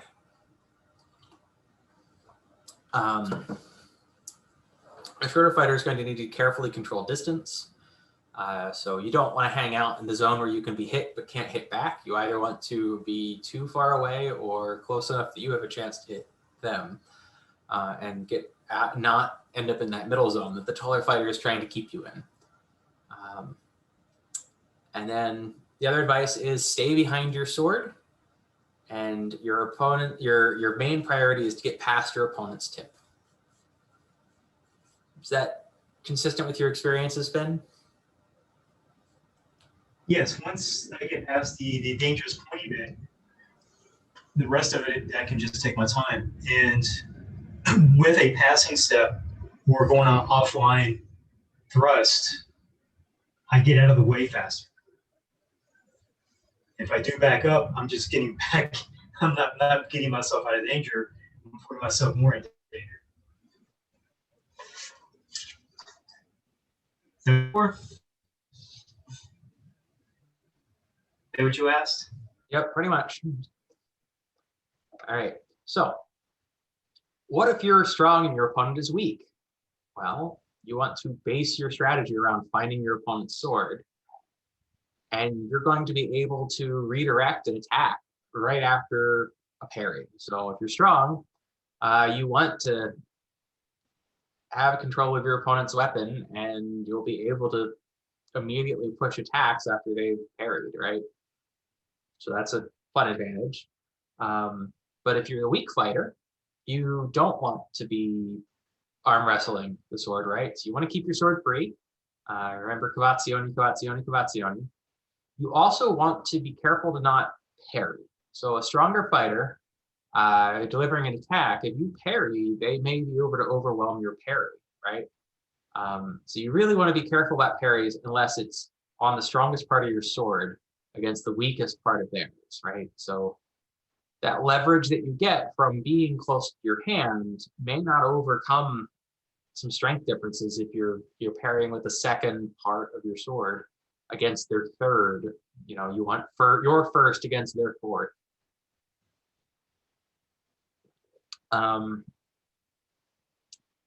It's always better to void, but Fabris here says that it's best to void and counter rather than parry, right? He always says that, but it's really important if your opponent is much stronger than you. When they're delivering thrusts, you want to withdraw your body. So use distance to defend. And one of the interesting things here is he says that it's best to handle cuts by moving forward. So we haven't really gotten into this, but when someone cuts at you with a sword, if you can make them land with, further towards their hand on the sword, so like hit with the port, it makes it a lot weaker. The same advice kind of goes when people are like boxing to like move into a punch. It's sort of the same principle. By getting closer to the hilt where the contact happens and cut, then the weaker that impact. So if you're the weaker fighter, moving forward against cuts is a thing that you might want to try. So another thing you want to do is keep your sword point in your opponent's presence. So this probably gets a little bit more into what if we're fighting for real and grappling is on the table, because you don't want to get in the grapple with the person that's stronger than you. So you want to keep that sword in presence. It's going to keep them from passing to your body and engaging in the grapple. So you want to keep them back. The weaker fighter also wants to use invitations and pretend to let the opponent find their sword. So being ready to then, here's an invitation, you gain my sword, come at me, and then nope, right? And when you do that, you're going to break the measure a little bit and then aim at the opening that gets created by that find. So this is, we're kind of using deception here rather than trying to oppose force with force. And then the thing is, the weaker person needs to be patient and wait and control the measure. So both of these, height and strength set up a kind of, the shorter or weaker fighter really needs to be patient, careful about controlling measure, and makes it obviously a lot harder. And the person who is taller or stronger just gets to be like, all that like chapter about finding the sword, you don't even have to bother with it, right? So it's a very interesting chapter here that Fabris is like, advantages are advantages. You guys have any thoughts on those two parts so far? No. Alrighty. So next part, he talks about, what do you do against a hot-headed opponent? Well, if they are, hot-headed and they're wanting to attack, or they're angry, well, you're going to convince them to attack. So you want to approach them and provoke an attack and then deliver a counter. So you can deliver a thrust counter with a lunge, or you can withdraw and like move back and then counter with a different attack. Essentially, you're going to bait them and use them being impatient against them. Patient opponents are, however, more difficult. So here, versus a cool-headed opponent, it's better to be aggressive, but still you have to be cautious, because they could be baiting you by pretending to be fairly defensive.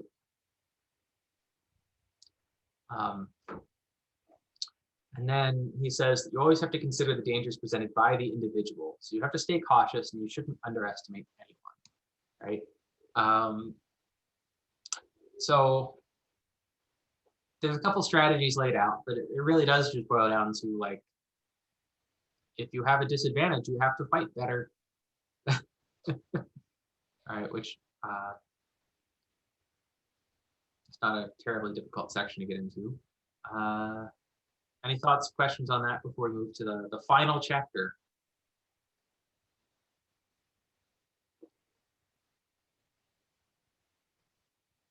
All righty. So finally, we come to chapter 17, which is on the guards. Okay, so this is where Fabris is going to introduce how he's going to show the different guards in his manual. So he starts out and he says that he's going to leave some guards out because they're bad and you can beat them. There are reasons for those guards, but they're wrong and not helpful. And he just wanted to make certain it was clear that he mentioned them so that people didn't think he forgot them, but he's still not going to actually talk about them because they're bad. So I find that section to be kind of funny.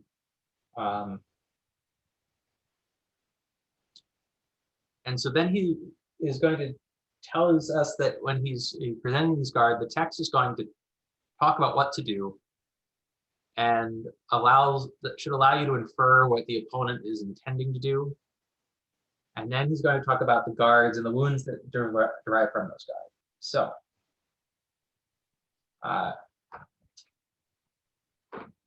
anyhow, so we've talked a few things about how we generally want to stand. We want to keep the weapon extended. We want to keep the body back and weight over the rear leg and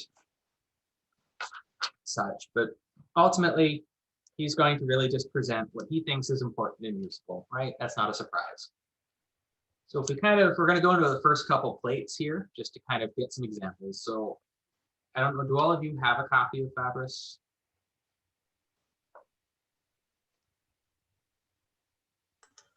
I have a copy, digital and hard copy. No, but I have a good imagination. So one of the things that may not be obvious if you just skim and look at pictures. So he's going to present his plate guards kind of like this. So on this side is an improperly formed version, and then here will be the right version. Okay, so this is his prima. So he has an improperly formed prima, and he calls this the natural way. So we talked a little about there are 4 guards. Prima is when you're draw the sword, your palm is away. And so this first guard, he says here, formed by drawing the sword from the sheath, it's natural. And he's like, this is a way to do it. But then he talks about this way is better. Can you guys see this picture reasonably well? What point are you on? This is page 34, 35. Yeah. All right. So could you see what's different between these guards?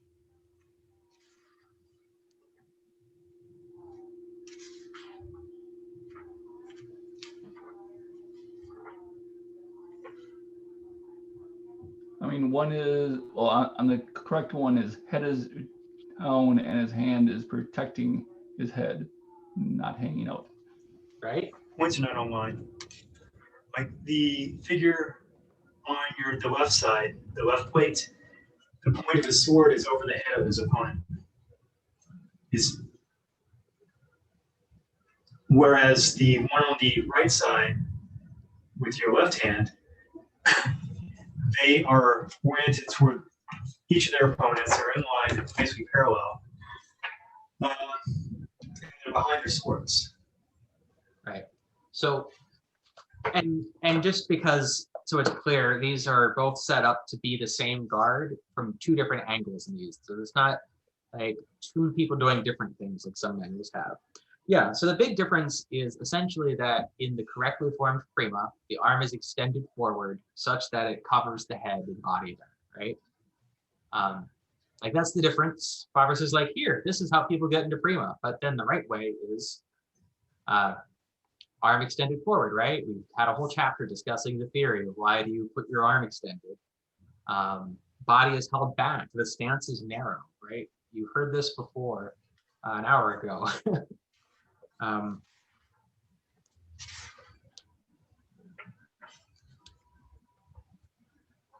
And so what he says about prima, well, in the bad one, he says that it's not quite as safe. It kind of works, but it's not that safe because your head is exposed. But when you're in prima, he says you can move against the opponent, find it unsettled the sword without ever making a mutation. So that's one of the cool things about prima is you just get in it and you just walk at them and you should be able to find an opening. But he says it's tiring.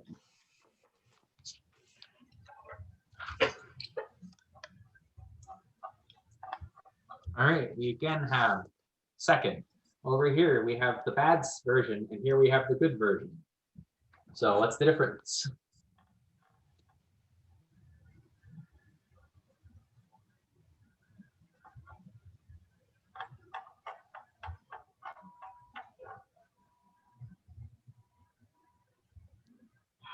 The first one, the arm is moved the second, so his elbow is out. Yeah, it's a little hard to see, but my interpretation is the bad way is kind of like in second here. Yeah, and the it's way is here. Like the first one, his arm is here in second, whereas the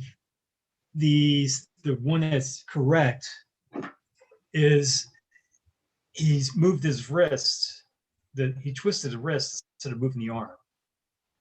Well, there's a little bit of that, but like the text actually describes it being off to the side too. So yeah, it's just I'm not reading the text. I'm looking at the picture like you just told me to.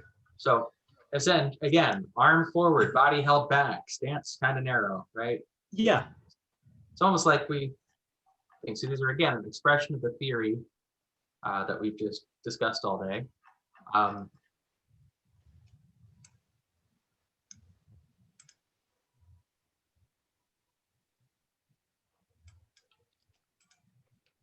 All right. Third gets a little, he presents a couple extra seconds that we're not going to talk about, but. Well, like plate 5? 5, 6, 7, 8. 7's not that bad. 8's funky. Okay. Willig is probably lost right now. So we have to go all the way to 9 and 10 to see the terza. So here is the bad way. Here is the good way. So can we see the difference? Yeah, he tells us not to cross the blades,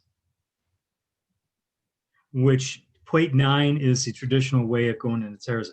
Yeah, this is a stereotype of every quote Italian rapier fighter in the SCA here, right?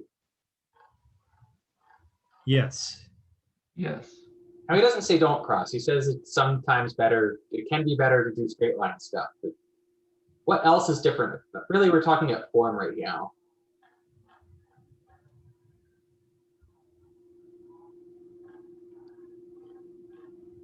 The correct way is like leaned way over. All right. Well, there's some leaning. I think that part. I mean, that's not the thing I was worried about. What's different?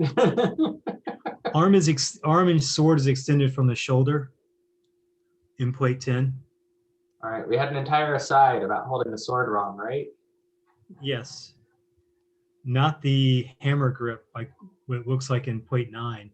Right. But more the pencil grip or whatever it is in plate 10.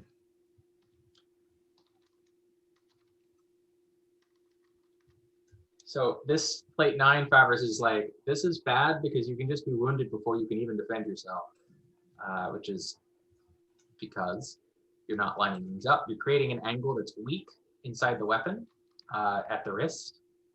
So it's an application of the principles we discussed.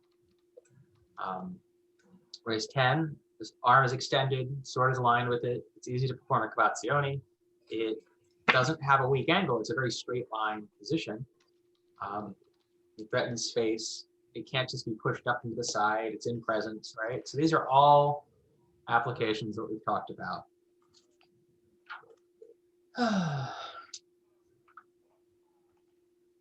Then he gives some more terzas. Then we have to go to 13 and 14 to get to 4th, the last of our guards. And this one actually,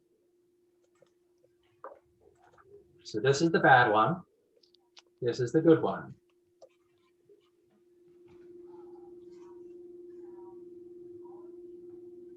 What's different between those?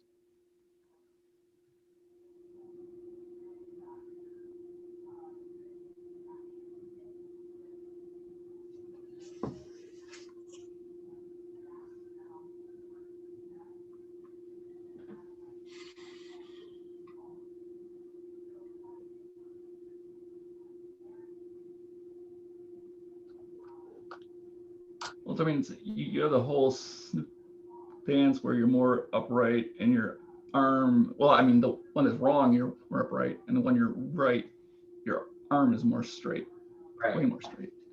So that the incorrect quartet, right, the natural one is upright. And this is perhaps one of those, there are frequently details that people miss and then all think they have the right answer, and then they go back and then they're like, oh, that was totally different. One of those is that if you just think the very naturalistic way, like, oh, typical Italian rapier fighting, everyone wants to just, I'm in guard, I'm in prima, I'm in second, I'm in third, I'm in fourth, while being upright. And I didn't notice this for years, but then I went back and read this here, and then I went and looked at the quartet in Capoferro as well. And in both cases, they want this extended quartet that happens in plate 14 here. So even Capoferro doesn't really have an upright quartet. It's leaned in. So when quartet goes to quartet, it's got a lean to it. Do you guys have a guess on why that is?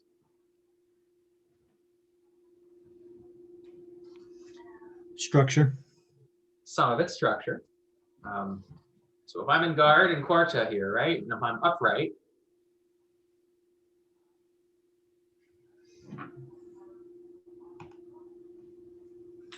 what's the problem?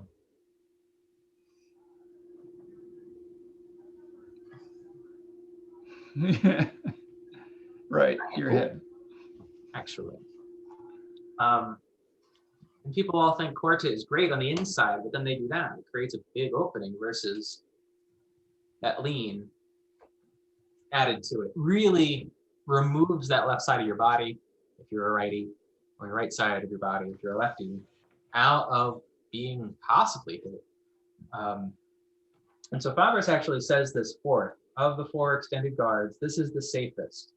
There is also no other guard that will allow you to keep your sword quite as ready and free. This is basically that extended quarta is like Fabris's favorite guard.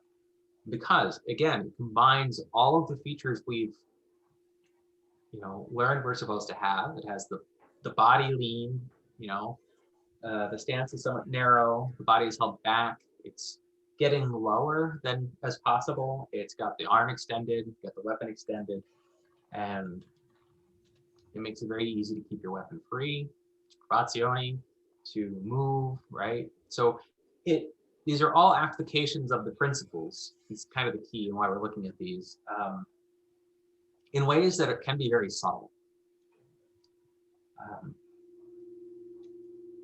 Versus that like upright quarta is exposed both on the upper inside line and under the arm, which is hard to show on camera, but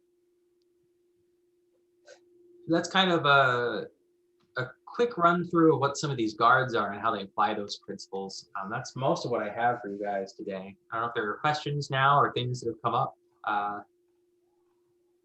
Thoughts?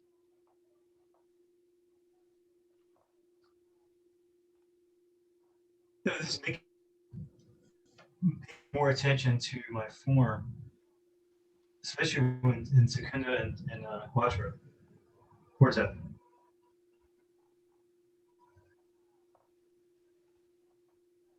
Yeah, so it's certainly, some of these differences are small, and it's easy to read through these and look at plates and then think you know what you're doing and then miss details.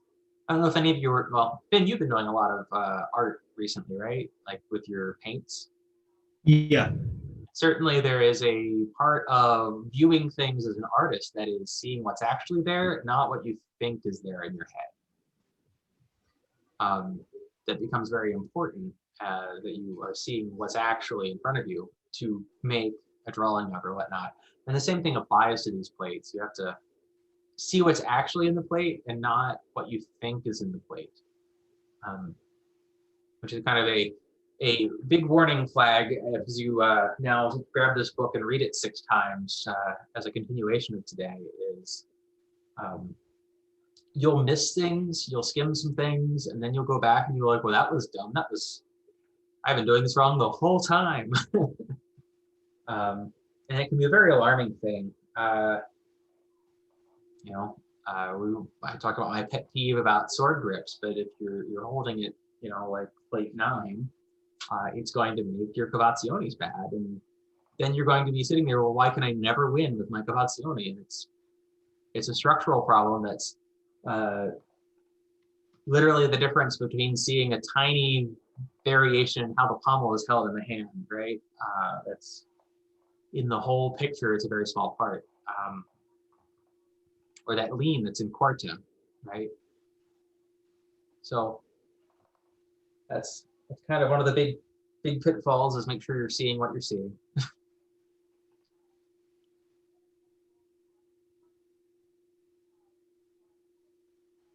Other questions? I'm pretty much brain fried after like 6 hours. What was that? I'm pretty much brain fried after about 6 hours. Well, yeah, we tried to jam the entire intro section. I think most people don't even read that part.